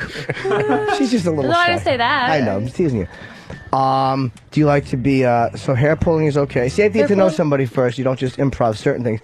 You like to be talked to be instructed. Would you buy me dinner first? No, for what? For what? This is going to come up when I just gag asking. you. That's what the 50s for when you're done. No, we can. By the way, Token Black fan from Boston writes, Who has chicks riding robot cocks, and XM won't let you broadcast a blowjob. It's mind-boggling. Yeah, it is mind-boggling. Is she allowed to masturbate, Steve? What is she allowed to do? You want to fiddle with that thing? Sorry, Jimmy. That's okay, please. You're asking a question for the team. I'm not going to argue with you. It's a damn good question. Is she? Let's talk to the lawyers. They'll always give us a fair. Here comes Steve. Is she allowed to masturbate? Yes. Yeah, I think so. Yeah. Okay, I just fed that to him. All right. Knock yourself out. You don't got your little All right, now you can gimmick, but it's okay. Yeah, why don't you do that? Because we need a good ending. Because the show really, I'll be happy honest, ending? it wasn't that good. It wasn't that good today over here. Yeah, we had that. But if weird- you do a little of that, I think people, leave the show happy today. And a lot of people are still really pissed at Steve. About what? Really pissed at Yeah, Steve for for running coming and in ruining the blowjob. and being gay. Because she leaned over and she popped. Unfortunately, that's I my gave it a little job here, kiss. is to She be did queer and kiss it. fuck up the show. She likes. I like the fact that she likes to kiss a cock. I think that's Oh, very yeah. sexy to have your cock kissed. Steve, ask Logan. think so, Ian? Ask. Paying Hold on. attention. Ask What do you Logan. Ask Logan and Don Wicklin if we could do ass to mouth. Yes. Please. You know what happened the last time like the called sound in of that. something like that? Who gives a It was- shit? Yeah, they did it to each other. Yeah, all right. You must have heard. They did. All right, we're gonna masturbate now. Jimmy. Jimmy, is she gonna masturbate for you? I don't know. In front of Would her? you ever? Would you ever consider waxing it all? I wax all the time. I just. I mean, taking it all off, even though you're not right now. Yeah, I did that. You know. Your yeah. lips are kind of nice. They're thick. They're not tiny. They're nice. We do have duct tape. I don't know if I should say thanks. I don't know. Oh yeah, That's a it's, good of thing, course it is. Do you like them sucked? Mm-hmm. Are you able to come from a guy giving you head? Oh yeah. Okay. Do you like a finger inside of you or no? Mm-hmm. Nice. All right, touch yourself. Touch yourself. Hey, I'm willing to take one for the team. Go ahead. Are you too shy? A little bit. What are you shy about? How about this? How about if you... I didn't do that for him after 2 years. What's that? I haven't done that. It's because we get right into it too fast. How about if... would it I'm help? a little. I'm not a big city girl. I'm not from. I know New you're a York. dirty little shy girl. I know. You should probably like to be spanked. You ever been bitten on your back? Not hard, just enough to... No. No, you probably like that. You should bite I her. don't know how your memory's doing. I like a little biting. Yeah. A little biting. Now, when you've had anal sex, did you like it when he asked for it, or did you like it just to be started, or did you not like it Just at to be all? started. Yeah, I don't like the asking thing. Right. So you It's a kind of little like weird. if a guy's behind you, just to kind of maybe grab your hair, Yeah. and kind of hold you in place and just Yeah, push it against your ass more like like that. that, yeah. And do you object, or do you just kind of understand that it's going to happen and take it? Well, the whole thing is go slow. You know, you can't just like. Yeah. I'm not saying like you fucking, you breaking into a Dominican drug dealer's apartment. You fucking battering ram it in, and then police freeze, and you pull out your fucking helmet, and there's mush on it. That's really my biggest thing. Is just you gotta take it slow in the beginning. Do you like to be on your back when that's happening, on your stomach, or on your hands and knees? Hands and knees. Okay. Ask her if she's a fan of the pink sock. Yeah. Are you a fan of the pink sock? I think from the earlier thing she said. Like if the guy pushes it in too fast and I pulls don't it like out, does your anus skin grip it, like not knowing that it's been pulled out, and go, "Hey, where you going? Hey, where you going?" And then it snaps back. Like the pink asshole skin is wrapped around the dick for a second, and then a cock pulls out, and the skin, like the anteater nose, flops out, and then eventually gets sucked back in. But it looks like a pink anteater's nose. Is Jackie Mason talking? Yes. You get the pink sock, you put it in, it pulls out. It's got little shit on it. Looks like the pink. All right. All right. Just being silly. She's very All shy. right, we have a conference call we have to get to. Yeah. Yeah. That means we have to leave. So Oh, wow, look at that. Well, you're not going to Yeah, it is, masturbate. like, right. You know. Hey, I said it was all right. Yeah, I know. Maybe Philly I drive girls. the line at I never have good blowjobs. luck with Philly girls. They're nice girls, but I never have good luck with them at all. Never. Next time you're in Philly, give me a call. We'll find you some. No, I couldn't do it. I had a girl. I gotta be faithful. Yeah. How is that going, by I'm the a way? big fan. It was nice to meet you. Thank you. It was nice meeting you. Thank you for showing me your vagina for a half second. It was the quickest pussy peek you've ever seen. It was. Come on, It's give him almost a like good if I one, took- real quick, before we leave. Look at what? You're just We getting got like a 3-hour train ride home. Come on, you don't want to regret this. Just give him a good shot. A peek. A good shot of what? There's The vagina. meat curtains. Come I on. did that. But it was quick though. I couldn't was- see. It was like Jesus you zipped Christ. You zipped them down. In Auschwitz, they were more happy to It's take like a their pants hummingbird off. swing going by. Yeah, I won't. We don't have to photograph it if you don't want to. I won't do anything. I'll be. I'm a little nervous, but. Don't be nervous. She's like Adrian from Rocky. I love this girl. I want to throw a fucking turkey out the window. Look at her badge. Okay. All right, she's Do you wanna s- staring at Jimmy as she pulls down her jeans. Yeah, don't be shy. It's nice. Oh, come! What the fuck was that? Even I know that sucked. It's got kind of plump outer lips. Nice. She's shrugging. It's what you like, Jimmy. Trust me. Is it? Why? Tell me. Yeah, it's nice and thick down there. It's good stuff. I do like Love it. I like it thick. Just to nibble on it a little bit. I like to mush lips together and make it look like they're talking and do cartoon impressions. All right. SkiColoradoNow.com. She was willing to give we've him worn out our head, welcome. She was willing to give him head. Yeah. So, but you know. But Steve had to ruin it. That's right. They're troopers. She's a little nervous. Hey, next time, if you think you're going to be able to, we'll come up here and fuck. It's fine. All right. Well, maybe you should ask her too, though. Yeah. Were you really? No, she's cool with that. Were you really going to have sex with him until Steve blew it? Yeah, absolutely. Absolutely. Thanks, Steve. SkiColoradoNow.com for info on great deals on world-class resorts and up-to-the-minute snow conditions. You log on to SkiColoradoNow.com. Here is a runner-up line of the day. But Jimmy's a Poughkeepsie, right? Hip hop. What? Not good. Helping someone. Botulism? Yeah. Wow, that sounded terrific.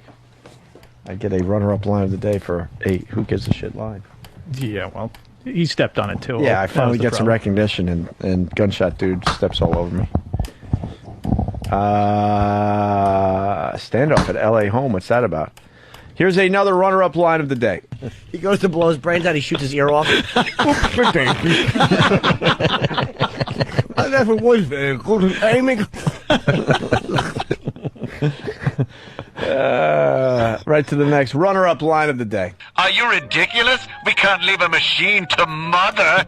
She'll screw it all up, and Father will have to punch her again. If Mother gets lippy, a little fist comes out of the glove compartment and punches her in the face. Free. Very, very funny stuff. The final runner-up line of the day. He invented the peanut. Before him, Charles Schultz was drawing a cartoon called...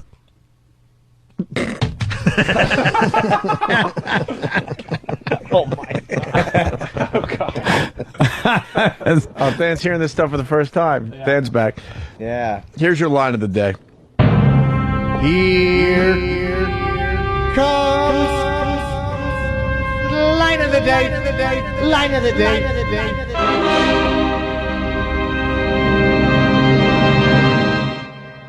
Interrupted by a member of the public trying to take a picture. This is not the photo wrecker you're looking for. And that's how you executive produce. Yeah, Steve proved that today. Had 2 interns running the show, and he wouldn't let us have like a sex act in the studio. No. Way to go, Good Steve. job. You earned your keep today. All right. I gotta go do a phone interview. What? Our pals BJ Shea in Seattle. I gotta call in 20 minutes. Tell BJ I said hi. I will. They're really good guys, man. They're very supportive of this radio Absolutely. All right, guys. I'm going to give us a C+ today. I know. I disagree. I'd go up just B based minus? on the beginning of the show. B-, yeah. We get an F- in my book. In my book. What is Adam doing now, Travis? He's sitting in Pa's office. Doing what? Sitting. Staring. Isn't that where the weapons are? Staring at a wall. Staring at a... Poor kid. He is quite crazy. E-Rock? Why is E-Rock? He's being confined in Poe's office. Poe's that freaked out? No, Poe bought him a soda, so it's okay. That's nice. Was he trying to get him to confess to a fucking murder in Baltimore? Here's a soda. You can tell me everything. Brilliant.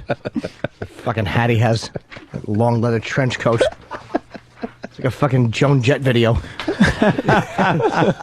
Just saying Crimson and Clover and then fucking spin kick somebody in the teeth.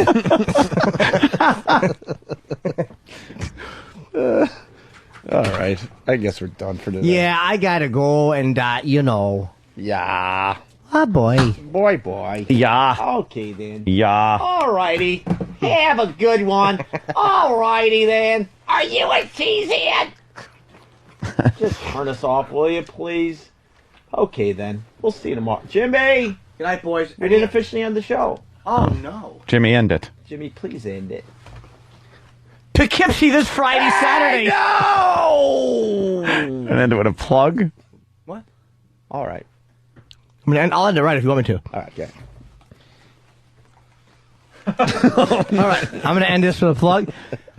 Listen, we think we had a good show today. And, if you have your XM radios, make sure you go to myspace.com/Jim Norton to check out all my tour dates going on sale tomorrow at noon. Is that a good way to end the show? Yeah. Yeah, I think that'll do it. Yeah. We got conference That call. should hold these fuckers for a while. Yeah. All right. Go fuck yourself, fuckers. We'll see you tomorrow, fuckheads. That'll hold the little fuckers. How many fucks could you get in one sentence, you think? Jimmy, you go first. Fucking fuckload of fucks. I'll bet I can say a fucking whole big bunch. I know I can get more. Fuck squared. Ooh. +1. I gotta go. I'm gonna be late. Yeah. Goodbye, guys. Alrighty. I'm gonna miss you. Where are you going? I gotta go home. I was just going to close Plus, I'm the room. practicing But this dance that fucking Morris Day and the Time did. And oh wow, that's lovely. You ever just want to be a toilet seat with a mouth open? She'd know I was her toilet though, because she'd go, my toilet never went oop before. Oh my God, you would not. Would you swallow a turd? Again? You've really swallowed turds Let me before? tell what am I, a fucking what do I have I never tried consumption? What's the matter with you? Come on, kid. Consumption. You when you ask little questions. Is it called consumption? Why wouldn't it be? Well, I don't know. Some doms specialize in forced consumption. Forced consumption. Look at you all flustered. Forced consumption. It's called forced consumption? If they make you eat it. Do they actually make you eat it? In some cases, I'm sure they do. Oof. Some guys like that. Some guys like shit in a blender and then they drink it. Ugh. Not my thing. Sometimes you just hold it a big solid one in your mouth and you look up and you go, I feel like a silly goose. And it tips over on your cheek and then you laugh. It's like a big cigar, isn't it? No, Jim. It's shit. You're taping Tough Crowd tomorrow. Yeah, those were good years off. Remember we used to joke about the logs that would hit your chest?